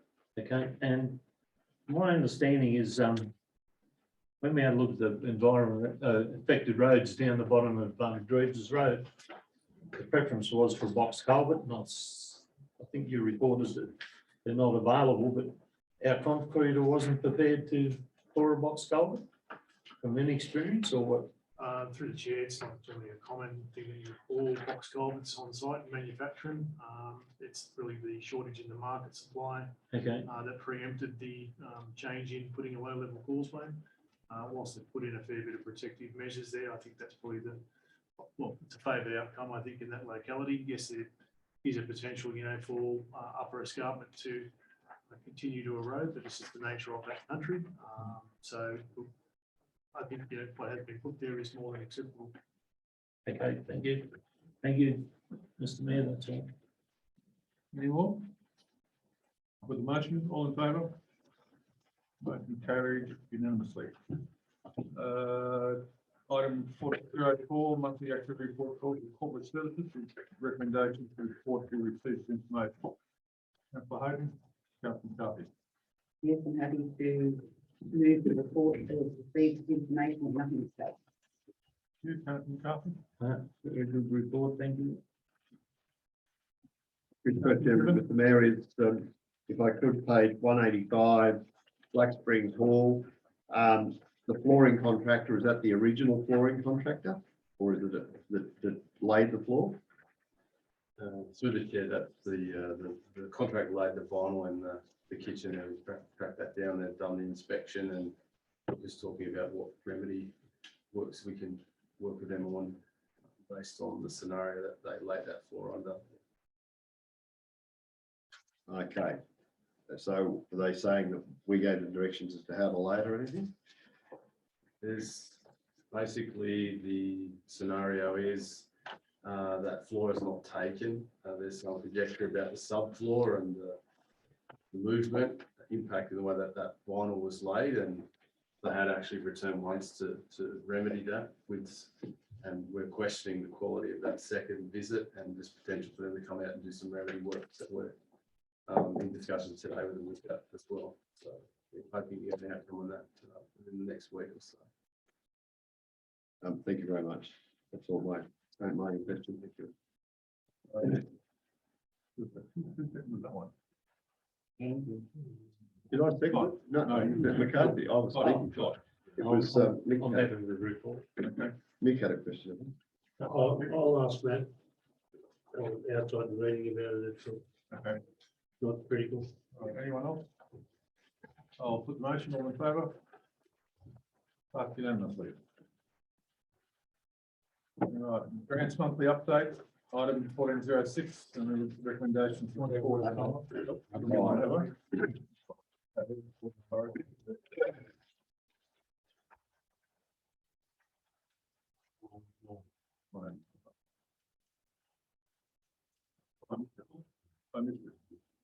Item 1405, statement of investments and the recommendations of council is through the report as information. Movement seconder, councillor Hayden. Councillor McCarthy, councillor Hayden, Happy to move the report as the councillor McCarthy. Yeah, I'm happy with the report. But what I just get concerned about is I'd like to know the amount of money we carry over, like from year to year, like the 88,000 or 80,000 on Nunan's Road, different works like that, like the back of the show grandstand, if it can be shown in the report as well. But, you know, That's not a statement of investments, is it? I realise that, but it's money that's not spent in the year that's supposed to be spending. Yeah, that's a financial issue. Sorry, that's a financial, that's a. This is an investment issue. Okay. But I note your point, and I'm sure that Matt will provide an answer for you. Okay, thank you. Anyone else? All right, put the motion at councillor 1405 as information. Any favour? Carried unanimously. Grants monthly updates, item 1406, and the recommendation of 1406 is received with information. Councillor Hayden and Councillor McCarthy. Councillor Hayden. happy to move the report. Report pretty straightforward. You want to speak to the motion? Can we get the person's phone check, that when there's a message left, that they get back to them?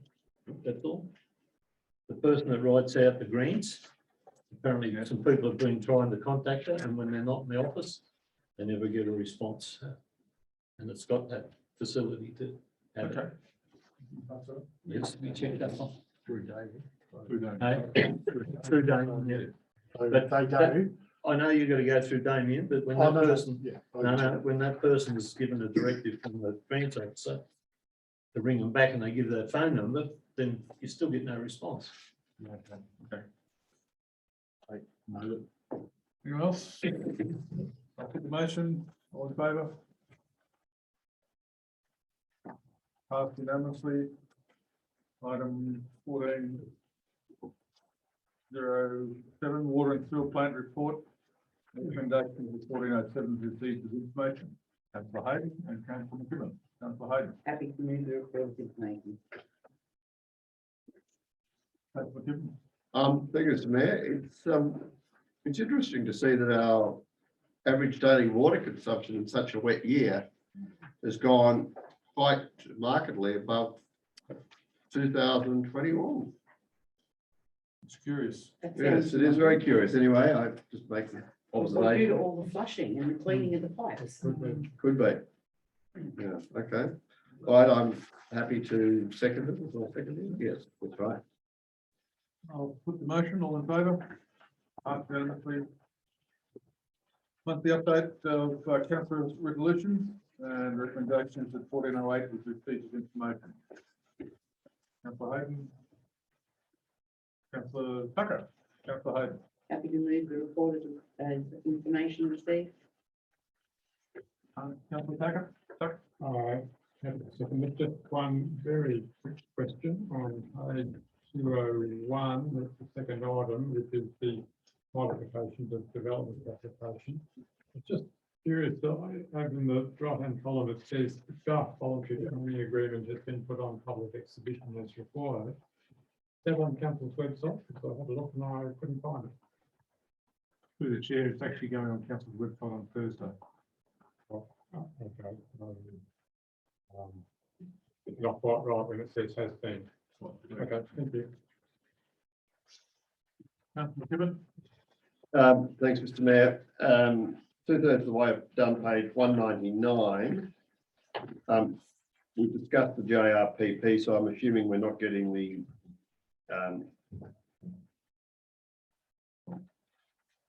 so it's the detailed report referred to there has been provided to the JRPP, and that's part of what we discussed before, or hasn't yet? No, it hasn't yet. It hasn't yet, right? So maybe that needs updating. Will it be provided by the end of June? Through the chair, that'll be purely depending upon getting the information back from their consultants and then pushing the referral authorities to provide their endorsement of the amendment plan. So pushing our traffic consultant and getting the appropriate authorities in place. Correct. Bottom of page 200. Where are we with, I can never pronounce this road, Beluga? Bogga, okay. Where are we with that? The survey and design delayed. Is it moved on from the 16th of May? Yeah, through the chair, it certainly has. Been in contact with both the surveyor and also the owner of the land as of this afternoon, so that is moving forward. Okay, so for the July meeting, can we please update that as to where we are? Yes. Second row on page 201, where are we with this draft voluntary planning agreement? We're still waiting for it to be received from the people. Through Lee Douglas Craig. Through the chair, Councillor Tucker asked the same question, the answer will come on Thursday. All right, okay. Did he ask it? Yes. Now? All right. Okay, All right. I had it marked and I obviously didn't listen. I apologise. Very inept of me.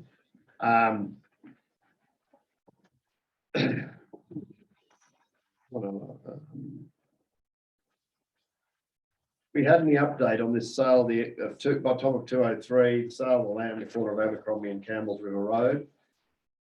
Is there any, has this gone anywhere?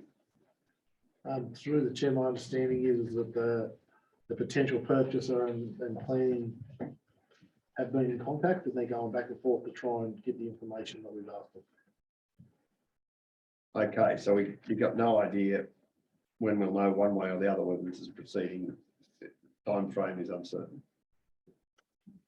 Going through the chair, we've gone back asking for more information, so the timeline is with the Potential purchase. Okay, but that's been for a while, hasn't it? Didn't we ask 2 meetings ago? through the chair. He came back with information, Yeah. first, and we've gone back with some further requests for information.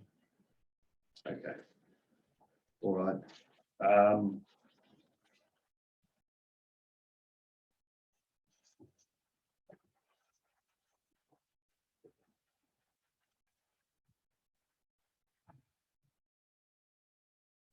We've answered the stone walls and living treasures.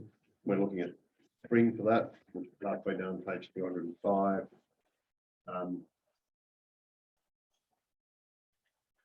That's all the matters I had, Mark.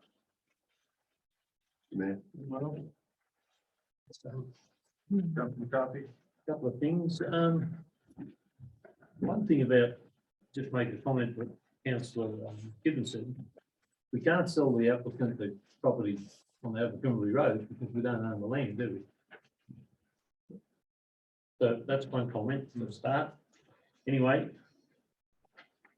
we asked the general manager to get a better flow chart for this Macdonald ground, rec ground, so that we can match the procedure of works to the expenditure and to find out, well, there should be somewhere in here that with this flow chart, that the reinstatement of the bore.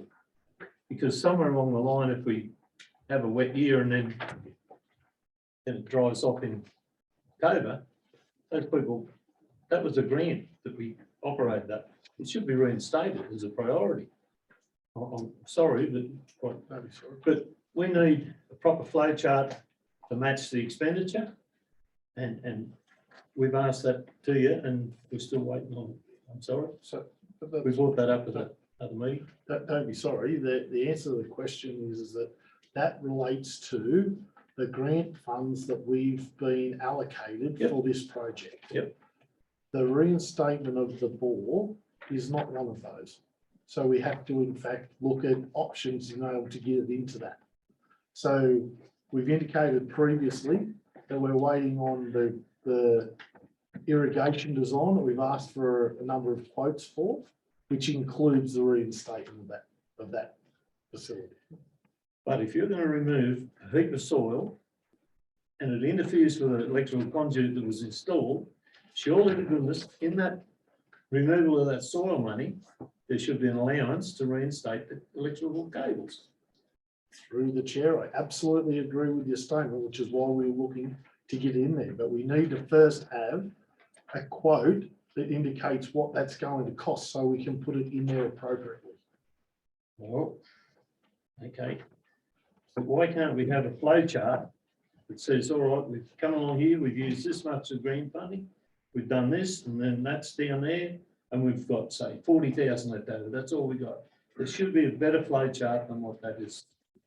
Through the chair, Matching the expenditure. we're looking to provide that to you as Okay. you've requested. Okay, thank you. There's a couple other ones here.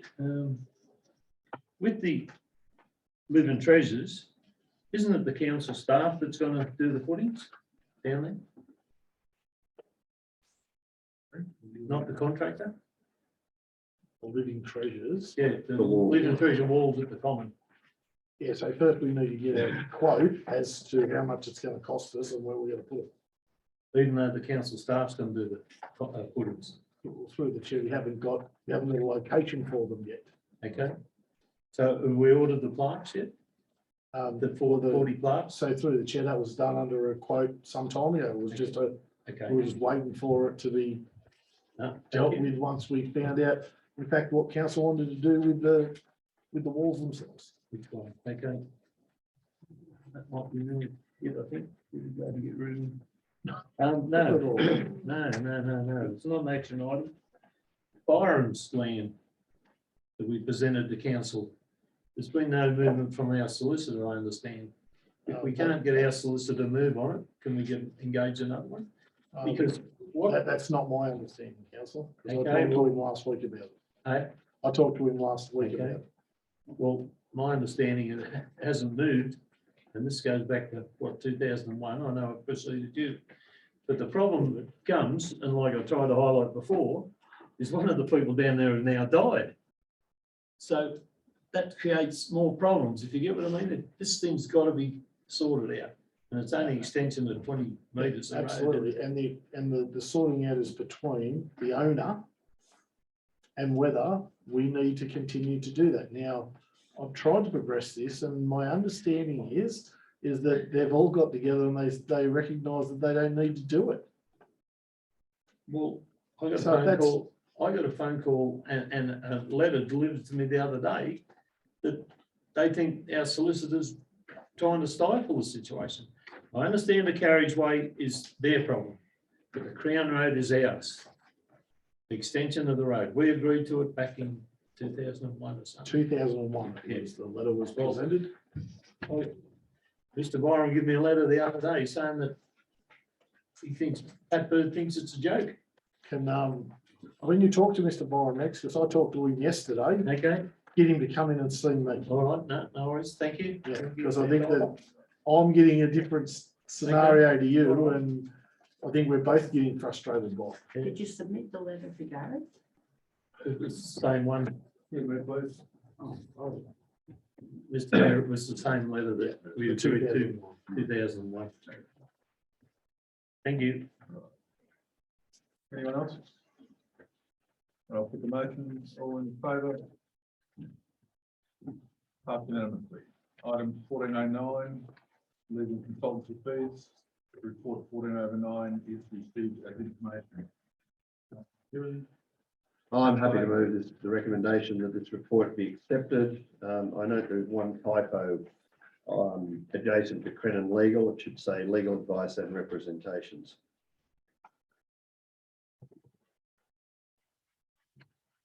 Subject to that small amendment in the body of the document, it doesn't change the recommendation, I'm happy. Through the chair, it's a legal term, representations. Very, very special. Having second, nothing to say.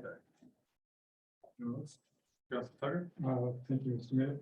I was just wondering, but if we get these reports twice a year, whether it might be possible to expand it to include any claims like it, whether it's insurance claims paid by our insurers or paid directly by council.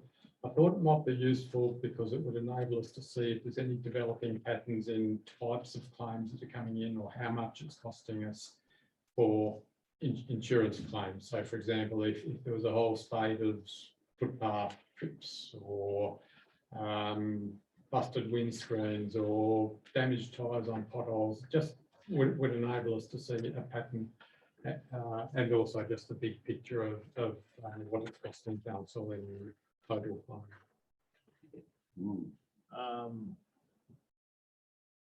Can we take that on notice? I'm just trying to, what does that look like and how like whether.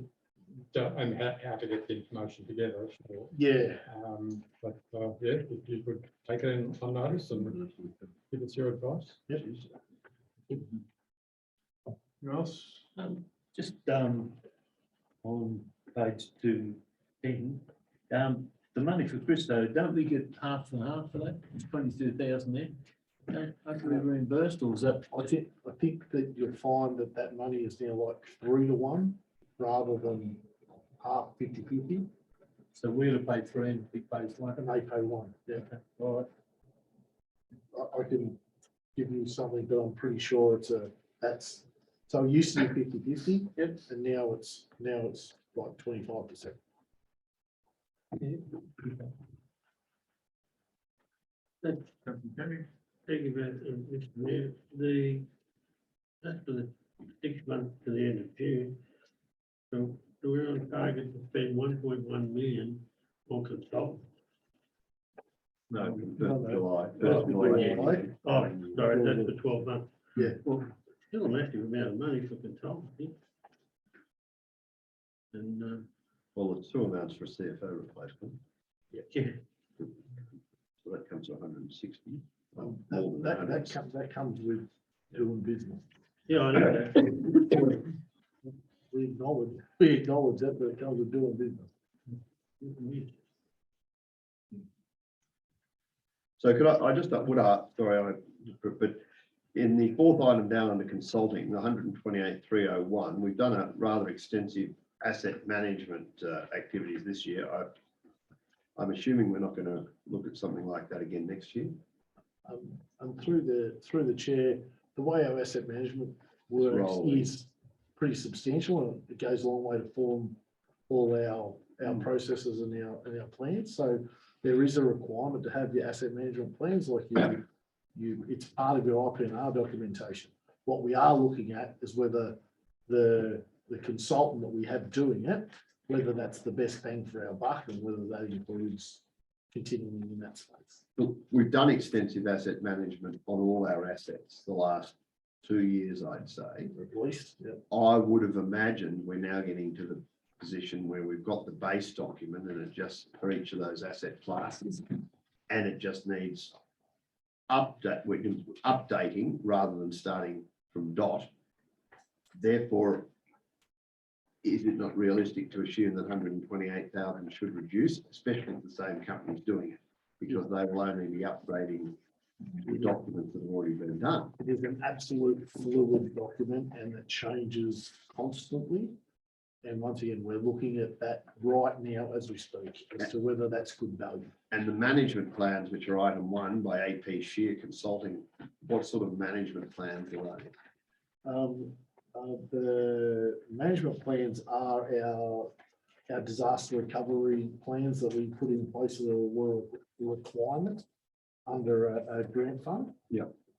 So we had that person come and puts up our disaster recovery plans and what we call our adverse events plans, which are all part and parcel to grant funding and the requirements thereof. And so if we take out CFO and engineering consultants, Yep. You're traveling pretty well. and we take 115 out for that. Nine, we're looking at basically 495,000 for engineering and CFO consultants at 540,000, how I understand it. We're, So we're looking up for other consultants, we're basically only paying 50,000. So I wonder if in doing this report in future, if we could segment that out to say consultants in lieu of employees, so that it gives us a better perspective. Because I actually absolutely understand that, you know, we spent 495,000 because we couldn't get a CFO and we've used it. But if we can take those employee substitutes out as a separate section, I think it would give us a better look at it. the beauty of this year and what I think that you're probably getting at is that next year, in terms of where that looks like traveling, is that you've had the CFO finance manager here tonight who provided the information that you asked for. It's quite comforting to have that expertise on your books. Therefore reducing that risk. Oh, absolutely, but as Councillor McKechnie looked at, when you look at it and you see 540,000, you go, oh my God. But when you analyse it and look at what basically people are for substitute employees, it comes down to what is, I would say, a very reasonable figure. And So in this it's instance, perception. which is Perception important. so how you've indicated might be a really good idea for us to create another line item there. Fifth item down in the sheet, the expert planning advice, 14,400. What was that relating to? Native planning. Navigated planning, oh, sorry, through the chair. Yeah. That's actually our contract planner. Oh, It's not okay. expert advice, it's a contract planner. Oh, okay, so that's another one that goes in. Correct, yes. Continues to provide. So Yeah, so that's, continued, yeah. that's a contractor. Correct. Yeah, so shouldn't it be just employee or? Well, it says that we got advice, so.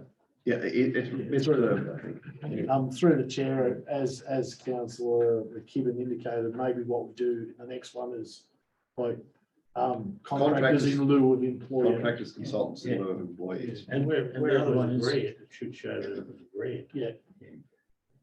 And the other one is the one for consultant out the tip from Scarborough's, it doesn't show up as a consultant in this last 12 months. Okay. I would suspect that it was done before then. Okay. It'll be, Was it JCS? First, through the chair, the first report would have been done. Okay. Last financial year. we can take that on. No, I Just, I thought it would have shown up in this year. That was it. Because I thought he's identified that we still haven't covered the tip of it. Thank you. That's all. Thank you, Mr. Mayor. Sorry to have a second go. I was just following on from Councillor McKibben's question about asset management. Just curious as to whether does ACETIC do everything relating to asset management, including like driving the roads and inspections, and or are there various components of asset management that we do in-house and they provide the bigger picture stuff? Through the chair, ACETIC are providing a majority of our asset management works. We provide the data to them at this point in time. That's the very thing that we're looking at here. Data as in when we upgrade roads, when we do it, the condition ratings on those changes of roads, our inspections. So regular inspections of the various asset classes we do in here. Yes. Yeah. Okay. Thank you. Yeah, we don't outsource. All right, any more? Put the motion, all those in favour? Carried unanimously. Field and Forest Event Report. On 1410, recommendations to report the received information. Councillor Hayden. Councillor McKibben. Happy to receive the report of the information, it's a lovely report and I like it in colour. Yes, I'm happy to second it. It's a good report and very successful. Thank you. Anyone else? I'll put the motion that we accept 1410 as information on favour. Pass unanimously.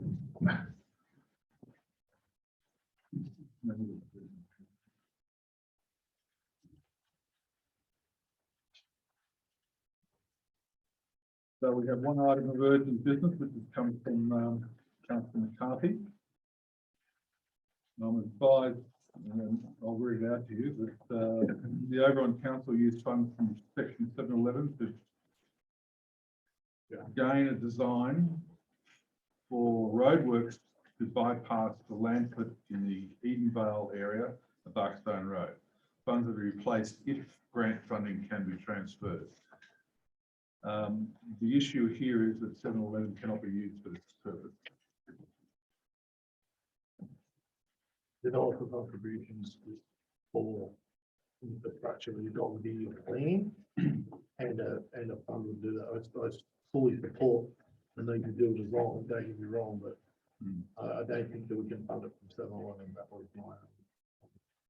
But that doesn't mean we shouldn't be getting a design together. Yeah, because I think we need to, in regards of where it's at.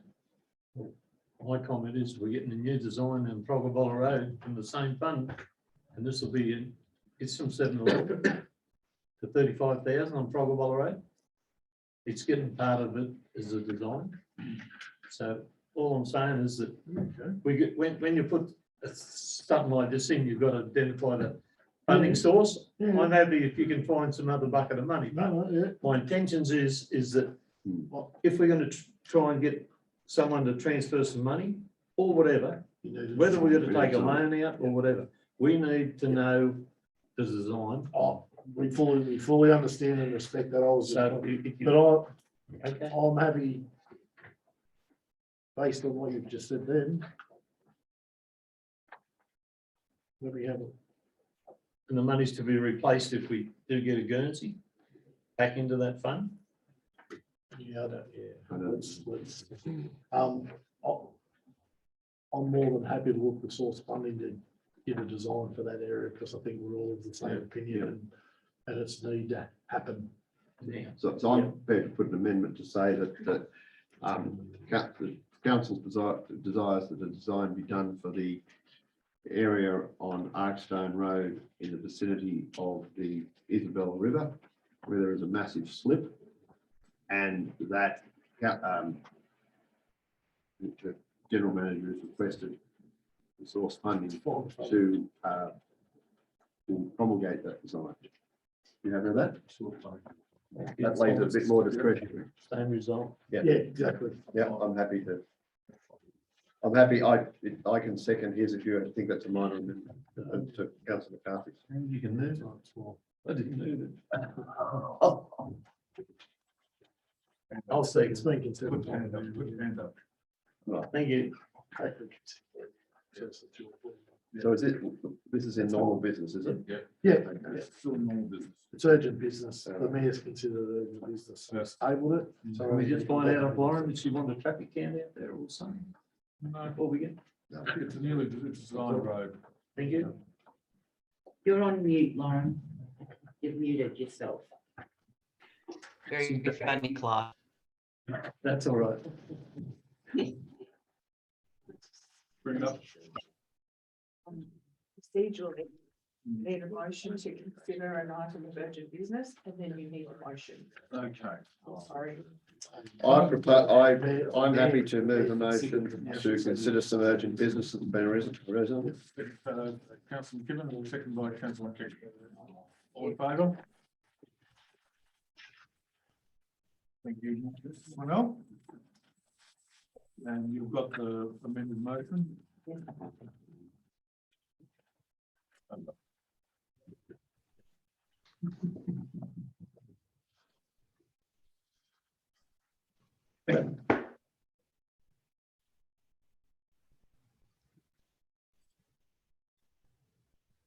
We need to close the motion and undertake negotiations with landholders. Yeah, that's already in place. Just the thing that, as council's indicated, the fact that we need to move on to design and something of this.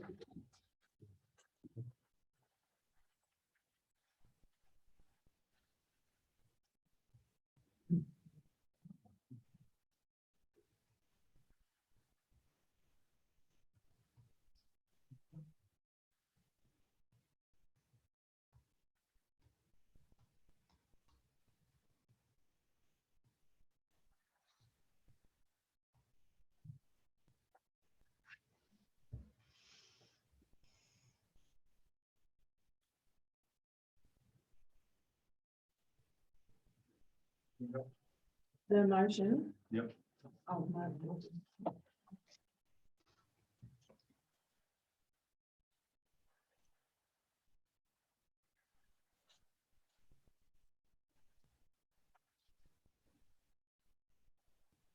All right, is that what you?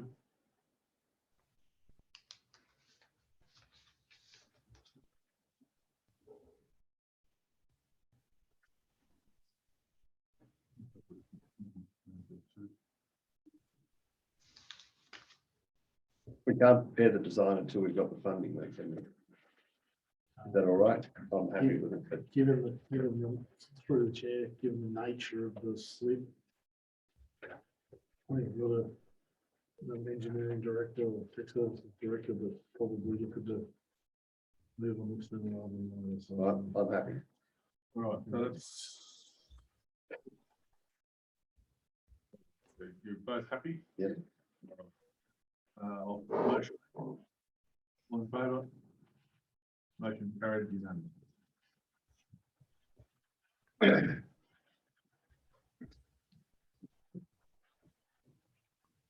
All right. In accordance with the Local Government Act of 1993 and the Local Government General Regulation 2005, in the opinion of the General Manager, the following businesses of a kind as referred to in section 10A(2) of the Act and should be dealt with in a part of the meeting closed to the media and public. And this is item 0601, 2223, section 356 financial assistance program. I ask for a councillor to move and second the resolution. Councillor McKibben and Councillor Brown. And all in favour? Carried unanimously. You may now, we now have to have our very loyal. This meeting is being recorded. During the, we're now back in open session. During the, I think we might still be there. Well, forgot who was in there. Oh, we recorded. So you want to see it? You can come back in, yeah. Dedicated. You coming in, Clive? He's coming, he sits down and you see the clock on their food out there. People, we can. All right. Well.